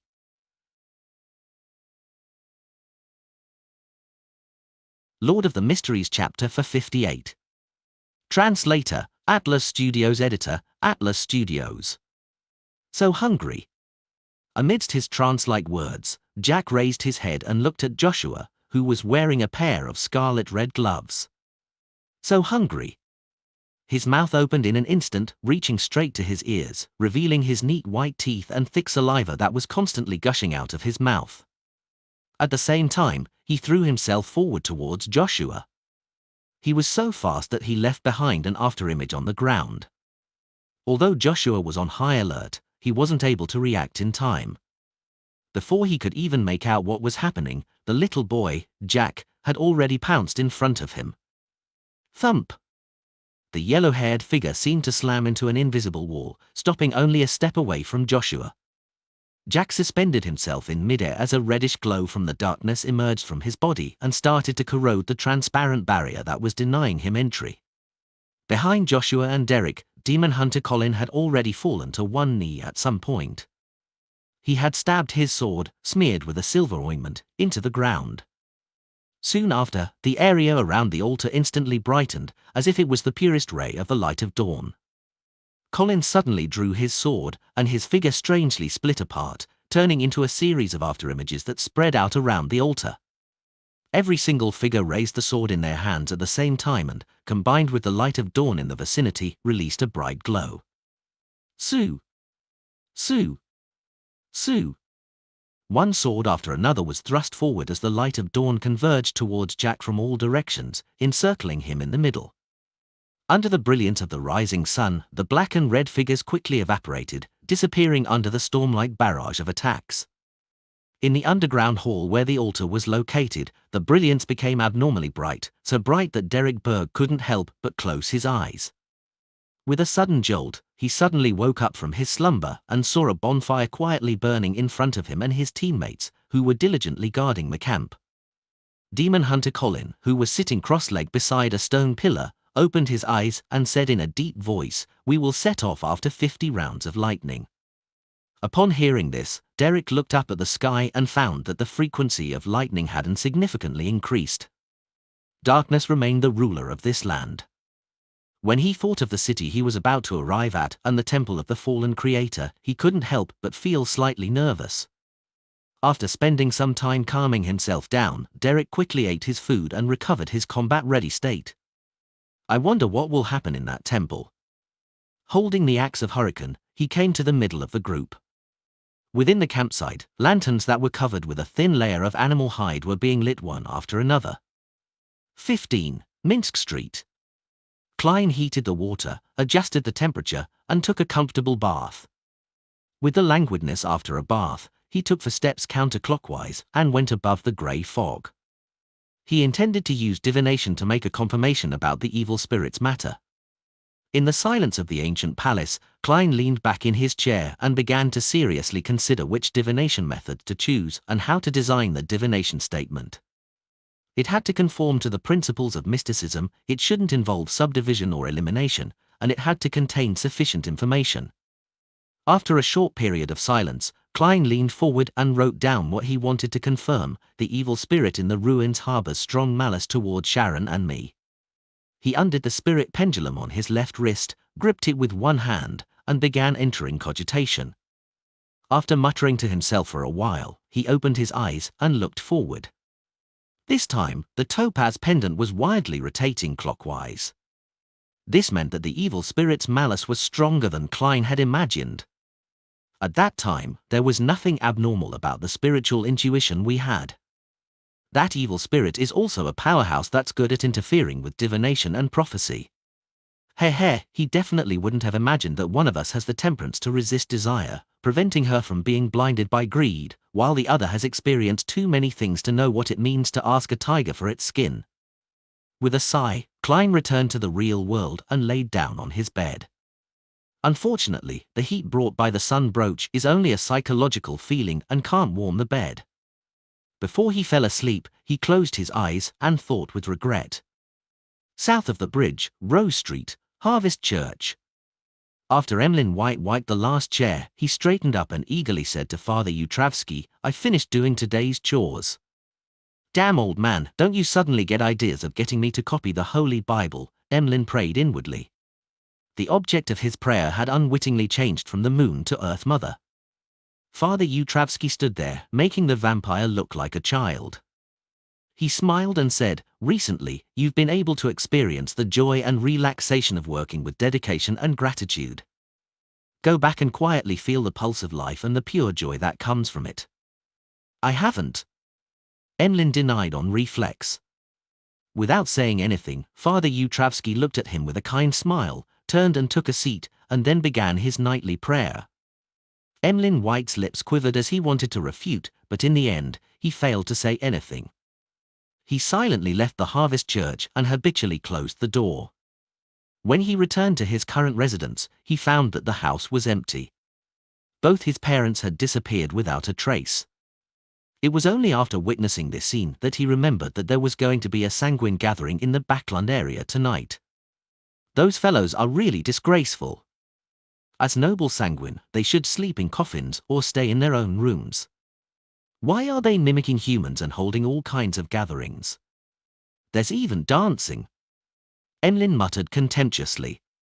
As he spoke, he touched his belly and swallowed a mouthful of saliva before deciding to change into some clothes to attend the gathering. The Odora family sure is enviable. They actually have a pure human partner who runs several hospitals and has fresh blood every day. They can drink as much as they want, anytime they want. Emlyn put on his black top hat and quickly walked out of the house. Westborough, in a brightly lit villa. Emlyn picked up a glass with scarlet liquid and hungrily took a gulp of it. It really has been pre-selected. He half closed his eyes, sighing in praise from the bottom of his heart. At this moment, on the dance floor, handsome men and beautiful women were dancing, twirling and taking slow steps with each other under the romantic music. What's the point of all of this? Emlyn stood at the edge of the railing on the second floor, looking down at his kinsman. As the largest city in the world, Backland had many vampires living in it. They hid in all walks of life and had completely integrated into human society. As for those who were unable to control their own destructive urges and bloodlust, they were either sent to castles deep in the mountains or were dealt with in advance to prevent the Nighthawks or other official Beyonder organizations from finding clues. As he looked at his fellow kinsmen, who were growing more spirited as the night went on, Emlyn increasingly felt like there was nothing in common between him and them. At that moment, the host of the banquet tonight, Cosme Odora, walked over with a wine cup in hand. Smiling, he asked, "Do you like tonight's wine?" Of course, its owner is young enough and possesses great vitality. Emlyn straightened his back and assumed a noble posture. Based on appearances, Cosme Odora was a very gracious middle-aged gentleman, but Emlyn knew that he was over 200 years old. He had once seen Intis under the rule of Emperor Razel, and then he moved to Lund because he had lived for too long and feared that his neighbors would discover something was wrong about him. Upon hearing Emlyn's praise, he smiled and said, "Yes, its owner is a young lady who was stabbed by a thief and nearly lost her life. Fortunately, she met me, and this is the price she needs to pay for her recovery. You can have a taste of the wine over there, as well as the wine over there. The owners are from Balaam and Feinapotter respectively. They have different flavors." Feinapotter? Mother Goddess, the humans there love chili so much that their blood has a spiciness that I can't stand. Mother Goddess. As he spoke, Emlyn suddenly paused, his expression instantly turning blank. The corner of Cosme's mouth twitched, and he pretended not to hear anything. In the awkward silence, he cleared his throat and said, "Emlyn, that's just your imagination. By the way, my grandfather wishes to meet you." "Your grandfather?" Emlyn was startled for a moment, but he then immediately widened his eyes. "Lord Nibs?" Nibs Odora was a powerful sanguine who had been active in the Fourth Epoch, but the times had corroded his life and forced him to lie in a cold coffin for extended periods of time. Cosme nodded solemnly. "Yes." With that, he turned and walked to another staircase on the second floor, not considering the possibility that Emlyn might refuse him. Emlyn followed, a little nervous and uneasy, thinking about the purpose of Lord Nibs's summons. Has he finally understood that the honor of the sanguine is more important and has decided to help me get rid of Father Yutravsky's psychological cue? As he walked, Emlyn White developed a strong sense of hope. Following the stairs to the underground area, Emlyn White passed through a few secret doors and entered a large grey hall. In the center of the hall was a heavy coffin made of black iron engraved with symbols and magic labels. After Cosmiodora reported Emlyn's arrival, a heavy and aged voice slowly came out from the coffin. "Emlyn White, do you know why I summoned you?" "Honorable Lord Nibs, I imagine that you are planning on helping me remove the psychological cue," Emlyn responded without hesitation. Silence reigned in the underground hall for a few seconds. Then, Nibs-Odora, who was lying in the coffin, chuckled and said, "That's one of the purposes, but it won't be me helping you. I just woke up from a long dream because I received a revelation from the ancestor." "Ancestor? Shishith has awakened?" It wasn't Emlyn who exclaimed in surprise, but Cosmiodora. "After the cataclysm, doesn't the ancestor only respond to important matters?" Emlyn listened in bewilderment. "No, not yet," Nib said in a heavy voice. "The ancestor told me that the apocalypse is near and that we must prepare for it, and you, Emlyn White, are one of the key elements in the ancestor's revelation." "Apocalypse?" Cosmi asked in surprise. But Emlyn only had one thought. Updated chapters on novelbin.com. I, Emlyn White, was actually mentioned by the ancestor. I am a key element for the sanguine survival of the apocalypse. Nibs ignored his grandson's question and continued, "Emlyn White, I'll hand you a task right now. Please speak." Emlyn felt that he was being too modest. Even after hearing what had just been said, he didn't show any arrogance in front of Lord Nibs. Nibs-Odora solemnly said, "Find a chance to pray to the fool." "Ah?" Emlyn suspected he had heard wrongly. Nibs lowered his voice and added, "The fool whose honorific name has only recently been spread." Lord of the Mysteries chapter for 59. Translator, Atlas Studios. Editor, Atlas Studios. Although I have always had the urge to pray to the fool to get rid of the psychological cue that Father Utravsky gave me, I also know, very clearly, that it's dangerous to recite the honorific name of an unknown being. Not all hidden existences will start with bait and slowly provide guidance. In such matters, they are often like sharks in the sea, who would go mad and lurch forward once they smell blood. But now, Lord Nibs, now what does the ancestor want? Emlyn White said, finding it rather ridiculous, "It will be very, very, very dangerous." Inside the black iron coffin, Nibs-Odora replied with an aged voice, "Yes, under normal circumstances. But not all hidden existences are filled with malice. Among them, they will similarly abide to rules and enjoy transactions. For example, the 7 pure lights of the spirit world. Since the ancestor has given such a revelation, it means that the danger that the fool can bring is not too serious, or even none. And during this entire process, I will always be by your side to protect you. Don't you want to get rid of the psychological cue?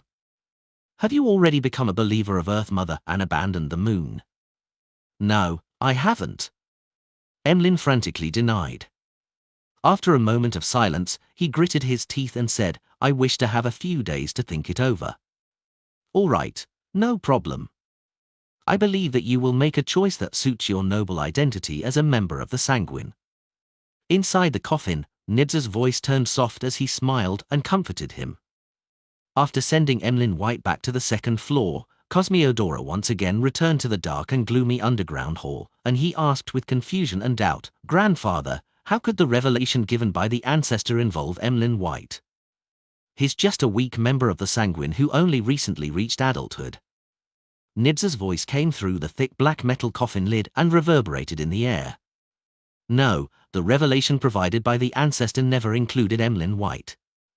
She only showed a scene of the dawn of the apocalypse, depicting the erosion of the crimson moon, as well as mentioning the fool and the corresponding honorific name.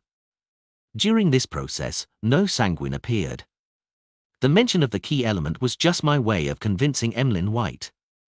However, being able to take risks for the future of the Sanguine can also be considered a key element." Cosmi was first enlightened before he had another question. "Why did you choose Emlyn White? What's so special about him?" Nibs-Odora suddenly laughed.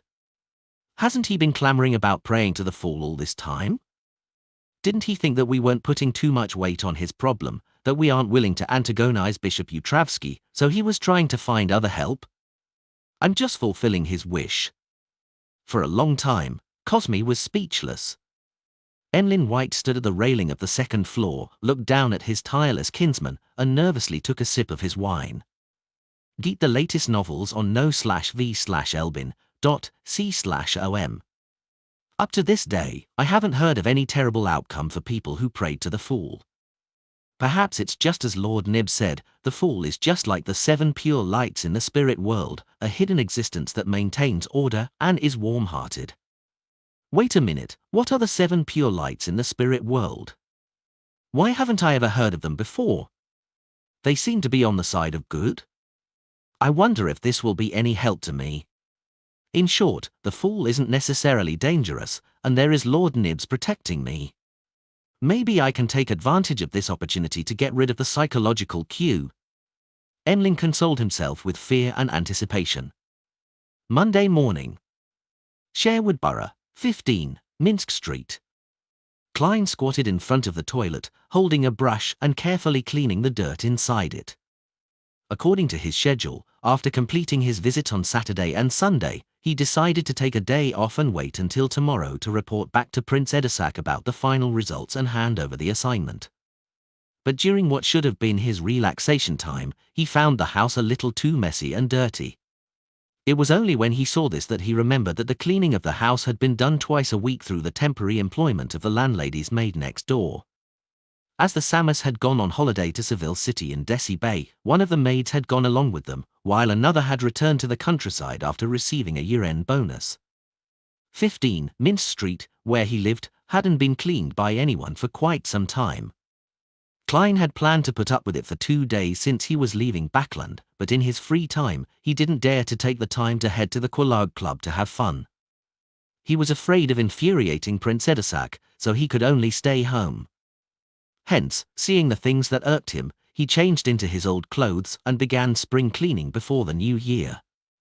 He went on to scrub the toilet, wash the bathtub, wipe the windows, mop the floors, clean his equipment, and wash clothes.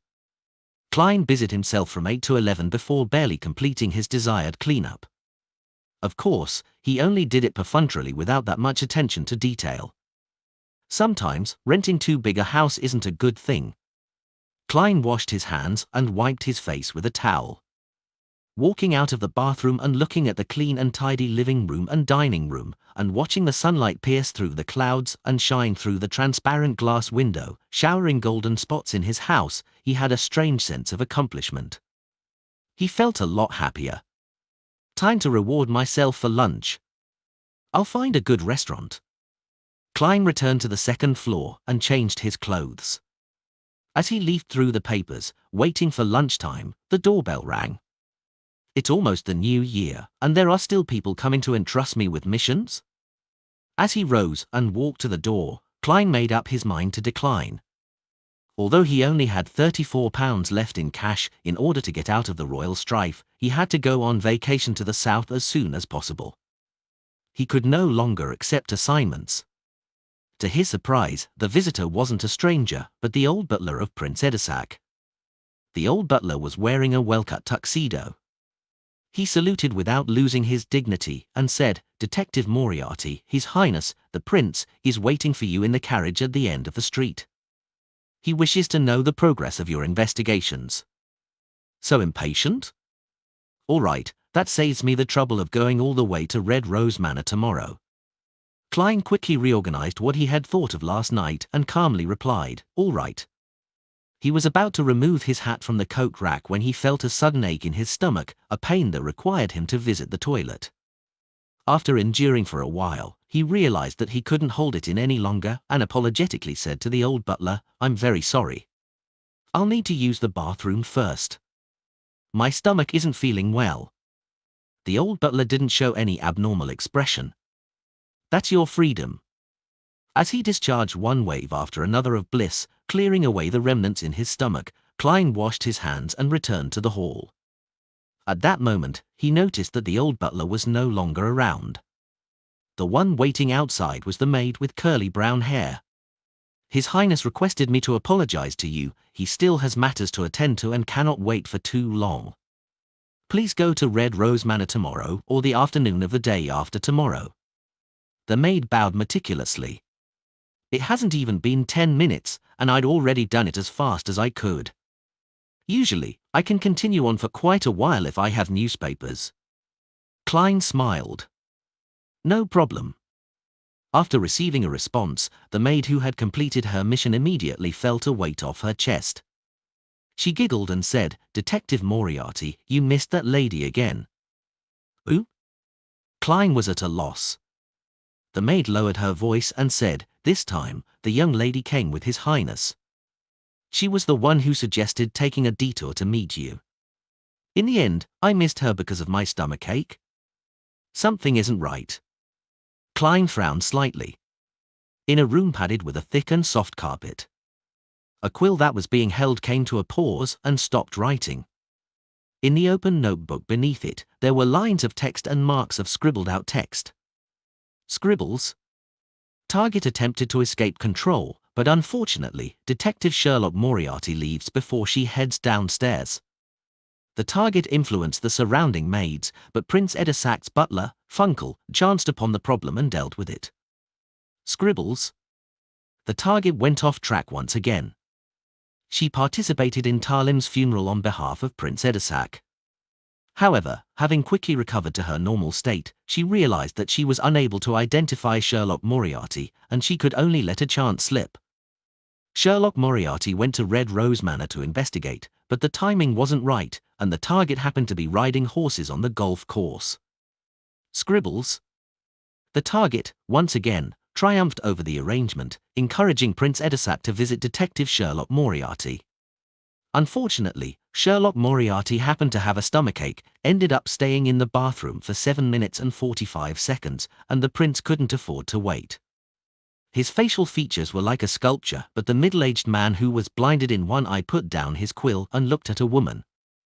"What exactly did you put on her body? Breaking through the restrictions time and time again will create big problems." The woman laughed in a low voice and said, "It was just an accident. Don't worry, there won't be any problems." As she spoke, she pulled back her hair, revealing her long, white neck. After that, she slowly applied various things to her face, making her look even more alluring. Seeing that she was putting on her clothes and accessories, the dark golden-haired middle-aged man frowned and asked, "Where are you going?" The woman didn't directly answer and said with a smile, "Be careful of the quill in your hand, you almost exchanged bodies with someone the last time." "You don't need to remind me," the middle-aged man with deep blue eyes to the point of being black said with a straight face. The woman tightened her belt to make herself look thinner, then she lazily stretched and yawned while covering her mouth. "I'm going to pay a visit to Mr. A of the Aurora Order. I hope he's as crazy as the rumors say." As she spoke, the expression of the blind middle-aged man suddenly sank. It was because that ordinary quill had begun to write on its own, as though an invisible hand was holding on to it.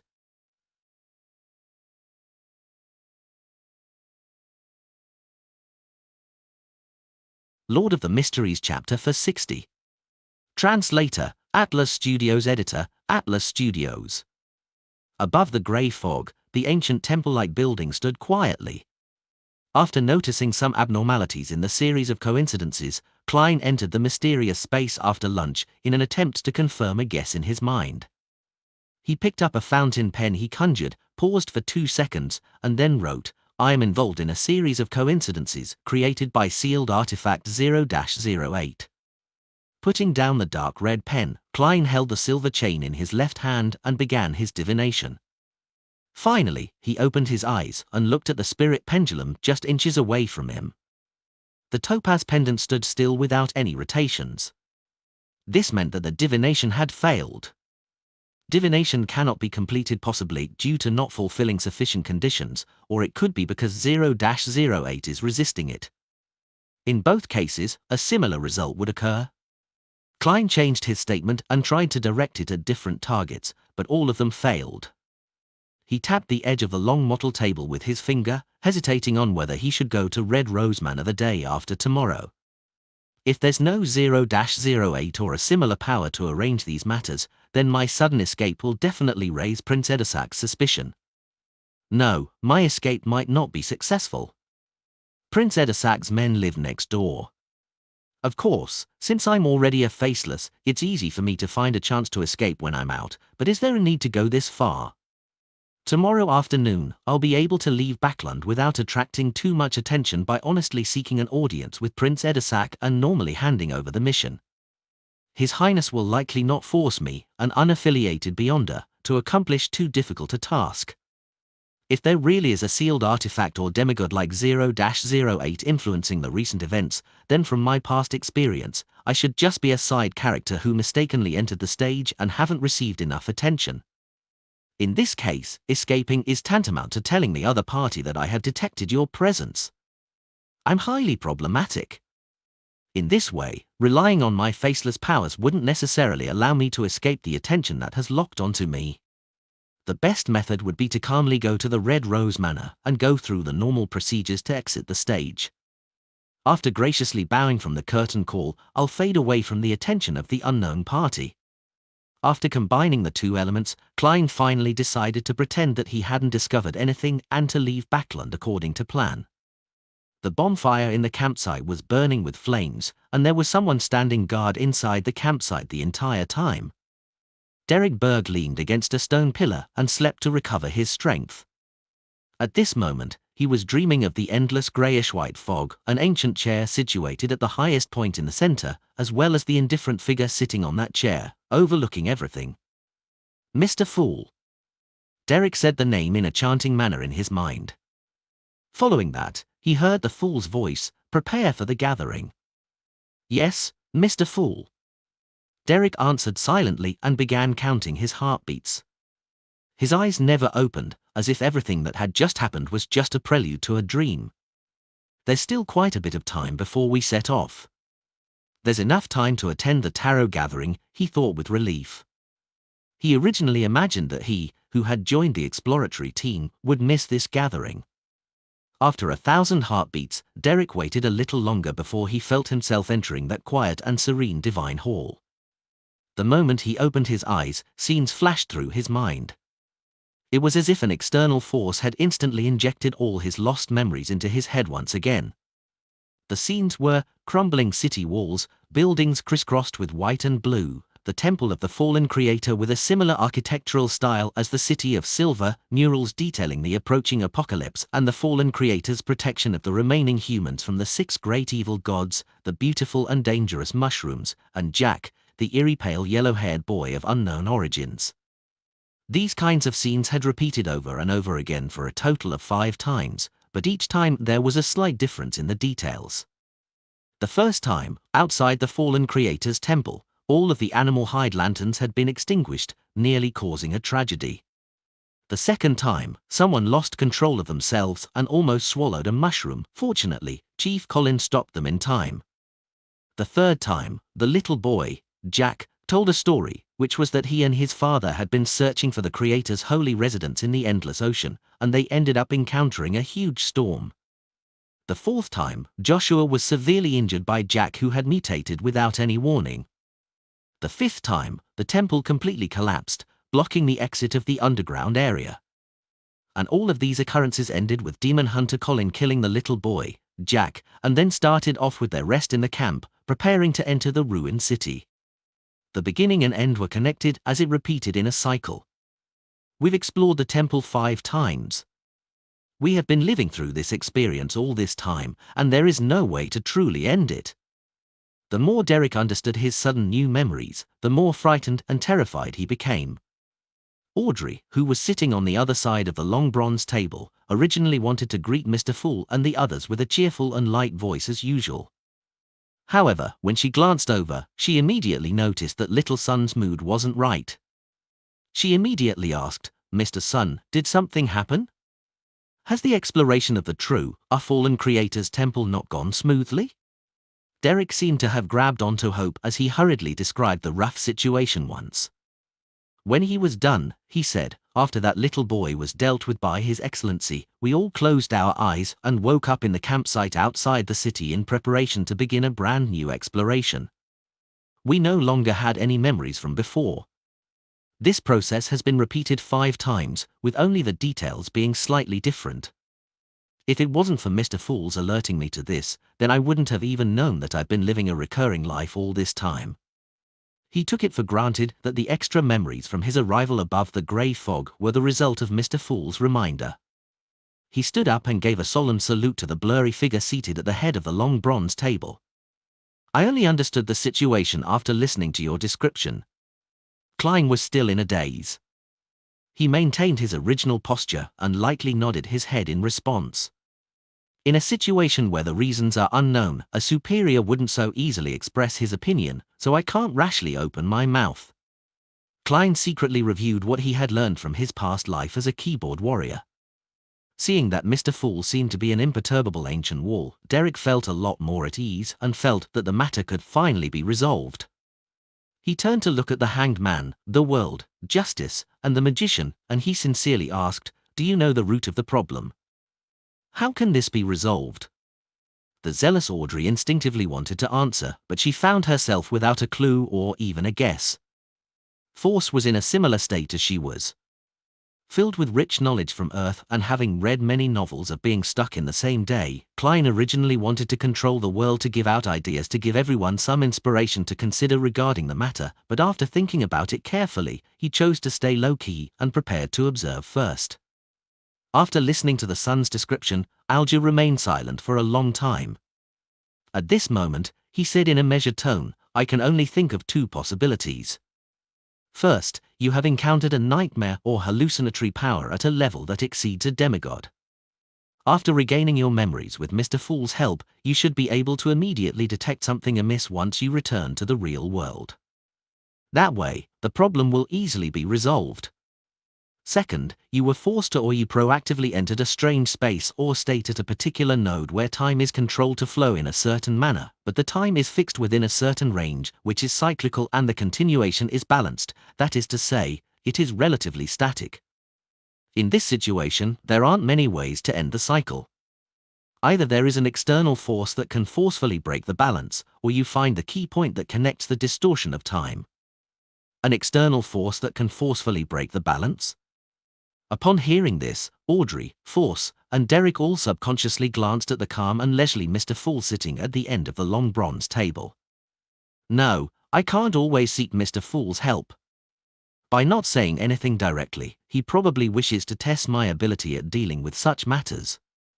After a moment of thought, he said, "Mr. Hanged Man, let's assume the second situation.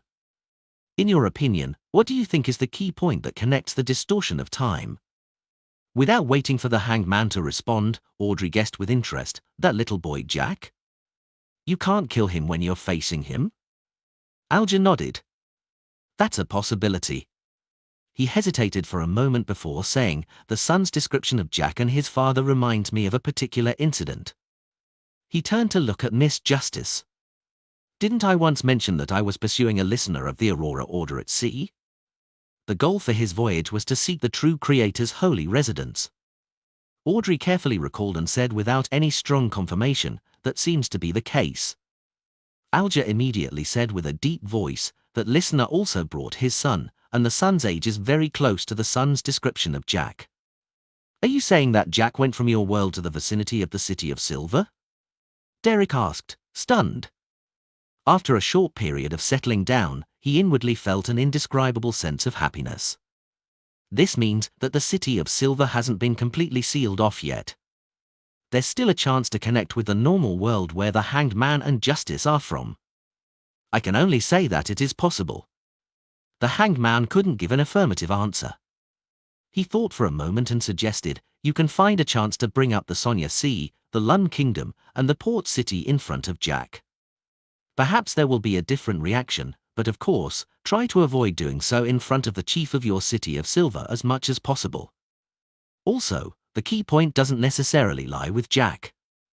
We have to consider other possibilities as well. You should tell us the specifics, such as the details of the mural, and maybe we can find something useful." At this point, Alger began to look forward to receiving information.